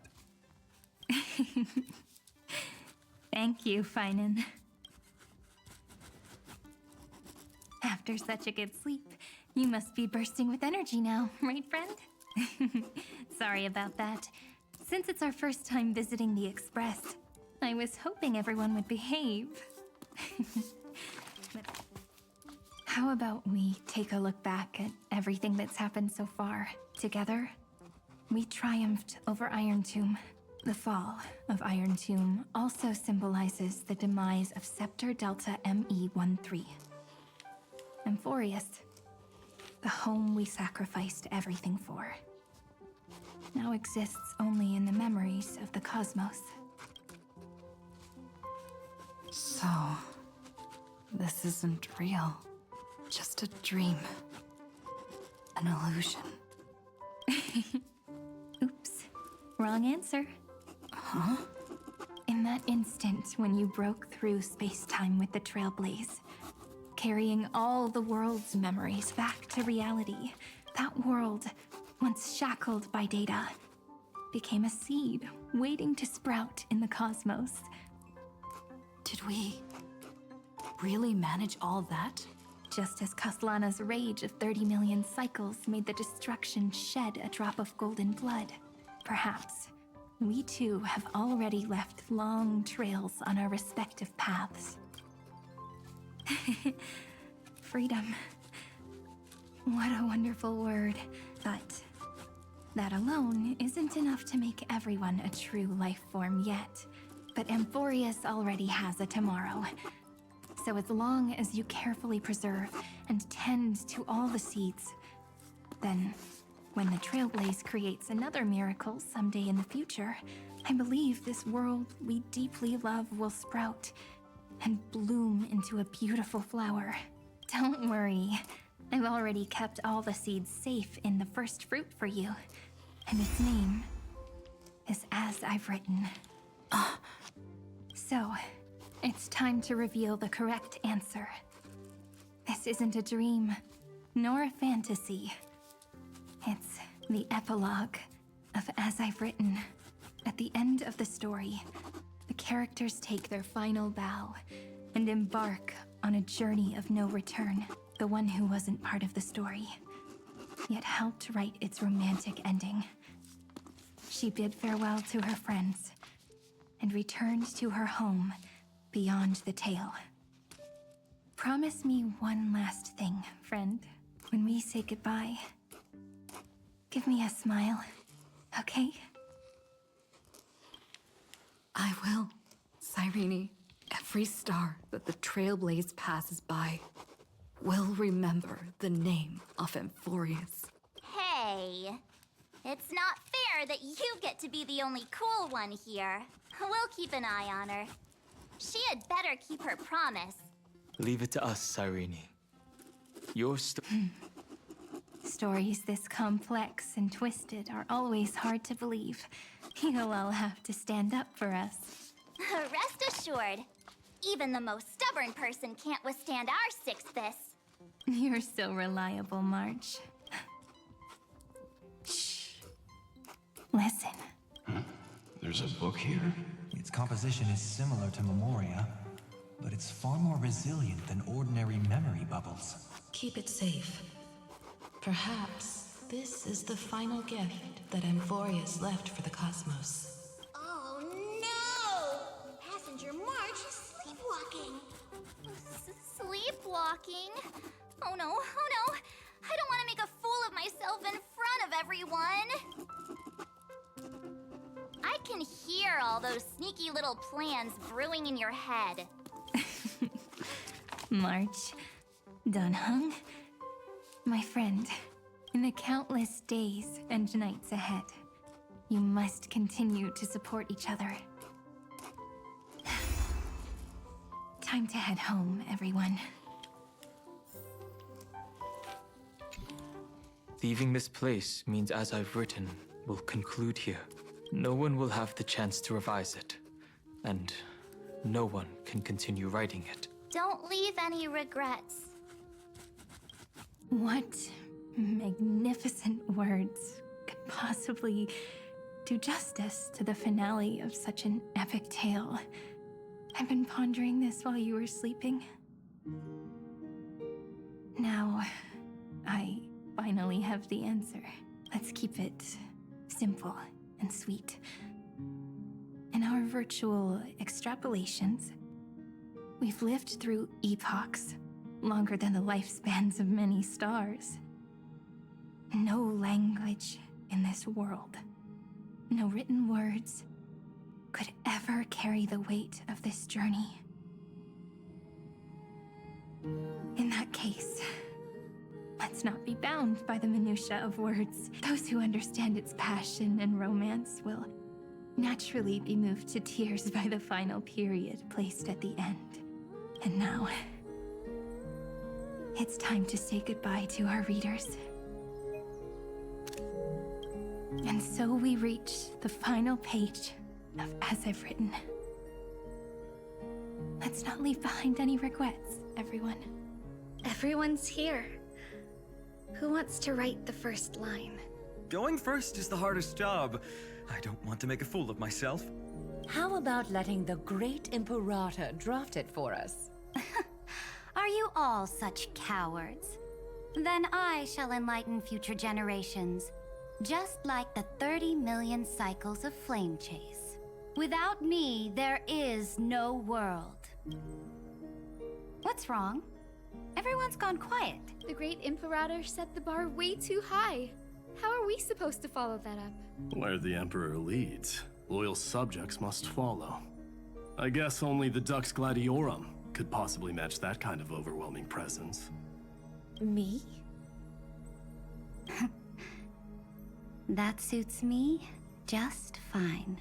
Once the deed is done, one should leave decisively, letting posterity judge right from wrong.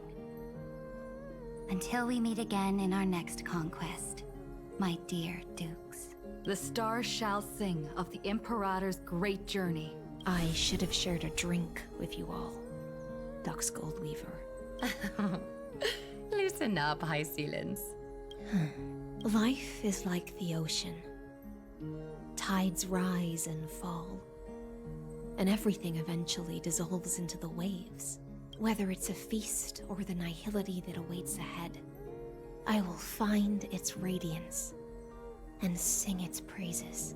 May the next feast be eternal. Miss High Ceiling's toast is so poetic.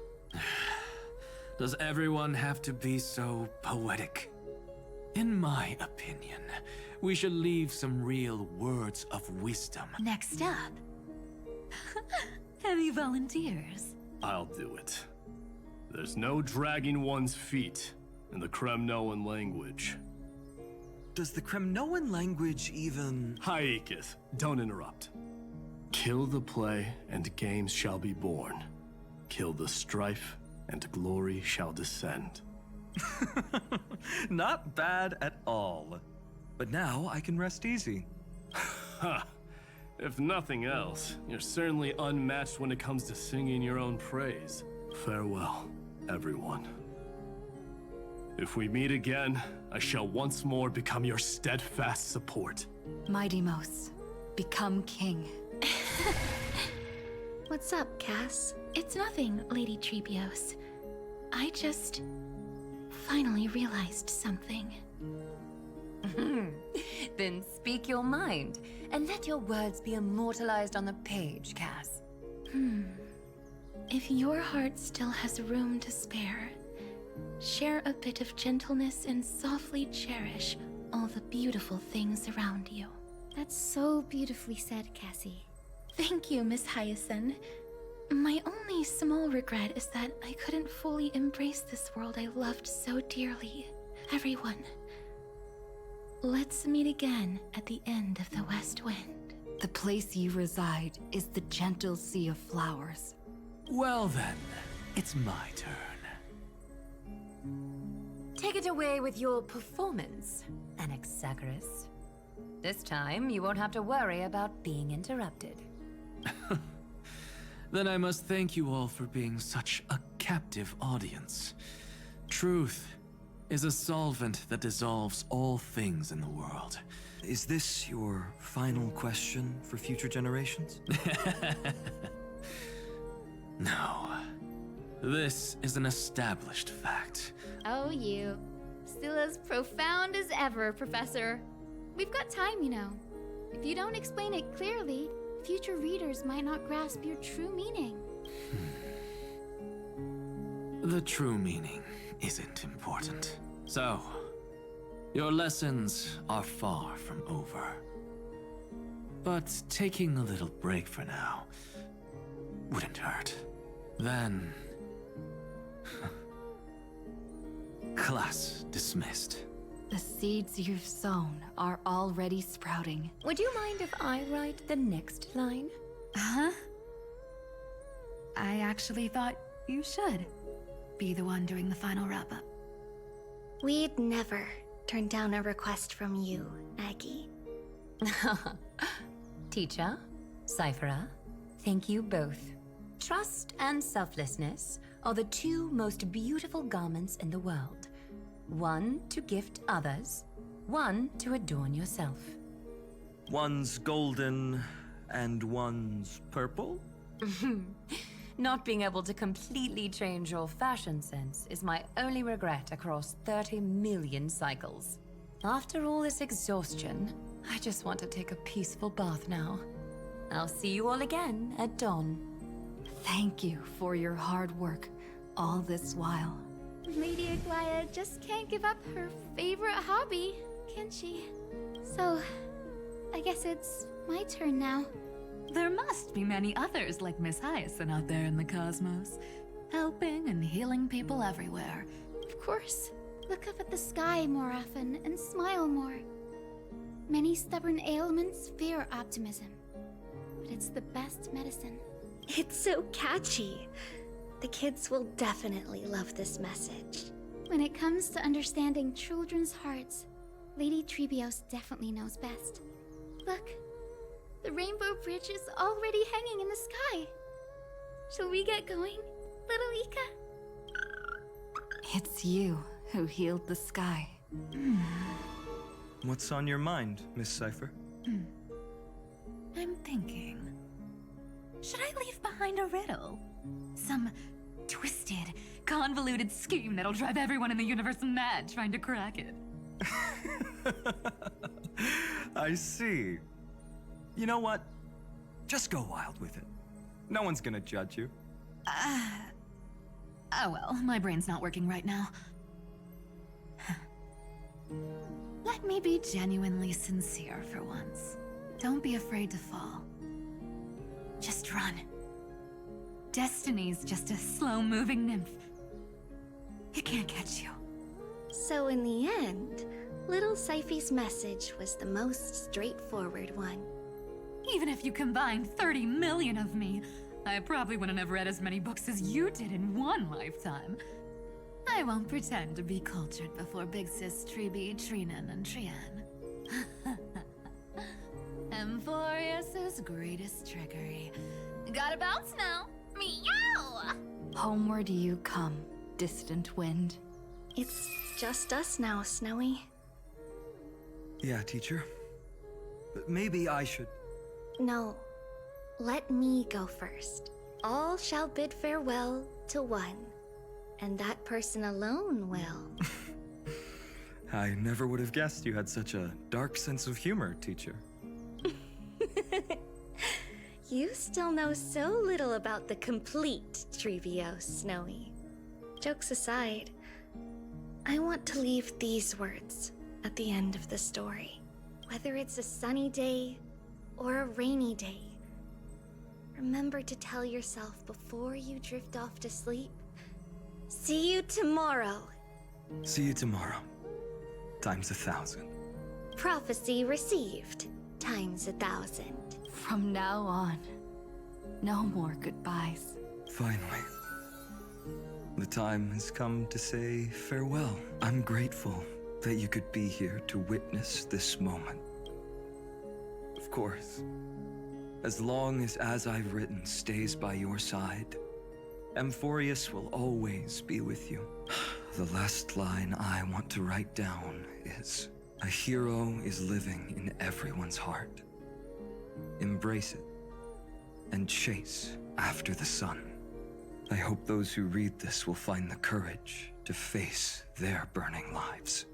See you at the next pale dawn. Did you see?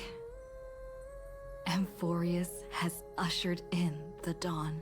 The characters in the book have taken their final bow.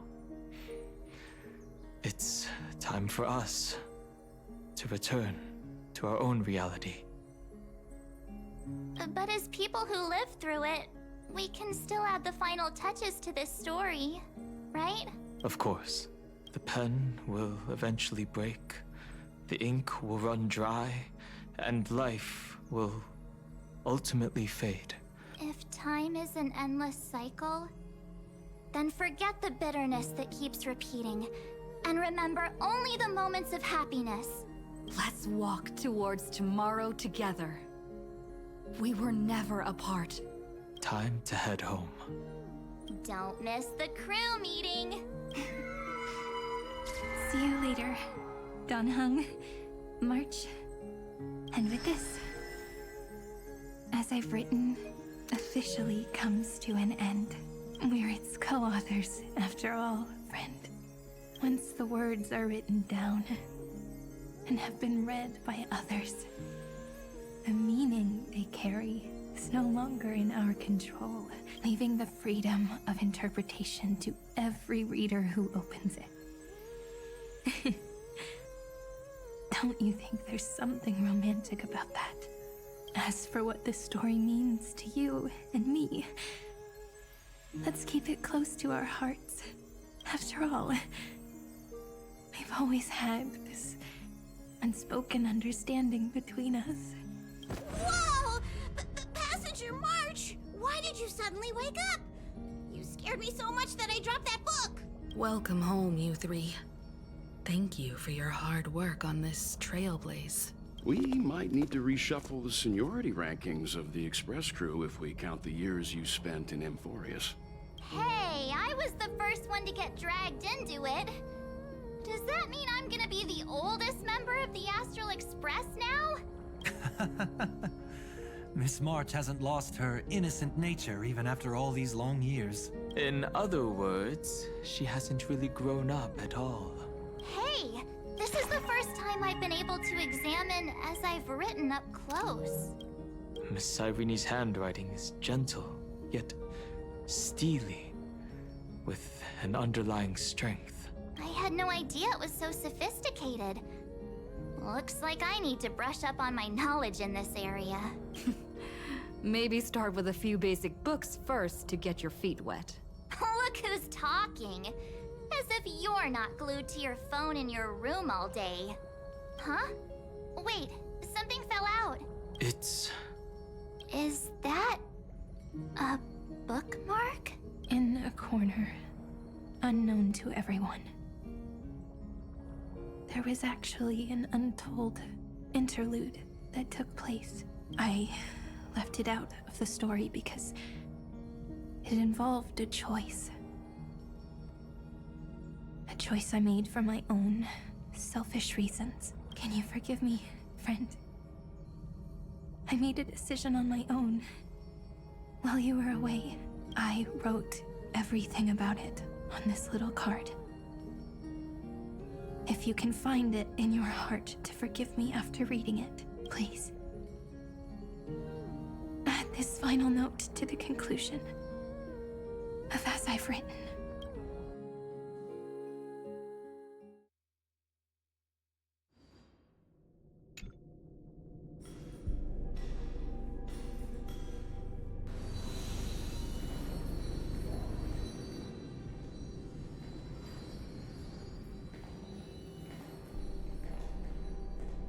Memories swallowed by Iron Tomb. Return now to reality.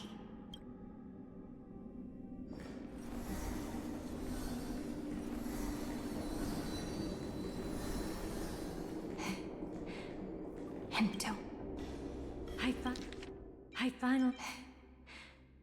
And don't lose your way. I finally found you, Cyrene. Demiurge. Finally found you, Cyrene. Demiurge. We won the battle. Thank you, Madam Herta.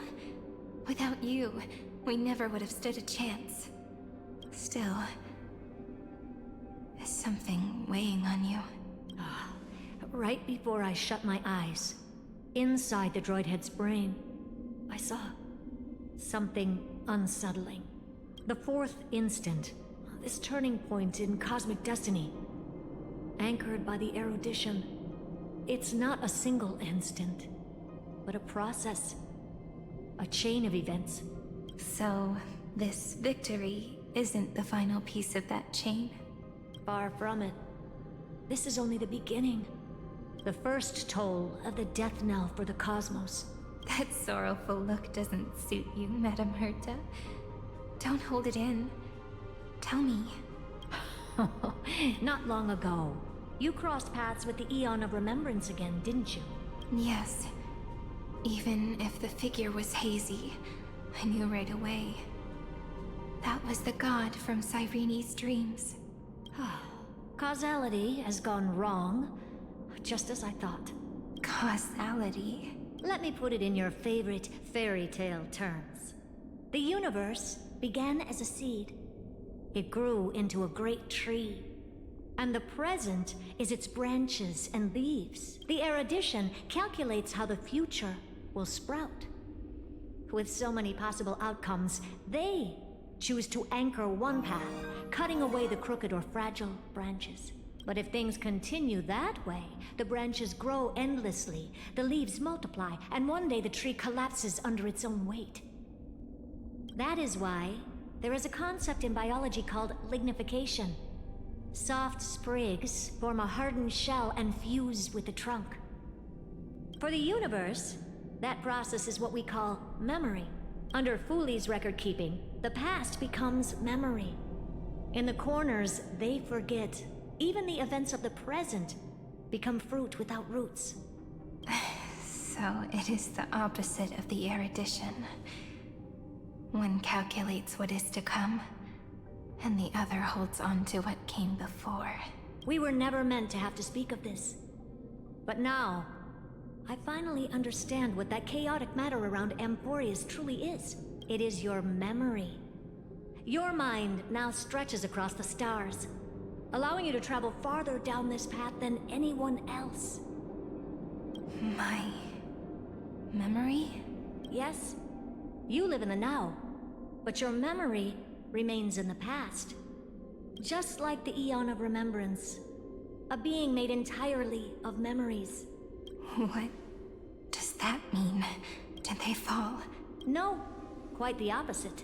They have not yet been born. Remember, to carry out the mission of remembering the universe, they must ascend to divinity only at the very end of time. And at that moment of ascension, their memory stretches through the past, becoming what people now call Fooley. That is why they feel so distant, so cold. That crystalline form is just an empty shell. I do not know how the Garden of Recollection managed to hide this until now. They must have their reasons, but none of that matters now. Here in the present, we cannot know who will become Fooley. But one thing is certain. They will be born. And those who might become Fooley all share the same characteristics. They are known as Children of Remembrance. Pure child of Anasrava. Both of you. Children of Remembrance. So help us. Find where Amphoreus' memory began, and bring it out. We are the sacrifice the garden used us. The pure child of Anasrava. Abandon us!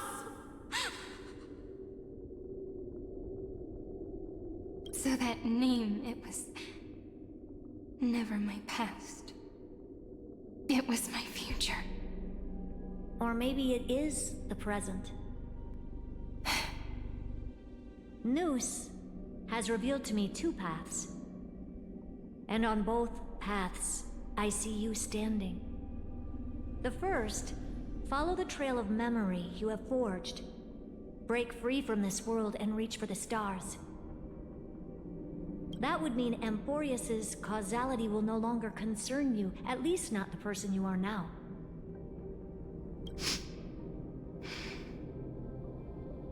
Go on.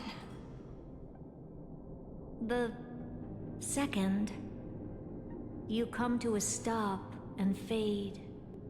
offering yourself to become the memory that carries through Amphoreus. Perhaps this is the choice every pure child of Anasraba must face. That choice means I'll remain in the past forever. And more than that, it means you will close off Amphoreus' causality. This world is sealed. The effect that the remembrance brings to it will all converge on one thing. That one thing is you. No more eons will interfere with this part of history. No more blank spaces in causality. The present will be set in stone and become indestructible. There are two paths, and only one leads to the right end. A droid head didn't tell me the answer. But I can guess what might happen if you choose wrong. With causality incomplete, there is a chance Iron Tomb could rise again. So even the gods of the cosmos are unreasonable. If you want my advice, stop thinking so much. Ask yourself what your heart truly wants. Choose the first path, and you might survive as a memo sprite. You may even walk beside them for a while. Even I can tell how much they mean to you. Especially the little one. But if you take the second one, then you may have already lost the chance to say goodbye.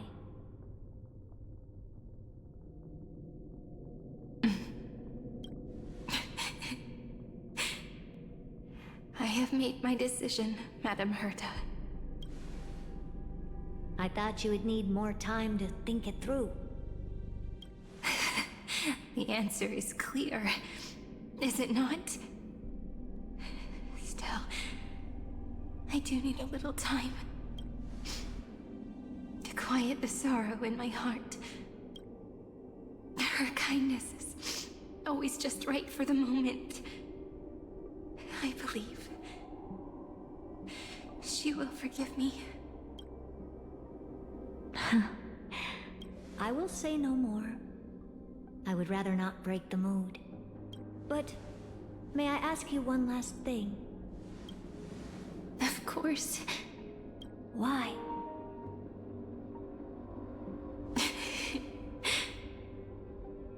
I once heard a saying that went something like this.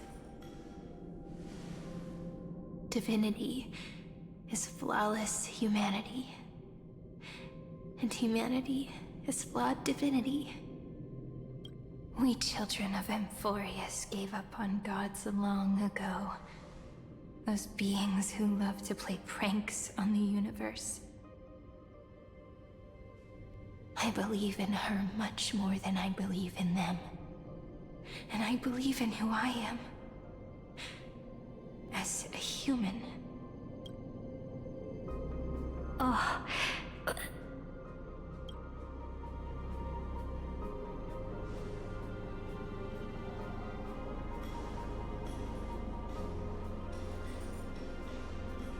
That really is a comforting answer. As for the one wish I still have trouble letting go of.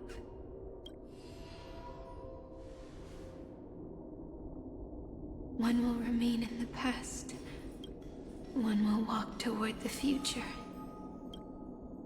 I believe that the one I cared for most will witness on behalf of the ripples of past reverie.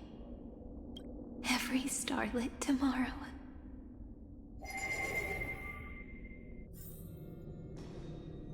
Moving backwards through remembrance. What a curious feeling. Is this the moment Iron Tomb declares victory and casts the destruction upon the stars? So back then, in the path space, it was I who found me. The gods' whispers were nothing more than a girl talking to herself. Now that I remember, what I heard back then was...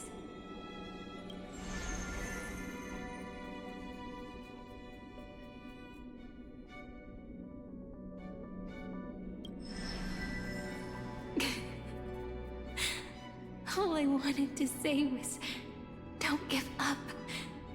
She will find you. Memory truly is amazing. And let me wield this power and plant the seed of causality for the miracle that is destined to bloom.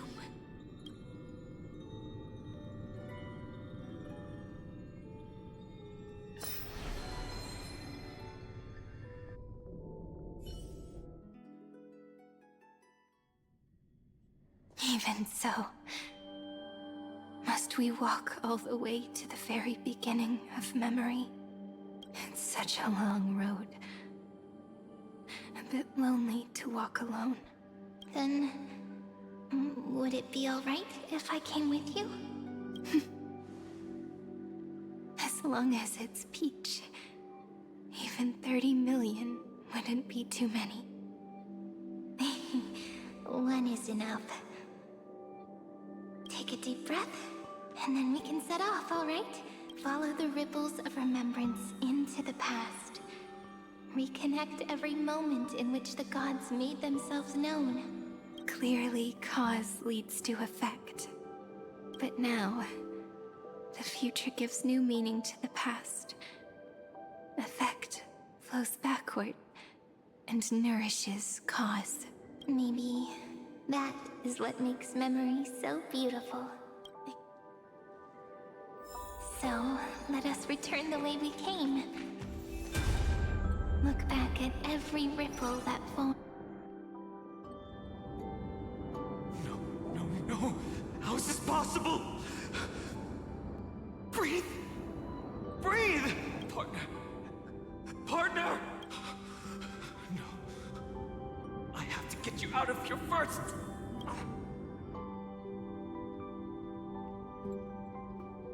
Remember? That pale dawn breaking through the endless night? The spear of strife nearly claimed her life. And it was you. You, playing God, who cradled her body with your gentle gaze. Then, before Orynyx's altar...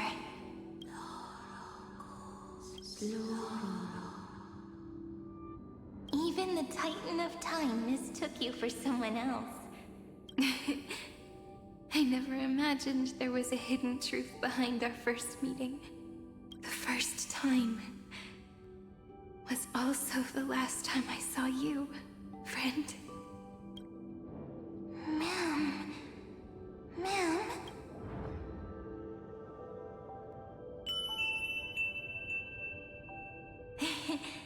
That melody from the memory. I've got it now. And so, the miracle was able to slip away from death temporarily. I'll leave her to the Casteress of the past. She will keep her here, in the world of the living.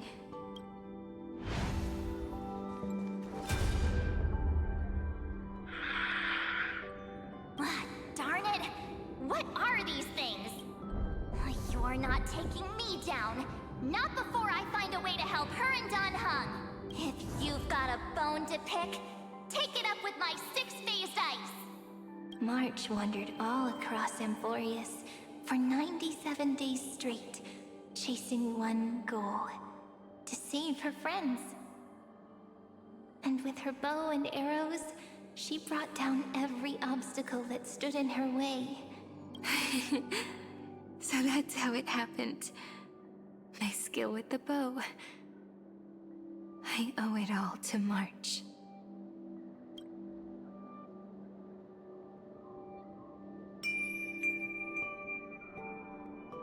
What a sweet note.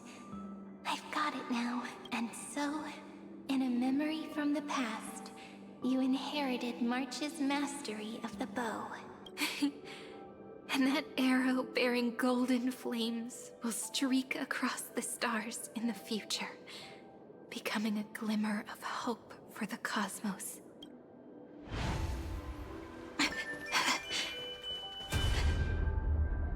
Are you okay? The 3 paths interweave and fetter Amphoreus, co-authoring the fate of the world. Ordinary pathstriders aren't known to leave traces in the mirror, so if what you said is true, then this isolated star system must be home to at least 3 beings comparable to Emanators. I would even go as far as to say, eons themselves. To gain the favor of the stars for Amphoreus, the Remembrance sent a call for help to the cosmos. But the obstruction from the scepter was far too strong. Even the gods could do nothing more than send a fleeting mimetic being to someone who walked the same path. Thankfully, Miss Black Swan caught that fleeting moment.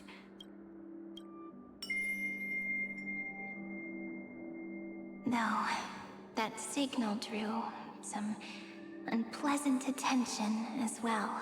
Looking back now, it was all worth it. The cosmos showed us a kinder face. Thankfully, she has a different understanding of the Remembrance. Miss Evernight once said that the Remembrance wasn't looking after Amphoreus, but rather scheming and preparing to devour the paths.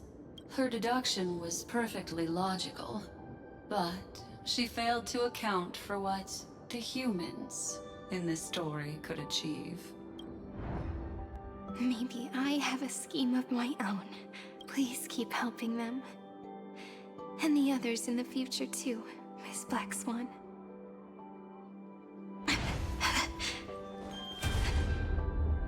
Look, you need to hold tight to this ceremonial blade. After I'm gone, it will take you back to the beginning of time. I believe that in that story, or in countless stories, each alike yet unique, everyone, all the companions who sacrificed themselves, alongside the deliverer we once dreamed of as children, will reunite beneath a vast, endless sky. If we can never break free from this prison, I will stand my ground. In the blink of an eye, we have returned to the turning point of fate. With nothing but a fragile sliver of hope, we embraced 30 million cycles of futility and began the eternal recurrence. I still remember the first time I saw the god appear in a dream, looking at me from behind a thin veil of crystal. Back then, I wondered if they might be someone with ill intent, but now, I finally understand. She was always standing beside me, and she is so very beautiful.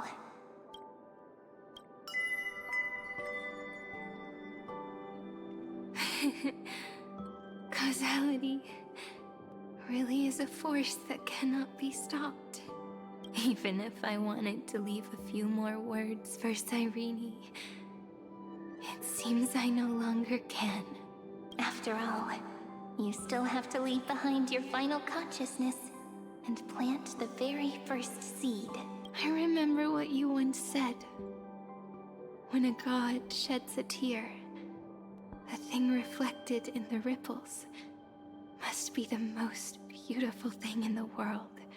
But do you know what Amphoreus saw when its heart was born? The first thing it saw was a name. 0, 9, 3. Looks like you figured it out. Sometimes, all it takes is a change in perspective to reveal something truly unexpected. Don't you agree? That's right. Turn these numbers upside down, and you'll see a beautiful eternity. The ego.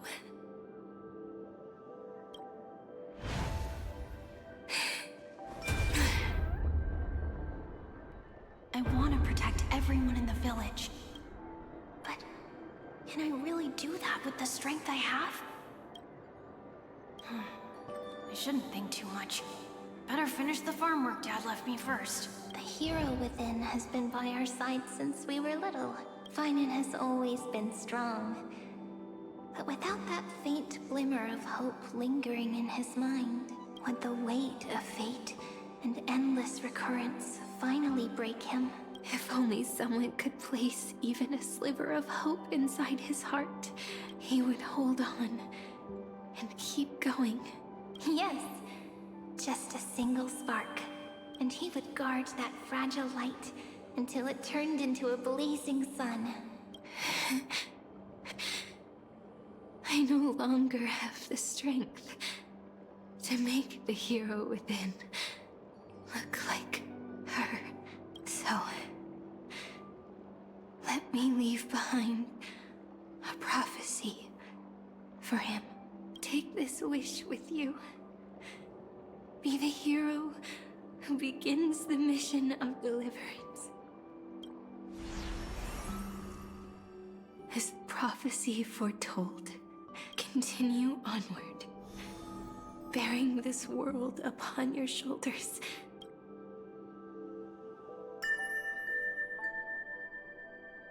Now, you're...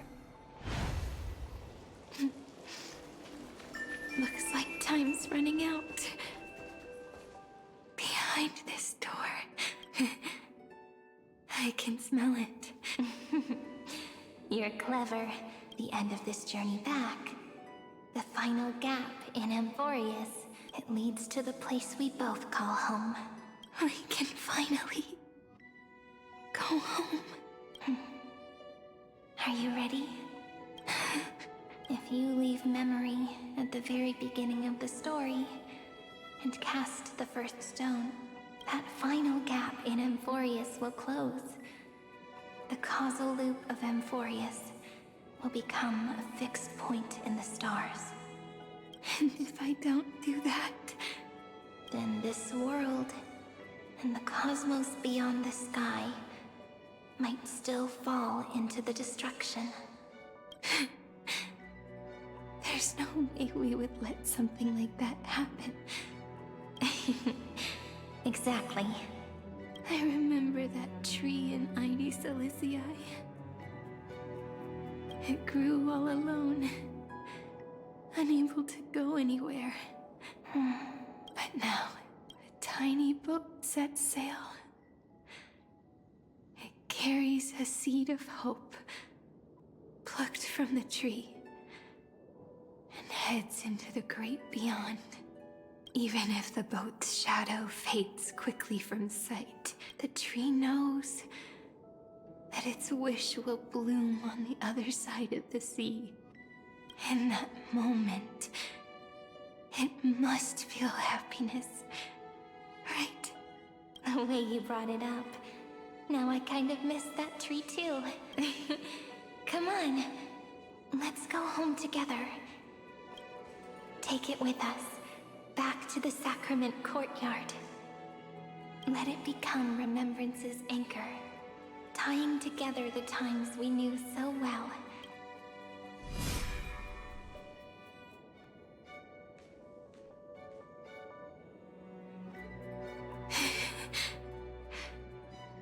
Let's go home together. Oh, that final note. Right. It's been with me all this time.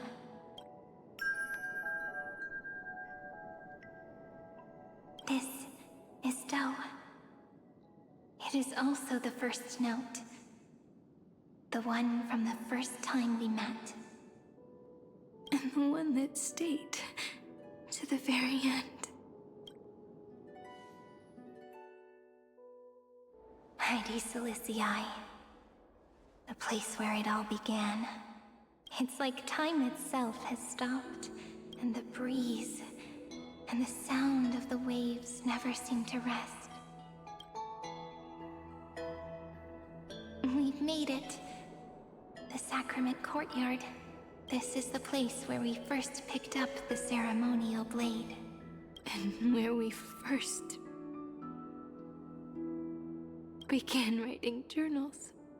Now, the journey through memory has reached its end. Once the anchor is placed, what awaits us is 30 million lifetimes of reunion. Looping. Again and again. Endless farewells. Do, re, mi, fa, sol, la, ti. And with them, endless encounters. Ti, la, sol, fa, mi, re, do. Such a happy scale. Whether it's for Cyrene, the Deliverer, or every sprouting branch of Amphoreus, I leave this tale of love here. May the river of time flow backward, bringing scenes of the future before our gaze. In the eternal land that no one remembers. The legend of the Trailblaze is about to begin.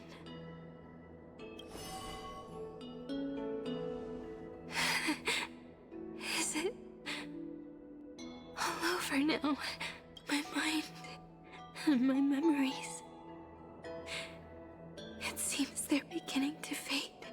The breeze is warm, but my body is shivering for some reason. If you're feeling cold, let's find somewhere warm. We can rest there. Together. Somewhere warm. I know just the spot. 405. 504. 093. 365.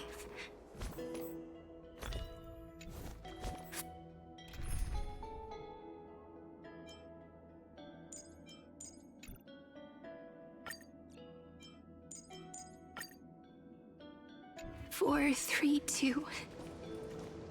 2, 5, 2.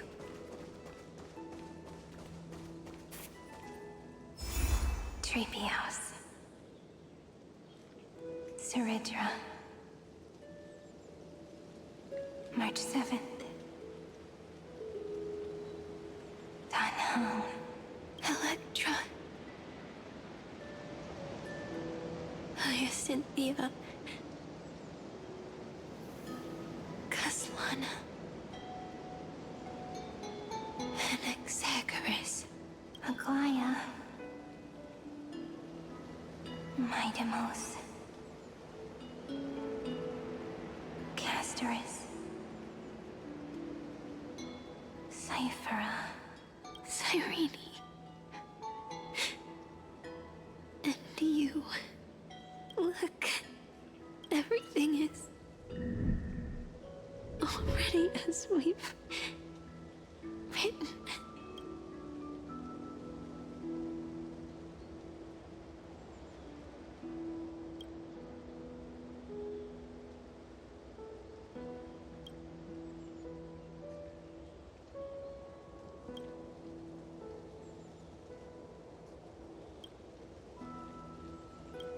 I am the gaze that looks back on the world. How fortunate we are.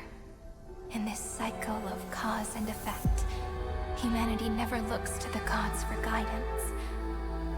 The ones who pick up the pen and write miracles again and again are always ourselves. Am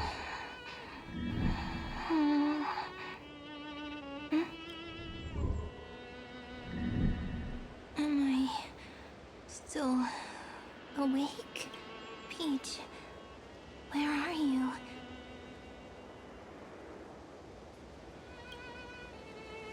Are you still here?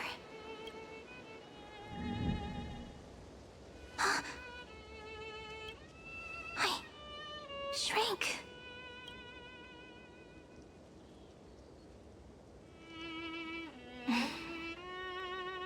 So that's how it works.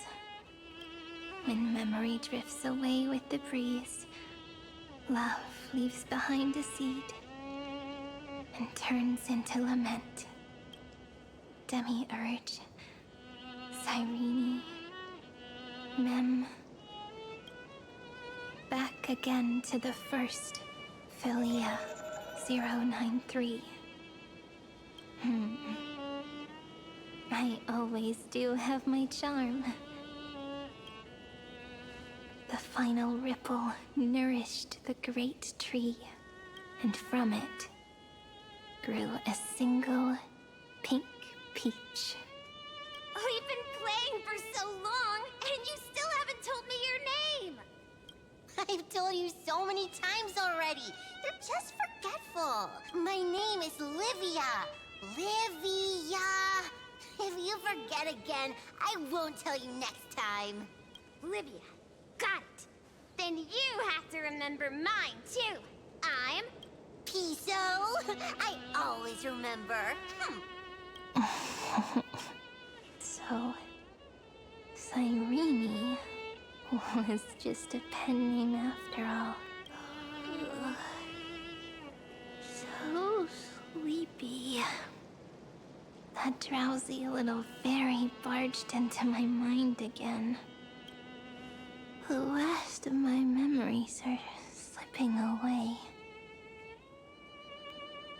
I wonder what this world will look like when I wake up again. I remember a cry and my name, daughter of Mighty Celestii. We...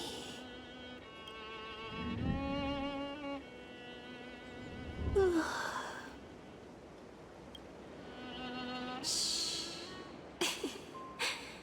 Never mind. The same seed, when planted in different soils, blooms into flowers that are alike, yet never the same. But what truly makes her beautiful is each and every soul in the world. No matter what form liking takes, it is still precious love, and I will accept it gratefully and return it with joy.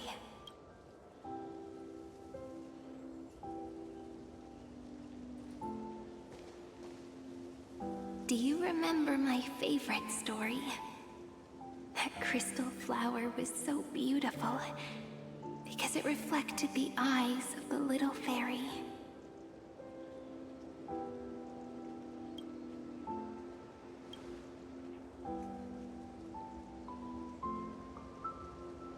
The stars across the cosmos will know. I am the fairy who wrote, as I've written, together with you. And in your heart, I know I will always be given the name I love most.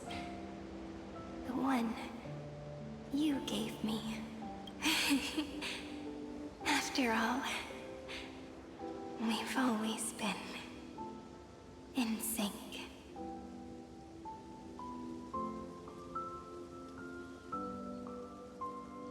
Hey, don't rush! Slow down. Let the words settle. We have plenty of time. In Amphoreus's month of mourning, all conflicts across the land come to rest. On the 11th day and night of the month of mourning, the dead will part, the living will embrace. It may sound heavy, right? But on this day, laughter always rises louder than tears. Because people understand that parting is for the next reunion, and sorrow is so we may love more deeply. That is why this day is her favorite of the year. Under the same sky, across 8 phases of the moon, 13 heroes composed an epic together. 1 + 8 + 13 equals 2 11s. Would it feel more fitting if the rest were written in Miss Cyrene's voice? Agreed. Then, we'll add 1. A 1 like none that has come before. A 1 that blazes new trails. I make this wish.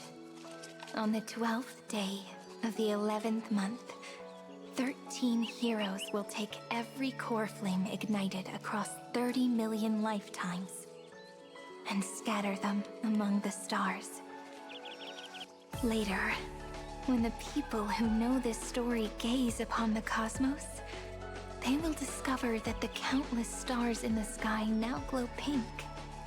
And after 13 seconds, that radiant light will quietly fade away.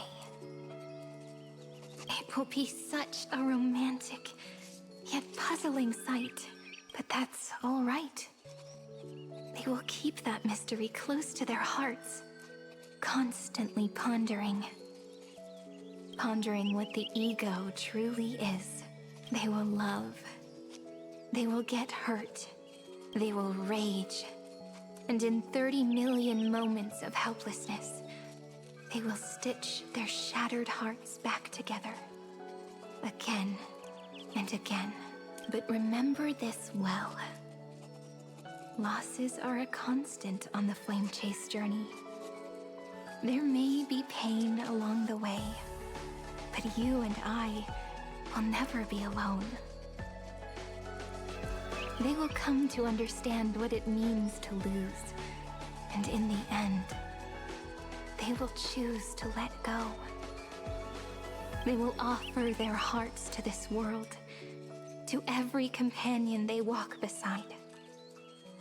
And they will take in the hearts of others and pass them onward.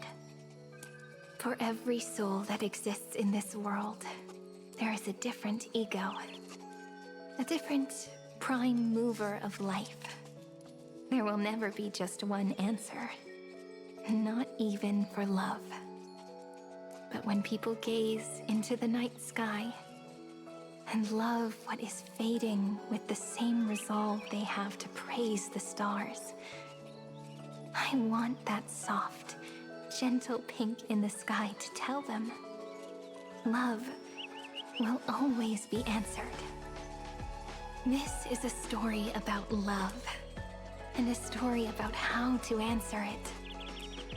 Whether it is one we have already written, or one you are yet to write, it will be a romantic story, like none that has come before. You think so too, right? And a romantic story deserves an ending that is free and complete.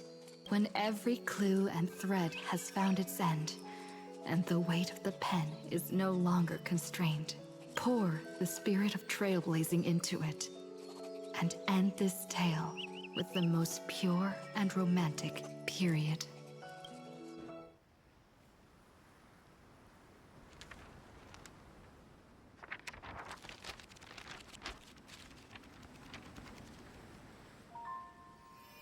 Light, sky, sea, stars, seeds, flowers, birds, hope, and love.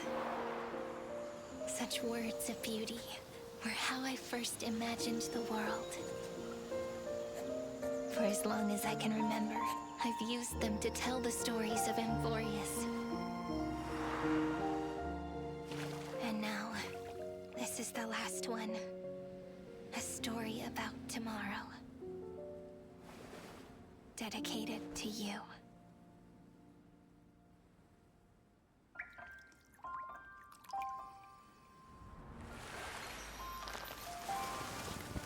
Once upon a time, morning glow, scattered light, shone on you and I, and fading poems, frozen rhymes, or traces on the breeze, whispers of past reverie. Please let me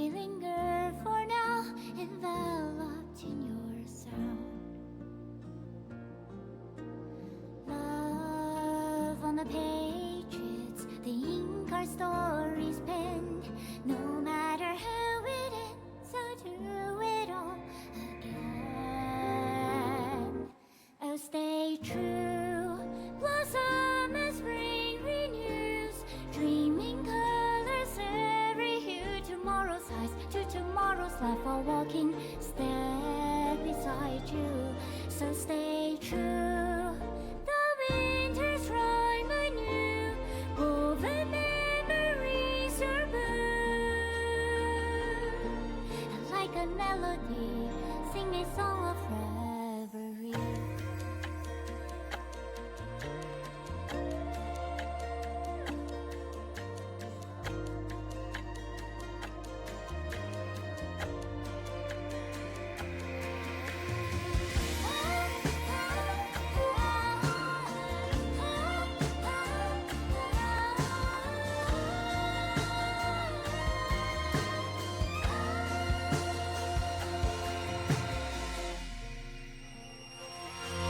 Please stay true, cherish your memory.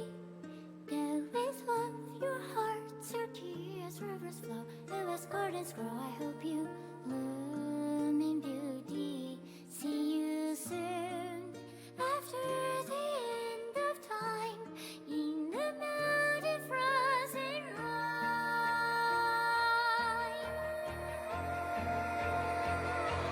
Now stay true, blossom as spring renews, dreaming colors every hue. Tomorrow's eyes, to tomorrow's life, while walking step beside you. Now stay true, the winter's rhyme anew, woven memories are blue. And like a melody, sing our reverie. And in our memory, in the end of our journey.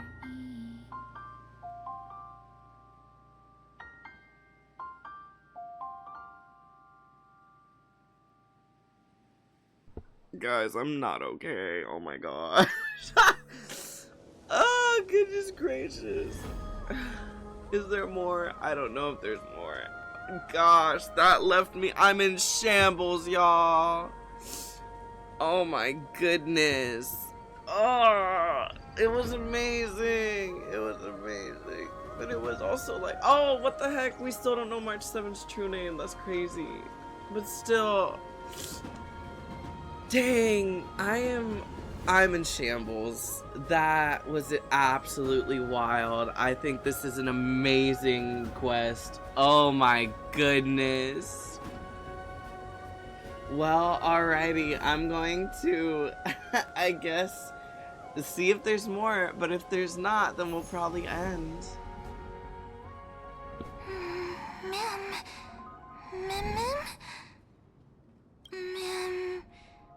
Mammy, ma'am. Mammy. Ma'am. Ma'am. Ma'am. Ma'am. Mammy. Ma'am. Ma'am. Ma'am. Ma'am. Ma'am.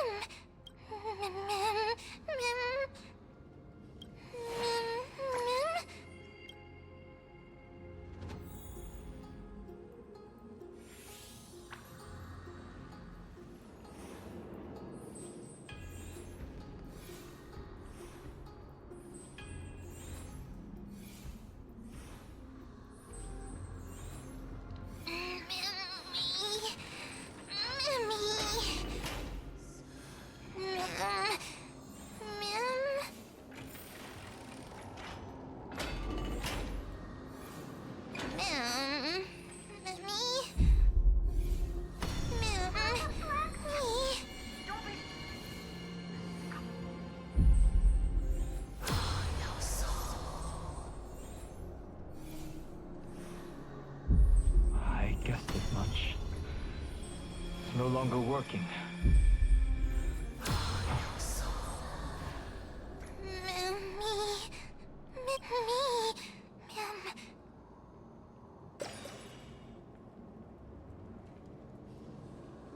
Let's find some place safe to set up a base of operations first. This statue and the buildings we've seen so far point to a civilization here on Amphoreus. We can only hope that they're not hostile toward outsiders. Ma'am? I've reunited with you so many times. And every time feels like the first time we met. Each time, love breaks through the stubborn cycles and takes flight toward a pink tomorrow.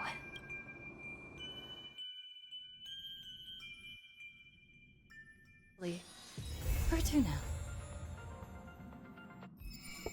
Yeah, okay. I am genuinely I'm not okay after that. Wow. And the ending with it being hold on. And the ending with it being like seeing Mem come to us again, like yeah, I need to process my emotions. Wow, I love the Amphoreus arc, and there will definitely be a video coming out about it. But yeah, I need to go process, and I need to like go just sit in this feeling for a bit.